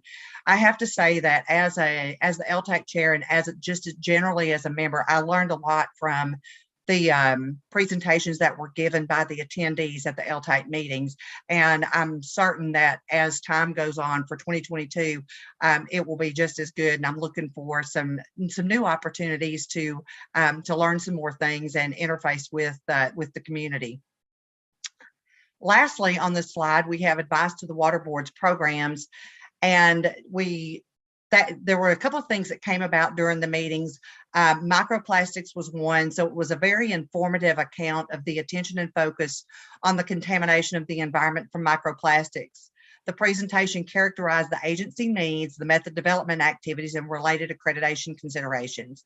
Secondly to that was a topic that covered imidacloprids, and there was an overview of the need for the appropriate analytical methods and technology of monitoring of the imidacloprid residue in the groundwater and the environment. Specific details around this effort can be found on the LTAC website. It is notable that both circumstances allowed for review, expertise, and advice from individual members of the LTAC. My hope is that we will have more opportunities to engage in similar discussions such as these, as this is where we believe LTAC offers the greatest advantage and resources. Next slide, please. So our upcoming actions for LTAC for the remainder of 2022, my hope is to increase the visibility of LTAC and solicit topics of interest from the stakeholder community. While the monitoring needs and community focus are ever changing across the U.S. from state to state and in the federal community, it is important that we engage with the stakeholders who can benefit the most from the existence of this committee and the support that we have to offer. So this leads us to the focus of LTAC for the future. Next slide, please. Redefine and redirect the focus of LTAC. It is important to state the focus of both LTAC and California ELAP, that the focus is on collaboration and continuous improvement. To the extent possible, we want to work with the regulatory community to close the gaps and address challenges that have been in the industry for many years. I have been in the industry for many years myself and must comment that ELAP has made significant strides to improve the program and engage with the lab community. I am proud to be a member of LTAC at this point in the industry. The service to the labs has been an area of focus that has benefited tremendously over previous years. In the past, there were numerous lab complaints addressing a variety of issues. California ELAP has taken the criticisms and provided the path for improvement that puts them above several other state programs. One of the noticeable changes is how ELAP has provided more opportunity for training and assistance. And this is something that we just heard in their update and report. And it's really amazing. And I can honestly say it is way over and above the norm for any accreditation program. I'm aware of so many programs that do not offer any assistance to the laboratories, whether for regulatory interpretation, certification, or accreditation related questions. And in these cases, labs will go to neighboring states or third-party accreditors for assistance. So to see California ELAP do this is a huge plus on the service side of being able to work with the labs. And it's a bringing together of the two communities that I can tell you I'm quite frankly proud of. In addition, not every state has an LTAC to assist with regulatory needs and changes. Many agencies will state a need without the realistic understanding of how the process must work or how to best work with the stakeholder community to find the best solution. It is an exciting time for both ELAP and LTAC, and I look forward to the future and working together. Next slide, please. I want to thank the board members for requesting this update and the opportunity to share. Thank you to ELAP and the others for your attendance, and the time from each of you is appreciated. So I leave you with thoughts for the future and what are your ideas? Thank you so much, Ms. Morgan, for your passion and leadership at LTAC, to your point, at a very exciting moment. I think back, it's been 5 years now that I've been at the board.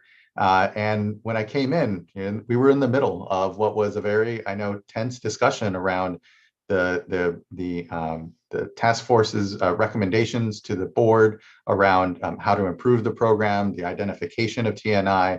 But still there in 2017, when I joined, as we saw, adoption still wasn't until 2020. We wanted to make sure we did the work with our labs as we further refined and developed ultimately what was adopted in 2020. But to see this first year of implementation seemed to really shift the discourse and the discussion around supporting what are, I think, sometimes very, very well just take it for granted, the work in our laboratories and critical work that they do to support all of our decision making, to protect clean water, to continue to ensure as a very foundation, clean water is part of our modern economy here. And just the sophistication of the threats to our water quality, whether it's PFAS and its new methods and requirements that are needed, or as we've heard earlier in the Division of Drinking Water's overview of the MCLs are pursuing, what is a whole host of things that we need to be mindful of. And our labs are the core of all of that work and that decision making. And so just thank you for your passion and leadership. I thank Ms. Hilty and Mr. Hand as well for the presentation, and for everyone, of course, in the program, and for the responsiveness to what was board direction and concern around the impact of implementation. And as Mr. Hand said, we're still just in year one, so we'll be interested to hear how the industry continues to shift, to grow, and here all collectively continue to improve and be part of a national discussion as well with other labs. And I just appreciate the leadership incredibly. So just thank you for your time, your continued passion and commitment here, because it is iterative. It doesn't end. The improvements that we can all be open to and criticisms certainly as well, as we try to continue to here collectively do our best. So just thank you.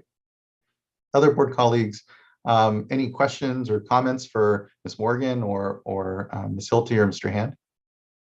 And we do have a number of commenters, I think about over 10 or so, that we can also hear from and look forward to hearing from, knowing that it's a wide swath here of both districts, municipal labs, and then also other private labs. Okay. Seeing no comment, let's go ahead and move on to our commenters. Our first like to call up Jared Voskuil, who would be followed by Andrea Abergel.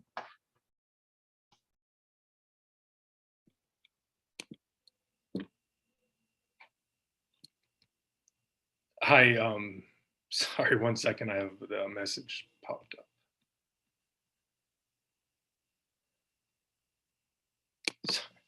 Sorry, I'm on day 9 of my isolation from the COVID thing, so it's still stuck in a hotel. But oh my gosh, Jared! Well, I'm glad you're still that you're participating with us still yet, and I hope you're feeling okay. Thank you. Good afternoon, Chair Escobar and board members. Jared Voskel, Manager of Regulatory Affairs for CASA, the California Association of Sanitation Agencies. CASA represents more than 125 public agencies and municipalities that engage wastewater collection, treatment, recycling, and resource recovery, and numerous members are accredited by ELAP in their wastewater labs. We'd like to congratulate your team for all of the work they've completed since the regulations were adopted nearly 2 years ago, and since they've been in effect for a year now. CASA, CMUA, and Aqua had submitted a comment letter to Ms. Morgan with Ms. Sotelo CC'd last fall about the ELAP LTAC update to the board today. And that had been predicated by the further fee increases so that we could understand what the drivers were for those, as well as begin to track certain parts about the program as it evolves and changes with the new regulations rolling out. And so we appreciated receiving this information today from your staff and the LTAC chair. I'll note it is concerning to see such a precipitous drop in the first year of the regulations of labs maintaining their accreditation. I think one slide had reported 31 commercial labs and 14 municipal labs had dropped accreditation. I think information I had received, there were more like 50 government labs that had dropped. And so I think that's 15 to 20% of the municipal labs in the state. Yeah, I appreciate that, Mr. Voskel. I heard that from our staff. Our staff called all the labs that you listed, and there were a number that were still in service. And so I appreciate your data. I think the data that we're making sure our program is tracking, I hope it is the best available there. If there are discrepancies or you have labs that close that we're not reporting, we really do want to know. But our staff did follow up specifically on the list that you provided and didn't match up. No, I appreciate hearing that, and I'm glad to hear that. I think perhaps some of this might derive from somewhat of a separate item, but related. It has been brought to our attention that the status of the ELAP's GIS map, which allows users to look up labs, evaluate their accreditation status, making sure it's active and not expired, as well as list their accredited methods. We'd heard there had been a delay between successful accreditation renewal and then that GIS map reflecting that. And so instead of displaying labs that were currently accredited, looked like they had expired. I think for business reasons, we had heard this was a concern because we don't want, labs don't want the public thinking they're out of compliance. And it seems that ELAP staff should be able to keep this up to date and within the context of those increased fees, which are supporting the ELAP personnel. This is a database we want to make sure is up to date and accurate. So if we can help on that side, or if there's some kind of, data point that we need to just make sure gets tied into that tool, that would be beneficial. And then I think there were some other pieces that we had requested information on. We'll follow up with staff in the coming weeks to discuss that. But in terms of the backlog and getting that reduced down, just kudos to your team and having those third-party assessors help with driving that back down. That had been something we'd been tracking. And so we'll look forward to engaging on this. And as the program evolves in the next couple of years with all these changes, we'll be here tracking it. And I'll follow up offline with my people on those labs, Chair Escobar, and connect with your team to figure it out. Yeah, thank you. Thank you, Mr. Voskel. And I agree, we should try to make sure that we're just providing as a basis on our site, all that information, what labs are open, what are they accredited for, et cetera, in an up-to-date way. And just appreciate, again, there's a shared concern here around what implementation looks like, what's actually impacting. And so that's why, and I appreciate staff really reaching out and understanding if it's business reasons, if it's because of the increased fees, or as well because of TNI being too much of a burden for labs and exiting. And we heard here, I think quite specifically how the breakdown went around those, what are ultimately sometimes business decisions, as in, a business downsizing or otherwise exiting the program for other reasons. But we'll need to continue to make sure we're keeping a real pulse on what's actually happening out there, and importantly, how best do we support labs through this, and appreciate just the continued collaboration with all the labs and with CASA here on the work. So thank you. Next, I'd like to call up Andrea Abergel. Hi, good afternoon, Chair Esquivel and members of the board. My name is Andrea Abergel. I'm the Senior Regulatory Advocate with the California Municipal Utilities Association. We represent 50 public water agencies that deliver over 75% of drinking water to California. CMUA, along with Casa and Agua, as Jared just mentioned, we submitted a letter back in November to the LTAC chair, Ms. Morgan. And my comments are going to be briefer than originally anticipated just because Jared just went, and I see that Nick from Aqua will be following me. So just wanted to raise attention to the increases for the fee schedule that was released in October 2021 that show 13% increase, which is troubling, and just especially so given the prior year's fee schedule increases. In the November letter, we did request a better understanding of that rationale and details behind the recent fee increases.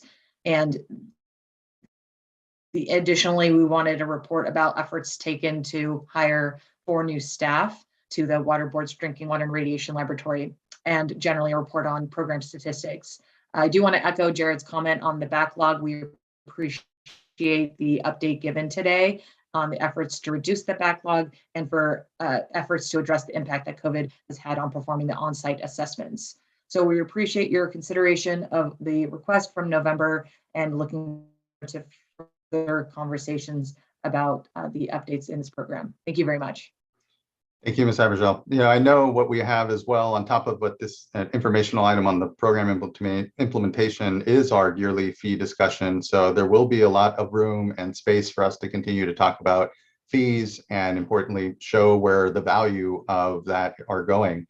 I think important to note that I think prior to the program coming to the board, there hadn't been a fee increase in a long time and really harmed, as we found out through our task force and discussion around the program, the resources that we really were having. But I appreciate and hear the sensitivity to not just the lab fees that can impact municipalities, but also drinking water fees as well, and here or wastewater. So just thank you. I appreciate the flag and sensitivity to it, and here look forward to us better explaining where the value of those dollars are going here in the program. So thank you.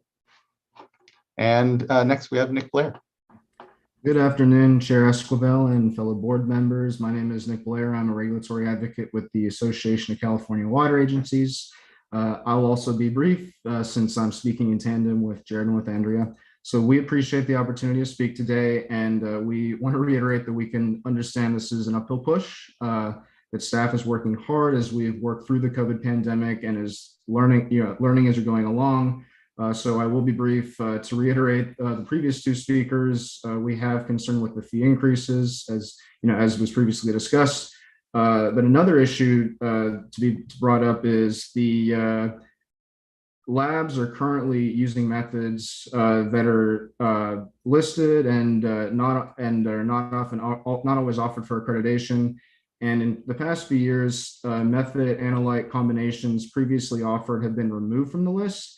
And this combination of issues has been problematic for some of these labs because this often happens without advance notice. And as told by some of our members, labs will just find out when they try to renew their accreditation, or they're told that they've failed a performance testing sample because they used a combination name that's no longer found on the list.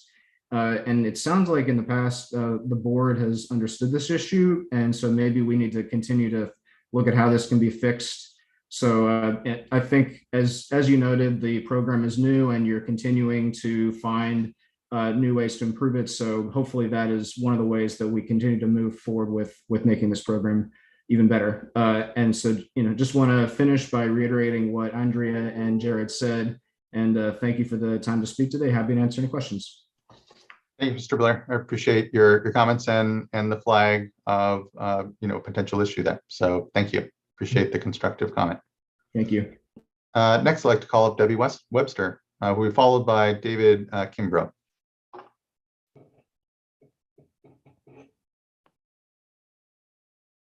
There we go. Good afternoon, Chair Esquivel and board members. I appreciate the opportunity to address you again today. And thank you to ELAP staff and our LTAC chair in their presentations. I really appreciated getting some additional information today. So first I want to just tell you also, I'm very glad to hear about the training and assistance and the new areas. We've very much appreciated that. But I also wanted to let you know that on the state and regional side, we are also working with our communities. We have been doing a lot of training. So not only SWRCB, but our regional associations, BACWA and SCAP, as well as CASA and other state agencies, or state associations, excuse me, have really tried to reach out and make this transition and make this successful. So wanted to let you know that part. I do have a couple, I don't know if it's questions or just small comments on I know that the letter that was sent by CASA and Aqua and Kuma had a number of issues, and I know Jared had mentioned that he was going to follow up. Those issues are issues of whole laboratory, concern. We're trying to figure it out, and it does impact the rates. It impacts the successes. It impacts, what our just complete operation. So the more that we can fill that information out and that can be disseminated into the laboratory community would be really helpful. I appreciate that some things were covered today. I was wondering, there's a couple things I was wondering.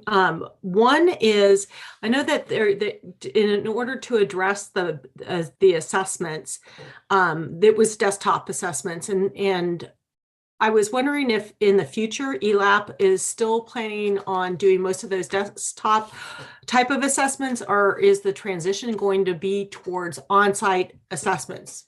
Actual physical on-site assessments as we move forward.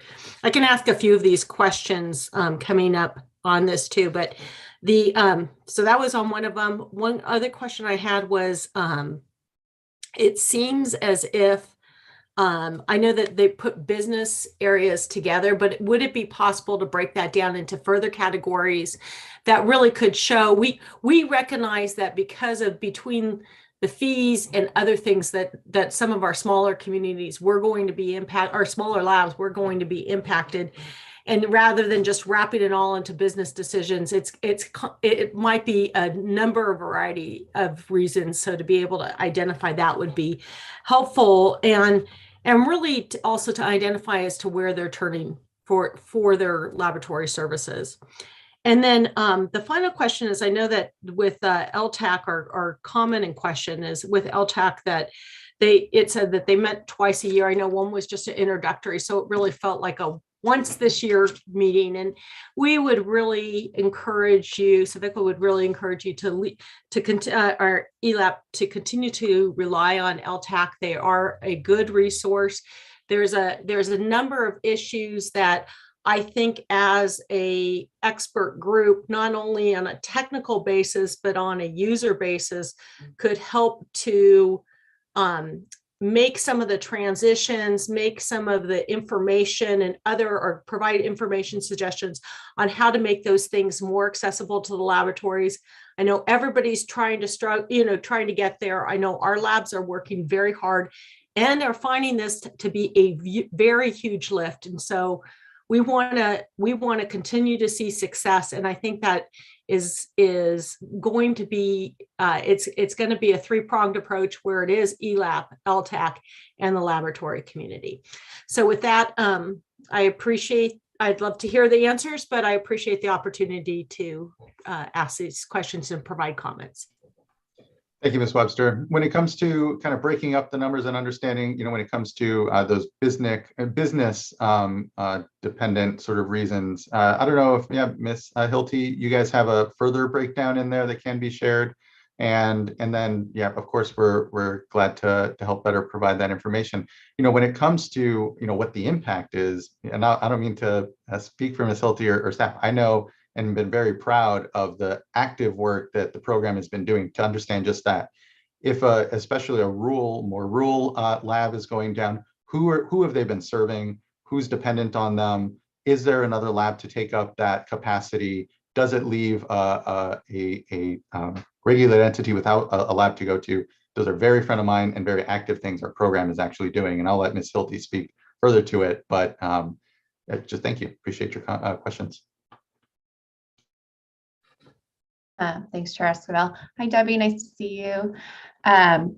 So absolutely, we'd be happy to powwow on a breakdown of those business reasons with you all offline or anybody else who needs or wants that information. As you can imagine, every laboratory is in a unique situation. So, you know, they are often quite different reasons, but yeah, we have that information and we'd be happy to share. In terms of what Chair Escobar was saying about us keeping an eye on the lab population, we're really in tune to remote labs and disadvantaged communities, and that's something we're keeping a close eye on. But yeah, it works two ways. If we want to hear about any problems that you're coming up against so that we can work from our end as our part of the partnership to make sure that labs have the opportunity to transition to the new requirements if that's what they decide is best for them and their agency. I can also answer your question about on-site assessments too, just very briefly. So we have transitioned back to on-site assessments for the most part. That kind of comes and goes. Sometimes with the Omicron surge, we had to kind of pivot and do some remote unexpectedly. We certainly have seen benefits to doing those offsite data assessments and have incorporated some of that into our pre-assessment work now to make the actual on-site assessment shorter. And so folks are on-site for less time. So we've seen some benefits of that. But yes, largely we and all of the TPAs are back to on-site assessments at this point. Thank you so much, Ms. Hilty. And thank you, Ms. Webster. Yeah, and open to, again, continuing to have the discussion. As I know the fee issue is one that's front of mind for folks too. So thank you. Thank you. Next, I'd like to call up David Kimbrough, who will be followed by, I believe, Jason Dedekis. Oh, thank you all very much, board staff, fellow attendees. My name is David Kimbrough. I am representing the Coalition of Accredited Laboratories. CAL represents laboratories accredited by ELAP. We have members that are large and small laboratories, which are both publicly and privately owned. And this being roughly the first anniversary of the effective date of the new regulations, we'd like to take this opportunity to comment on how things have been going. First, we'd like to say we support the letter submitted by the California Association of Sanitation Agencies, CMUA and Aqua. We believe that this letter expresses quite effectively many of the concerns for the broader laboratory community. Like others here, we are concerned about the lab fees. If you look at the about half of the labs in California have 2 or fewer employees. Those are the majority of the labs. Their fees have gone up 220%. Under the old system, you'd pay $1,890 for a base fee and then $850 per field of testing. If you're only doing one field of testing, that's $2,741.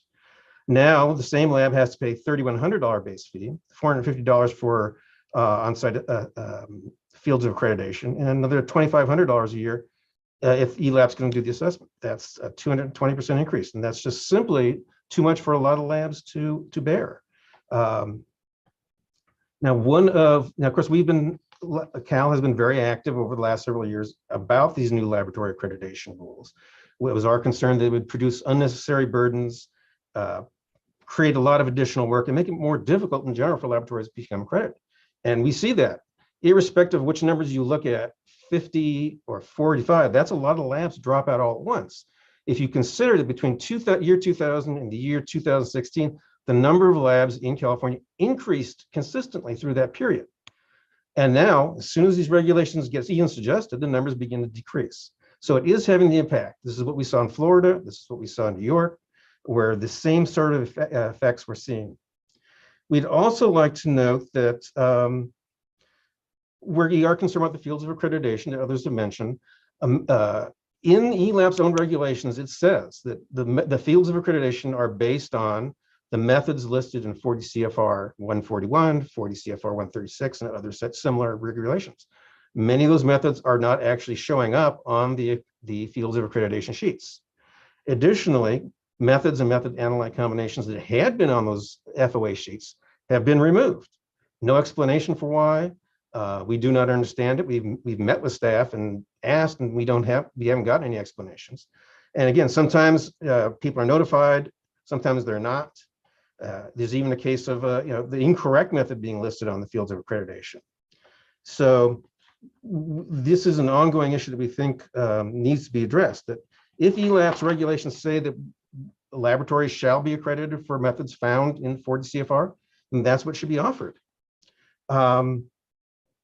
In terms of third-party assessors, we believe this is and in on-site assessments in general, we've seen one, there's a very limited number of third-party assessors. A lot of us, even though there's 4 different agencies, a lot of those agencies draw from the same limited pool of assessors. So you might go to one agency and get one assessor, another agency, but you get the same assessor because they're all drawing off the same limited pool. And so we've seen on-site assessments, in part because of the new regulations, and in part because simply there are fewer assessors, go from 1 day to 2 day to 3 days. It takes a lot longer to actually conduct an on-site assessment, which means it takes a lot longer to prepare for an on-site assessment. So it is putting a lot of burden on labs, making it much more difficult to do this. So overall, our concerns that had been expressed earlier, I think, are being realized. And as was pointed out, the majority of this regulation has not even been implemented yet. Majority labs are not choosing to go down the TNI -2. They are in fact using the non-TNI accreditation procedures. Once that sidetrack is sunsetted, those numbers will increase more as more labs becomes required to implement these new TNI -2 requirements. More and more labs will indeed drop out.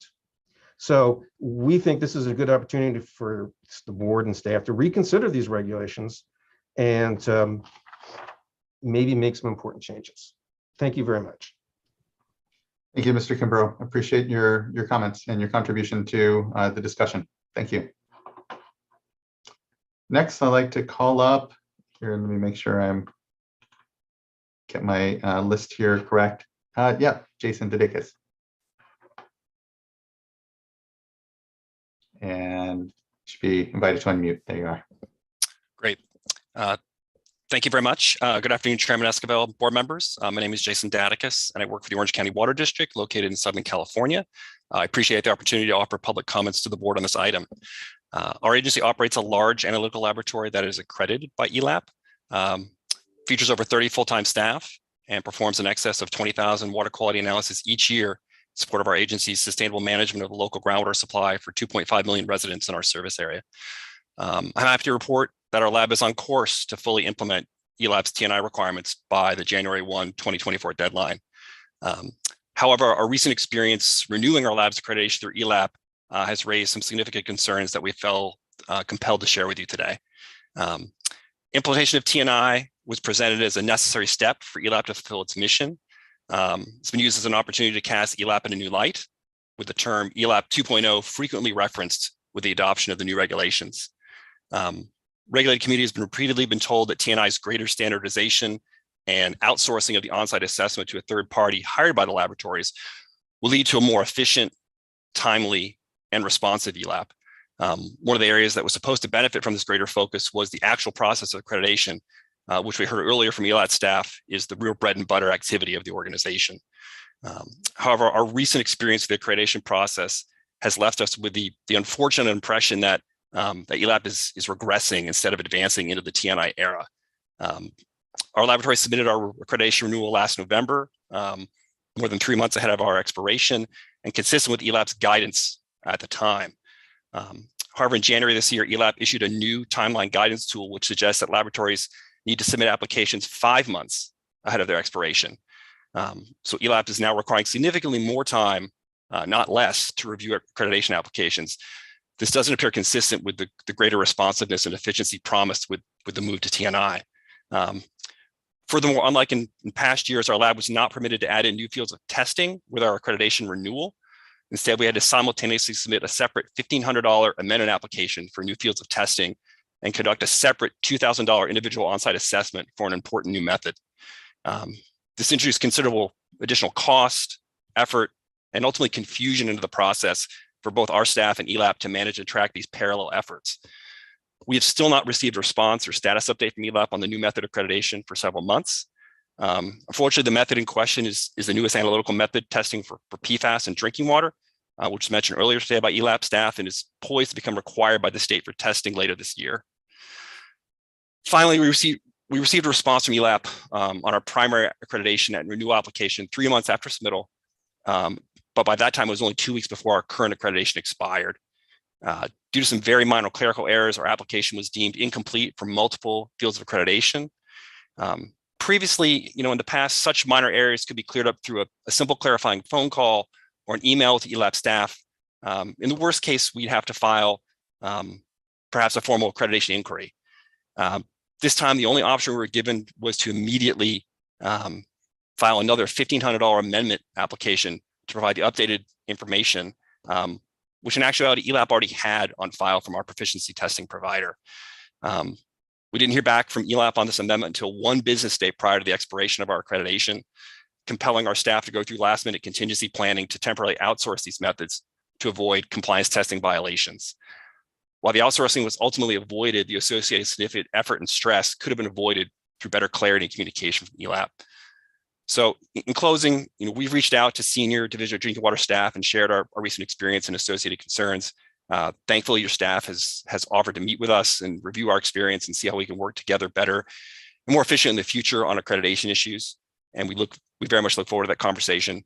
However, based on our recent experience, it seems clear that the promises of ELAP improvement with the implementation of TNI has yet to be realized. We sincerely hope that better progress towards such improvements can be made as the transition to TNI is completed over the next 2 years. I thank you and the board's attention and time today. Thank you, Mr. Didakis, and I apologize for the mispronunciation of your last name. And just thank you. I know that Orange County Water District here has been a leader when it comes to the response on PFAS and continuing to engage with us here. So I really take to heart that it needs a lot more improvement here. And when it comes to some of the transition, it sounds like, and as I can understand, especially with an agency as sophisticated and as engaged as you are on the laboratory front, that we really need to live by the work better then. So appreciate the feedback here, and I'm glad to hear that the staff will be meeting and taking it as a case study, really, as to how we can better improve and anticipate what can be some of these issues around transition. Ms. Sotelo, I didn't know if you wanted to add addition. Yeah, I just wanted to let Jason know from Orange County Water District that I'm sorry that you had some rough spots in your experience, and truly would like to meet with you to figure out how we can avoid this from happening in the future, and so that it doesn't happen to your lab or another lab in the future. So thank you for coming and letting us know about these issues. Appreciate it. Thank you. Next, we have Bruce Medhurst. Right. Good afternoon. Thank you, Chair Escobar and members of the board and ELAP staff. My comment today pertains to one specific item, and that is the amount of time required to reinstate a lab's accreditation for a suspended method following a second failed PT. Now that suspension is required now as part of California code. This occurred to our lab this last spring, and I really want to thank ELAP. I want to thank Maria Friedman in particular for helping us work through the process. I would often get emails from Maria in the middle of the night when she was feverishly working late into the evening. So I really appreciate everyone's efforts on this. And just first to say that TNI itself, we've found without a doubt has improved our laboratory operations. And we found ELAP to be a valuable partner in working through this. We were fortunate enough to be part of the Mentor Initiative. And when we did have problems and troubles, I found that I've gotten responses from folks, and I appreciate all that. We want to see that partnership grow. We want to see TNI work. It's in our own best interest to do so. TNI is new for labs, but it's also new for ELAP, as has been mentioned. So there's growing pains on both sides, and we realize that. But we also hope that there's room for flexibility and growth and collaboration. And of course, that's what today is all about right here. And I appreciate you listening to what everyone has to say, and I hope you take it all to heart. So to provide just a bit of context, after failing our second PT, we completed all of the corrective actions, passed a PT, submitted our amendment application, and then finally got reinstated. But that entire process took about 4 months. And it's this time frame that I find problematic for a couple of reasons. One is that, first of all, labs will be without the necessary tools that they need to meet compliance, to ensure public safety. We are a remote lab, and so there's really no one else that can help us out with some of these samples that have short holding times, for instance. But really more concerning is that I have a feeling that it may cause labs to put additional focus on PT samples and perhaps conduct additional quality control that isn't necessarily a part of the normal process that they would go through in running that test. Because right now, if you fail one PT, you have one more opportunity to pass that, or risk potentially losing that method for months. I hope this process is going to be getting faster and more streamlined as ELAP and the staff, work through these issues. But the process of reinstating that suspended method really needs to take a matter of weeks, not months. And this might be accomplished through interim or a probationary accreditation or something like that until there's more time available, maybe on the next on-site assessment where we can really dig in and look at critically at the method and perhaps what went wrong, provided, of course, you've passed all the other requirements for having it reinstated. But failed PTs are going to happen. Science and microbiology in particular is really messy and sometimes can be unpredictable. And failures might not be a reflection of anything going wrong in the lab, but just kind of luck of the draw that day. So I know that ELAP really wants labs to treat PT samples as though they would any other sample in their laboratory. But the prospect of losing a method for that long is not going to promote that behavior. The stakes are too high. The consequences are too great. And so in closing, I'll just say that I hope that the board and ELAP will continue to work in the best interest of labs by revisiting and perhaps refining this process. And more importantly, perhaps ensuring that folks like Maria Friedman and ELAP's assessment unit have the resources and the personnel they need to complete these method reinstatements in a viable time frame for labs. So I thank you for your time. Appreciate your time and for your comments and constructive contribution to today's discussion, Mr. Medhurst. And we definitely need to continue to improve, and especially on the timelines, and given to your point, the importance of these methods in many communities. And so I appreciate the suggestions and feedback and look forward to further engagement for sure. So thank you.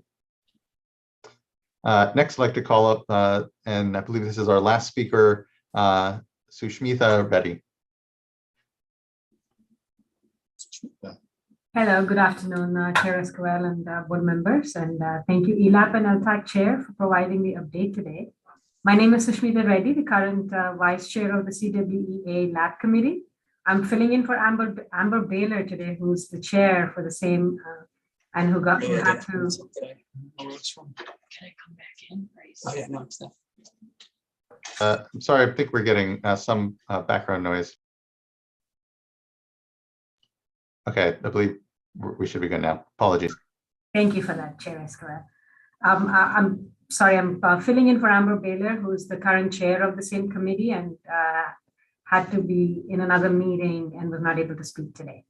The CWEA Lab Committee leadership has adopted a mission to help laboratories to move into compliance with the new regulations, which include a standing item on the Lab Committee's monthly meetings for compliance-related issues. But before I get into the issues that came up from that committee, I'd like to take this opportunity to recognize the efforts from ELAP and associations such as BACWA, CIVIQA, CWEA, CASA, SCAP, and others to provide training to our lab community related to learning the standard, regulations, PFAS. These are just a few among other topics that we've been recently offered trainings on. So today I would like to relate three recurring issues from the lab committees that have come up.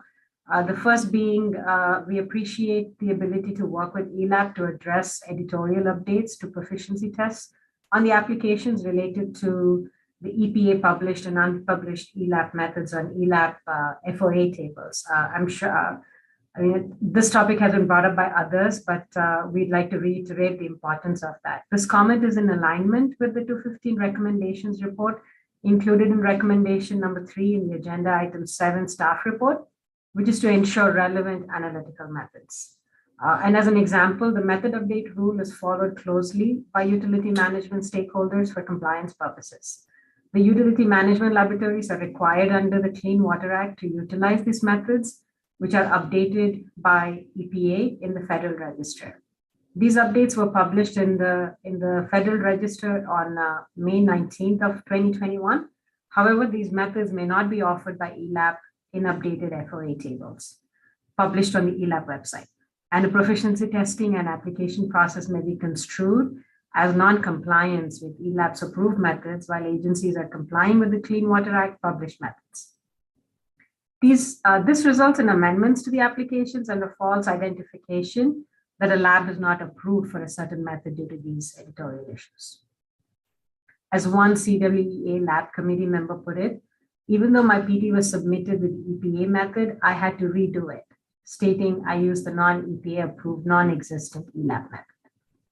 In reality, this is a knowledge gap that we would request a prioritization by ELAP management staff of the FOAs with the MUR for compliance purposes. The second, we also appreciate the CASA, CMUA, and AQUA letter that includes an enforcement tracker on the labs that are no longer seeking accreditation by ELAP.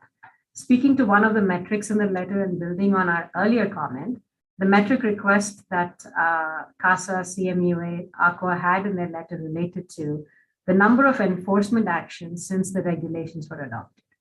Enforcement actions could be broadly interpreted by ELAP to also include this issue related to editorial updates to the PT and FOA, even though obviously the FOA table needs to be updated and cannot be due to the regulations. The third, this comment is related to recommendation on expansion of ELAP's resources that came out of the lab committee's business yesterday. This comment is also in alignment with our industry group's comments on increasing fees and associated management of services to the accredited community. At issue is the time that has taken for a reinstatement of a certification for a failed proficiency test. For labs who have compliance-related testing, losing accreditation through failed PTs is devastating. In this instance, a failure of 2 PTs and a subsequent successful passing of a PT took over 4 months for an on-site assessment. Therefore, we would like to recommend that ELAP issuing an interim certificate while they're reviewing the amendment application specific to FOA reinstatement. ELAP creating a clear and reasonable timeline for their review, approval, and reinstatement process that is clearly lacking in the regulation. Thank you for your time for allowing me to speak today.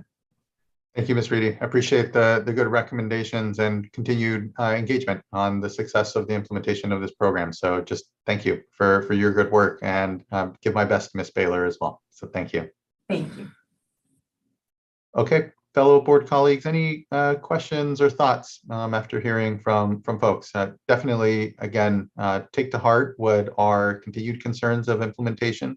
But here, I think, again, I'm just impressed by our program folks. I know it's a lot of change. And as Ms. Sotelo said at the start, here to continue to improve, knowing that we're not here to say we're getting everything right currently, and always open to the important feedback and criticism of our labs as we continue to improve this program. So I appreciate the good work there. But thoughts, anything further from folks? Excuse me. So yes, I would just like to thank staff and Ms. Morgan for the update and information on the upcoming technical conference. I was really happy to hear about the conference last year and the success and see, the coming together again for this year to share the information. I think that's really important to continue that in the mentorship and just the materials to disseminate information. I think as we move forward and continue to implement the program, it will be important to continue to have open discussions, learn and make adjustments where necessary. I also would like to see the continued development of metrics to measure the program's success as we continue to move forward. Yeah, I think we heard a call for additional bits of information as we're implementing here. Unpacking the business related decisions, et cetera. I agree with you, board member. We'll continue to think and should have next year maybe a bit more metrics or information around some of the implementation, including maybe timelines on some of the work and recertification that is going on. Other colleagues, anything further to leave us with for the good of the order? Well, I'll just make a few comments, Chair. I really appreciate staff's ongoing engagement, and just these check-ins are really appreciated. I had, as you mentioned, I know when you first came to the board, you had a lot of the same concerns, but I think through time, just having these discussions and looking for ways to provide technical assistance and, just really getting the message out there that we're not about strict adherence. We're really looking to provide these labs the tools that they need in order to get us to this higher standard and to protect all communities, so that we're not picking and choosing, which communities have this higher standard and then leaving disadvantaged communities out in the cold. But at the same time, just wanting to track any unintended consequences. So I guess I would just close by saying, I think that we should continue to have these discussions until we see that the program is, really fully implemented. I agree there, Vice Chair. And so look forward to further update from the program, and just appreciate everyone's incredible work together here. And again, openness to improvement, continual improvement here. There's nothing out there that any of us get 100% right. So just thank you. Okay, I think that wraps up this item and discussion. So thank you, everyone. This was just an informational item, nothing to vote or decide on here, and appreciate the good information and discussion. That leaves us to our last item, item number 8, which is board member reports. I'll look to my fellow board colleagues if they'd like to start.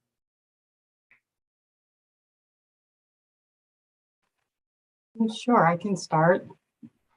So on February 23rd, I had the opportunity to visit a couple of PFAS treatment facilities with you, Chair Esquivel, and other members of staff. The tour was hosted by the Water Replenishment District of Southern California. We visit the Pico Water District and Cal Water and the Cal Water facility in Montebello. The tour also included a tour of WRD's Albert Robles Center for Water Recycling and Environmental Learning. At the facility, we had the opportunity to actually taste the water. That was really cool. Being produced there. Sorry, getting tongue-tied. Explore the gardens, which included drought-tolerant plants and permeable pavement and other demonstrative items there. We also experienced parts of the Learning Center. While the Learning Center was built to introduce school-age children to STEM careers and water quality, I could easily have spent a few hours there myself exploring all the different exhibits. It was really cool. And so it was really good to get out of the office, spend a day in Southern California, in the communities, and just, in the field, just learning and seeing what's being done. So I'm looking forward to being able to get out more and see more of, just our watersheds, the communities. So it was a really good day. It was incredibly fun to be able to really get out. Going out to Southern California, this was one of the first real trips that I have taken, and appreciate board member, you setting up that great tour with the Water Replenishment District. I thank them for their hospitality. I then, after the Pico Water District component of the tour, went off and peeled off into Orange County then at that point. And I myself then went to Anaheim Public Utilities District. Michael Moore, the head there, showed me all of their pumps that have been turned off because of the switch to imported water because of PFAS contamination there in Anaheim. And similarly then toured around a bit with Mike Marcus from the Orange County Water District to look at their PFAS work and its impact on the ability to use the groundwater like we saw at the Water Replenishment District. And I just have to acknowledge Orange County Water District and the Water Replenishment District and all the smaller member agencies down there for the work that's been going on to really identify best treatment practices, technologies here, spending money now already and putting in ion exchange treatment for a number of systems, including the ones that we saw. So it was a great opportunity. It was good to get out there with you, board member, and see the real impact that PFAS contamination is already having when it comes to, we have our notification levels and folks are and response levels, and water systems are responding. And I thank them for the leadership, because as we go to develop the maximum contaminant limit, that work, that understanding of costs, of best treatments will go to make sure we can make our best decision here and balance what we know are a lot of pressures on our water system. So I was, as part of my report here then, I was fortunate to do that on the 23rd that evening.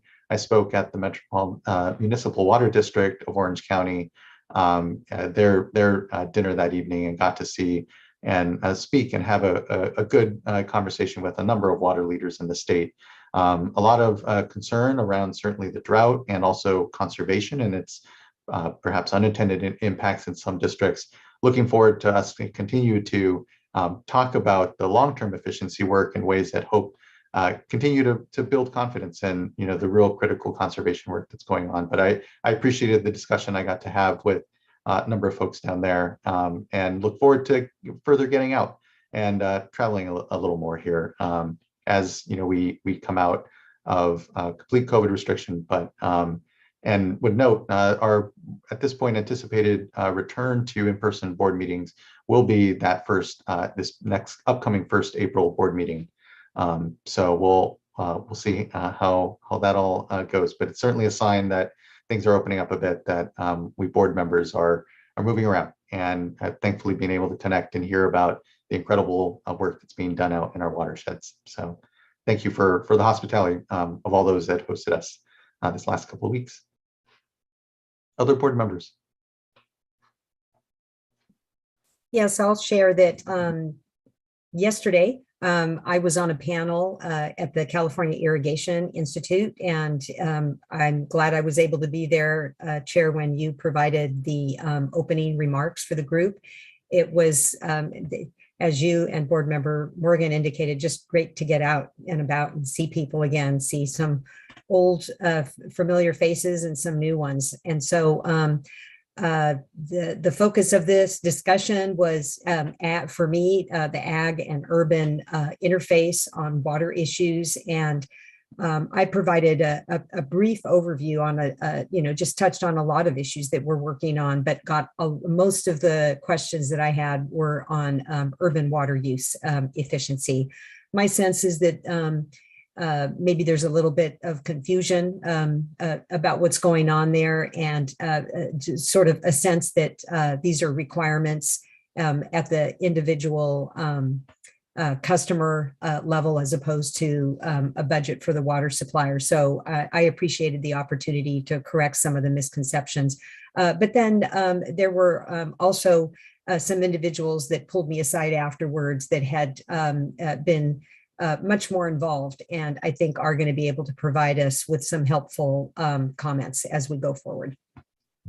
Thank you, Vice Chair. I forgot to mention that good engagement just yesterday. And when you look at efficiency, both at the landscape level with agriculture, but also at the household level, how we irrigate our lawns and such, the focus and the innovation that's going on around there is great to see. And to your point, I think there is sometimes just some confusion because it's not an uncomplicated law. The long-term efficiency, one part is directed by the legislature, one part we're adopting here at the board. But I think I appreciate the flag, and I think we should think of opportunities to just better communicate what is a really critical tool in the face of the climate change we all know is here on us. So just thank you for that, Vice Chair. Board Member McGuire.